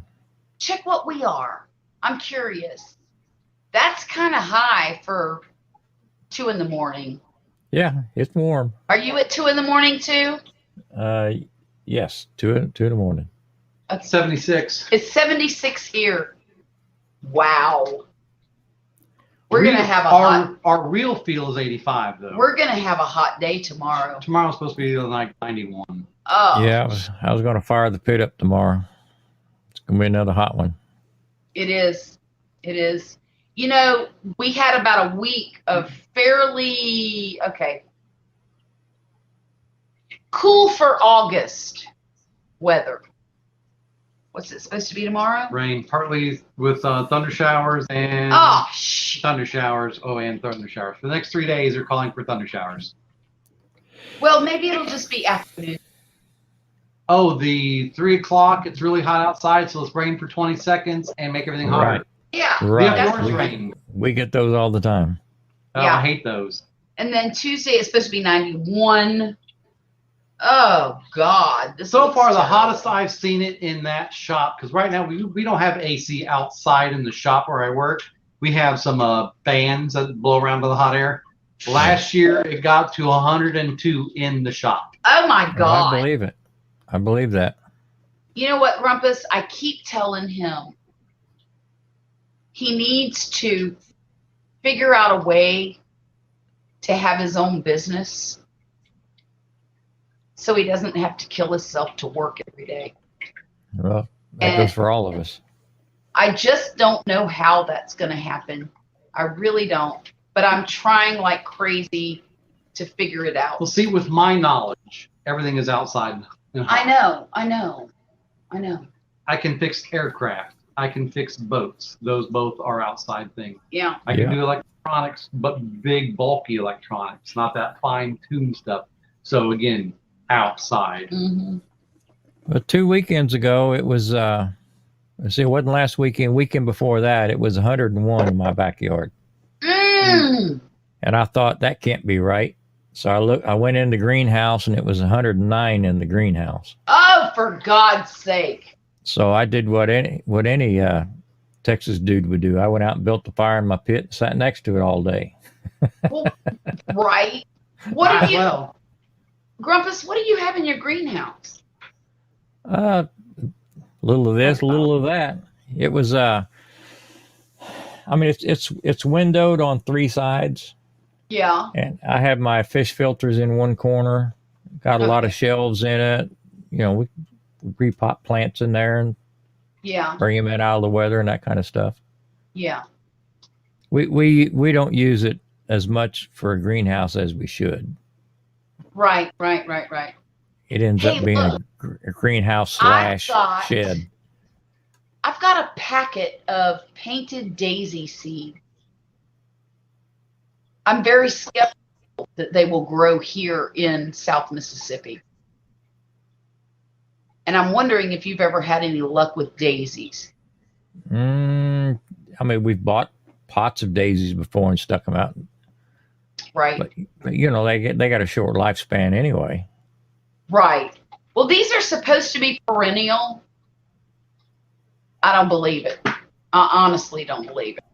So you got nothing to lose. You got nothing to lose by tossing them out in some dirt. You're right. Oh shit! I've lost 2 subscribers already. If the patient's already dead, you can't kill it. Right. The real field temperature for tomorrow is 102. Oh, I'm not mowing the yard. You can do it. you know what? We need to move up north. We need to move to like Arkansas or North Georgia mountains. What do you? Yeah. It's pretty warm there too, isn't it? Yes, but they also get very cool too. I talked to my mom yesterday. Yeah. And I think it was about 11 o'clock when I talked to her. And she's in Indianapolis. She said it was 92 there. Oh, God. And it was only 84 here. My mother-in-law lives she lives in Richmond, Indiana, which is maybe 80 miles from Indianapolis. I know where Richmond is. That's where my aunt had the farm, was in Richmond. Yeah. Okay. Do you know what's funny? If you know where Richmond is, my female side of the family is from a little tiny town called Modoc, Indiana. I've heard of Modoc. I've never been there, but I've heard of it. It's very near Richmond. It's right between Richmond and Muncie. Okay, I'm familiar with Muncie. I got people up in Muncie. Do you really? Isn't that crazy? And I guess my aunt, she lived in Cambridge City, which is right outside Richmond. Right outside of Muncie? Right outside of Richmond. People in Farmland, Indiana, Richmond, Modoc. Well, I had people. They're in the cemetery now, but and another place called Pleasantville. I've heard of that. I used to date a girl in Warsaw. Really? Yeah. Most of my family stomp around Ohio and Kentucky. Yeah. A little bit in Virginia, not much. But that's my mom's side of the family. My dad's side is all from Florida.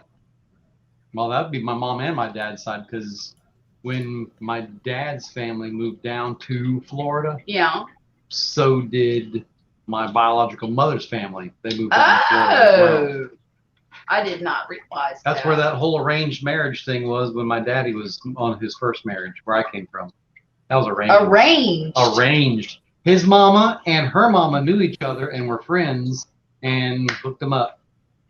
That's creepy. That's weird, but hey.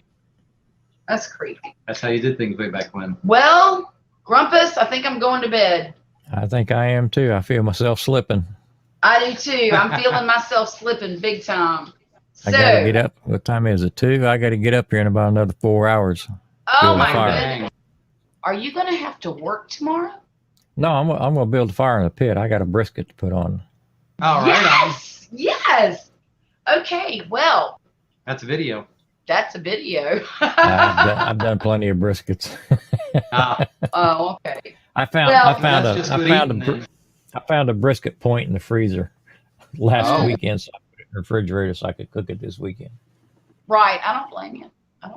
Dinner. Well, look, everybody, thank you so much for coming to the video stream tonight. I really appreciate your support. hit that like button if you liked what you saw this evening. I don't know if you did or not. It was crazy. Which That's okay.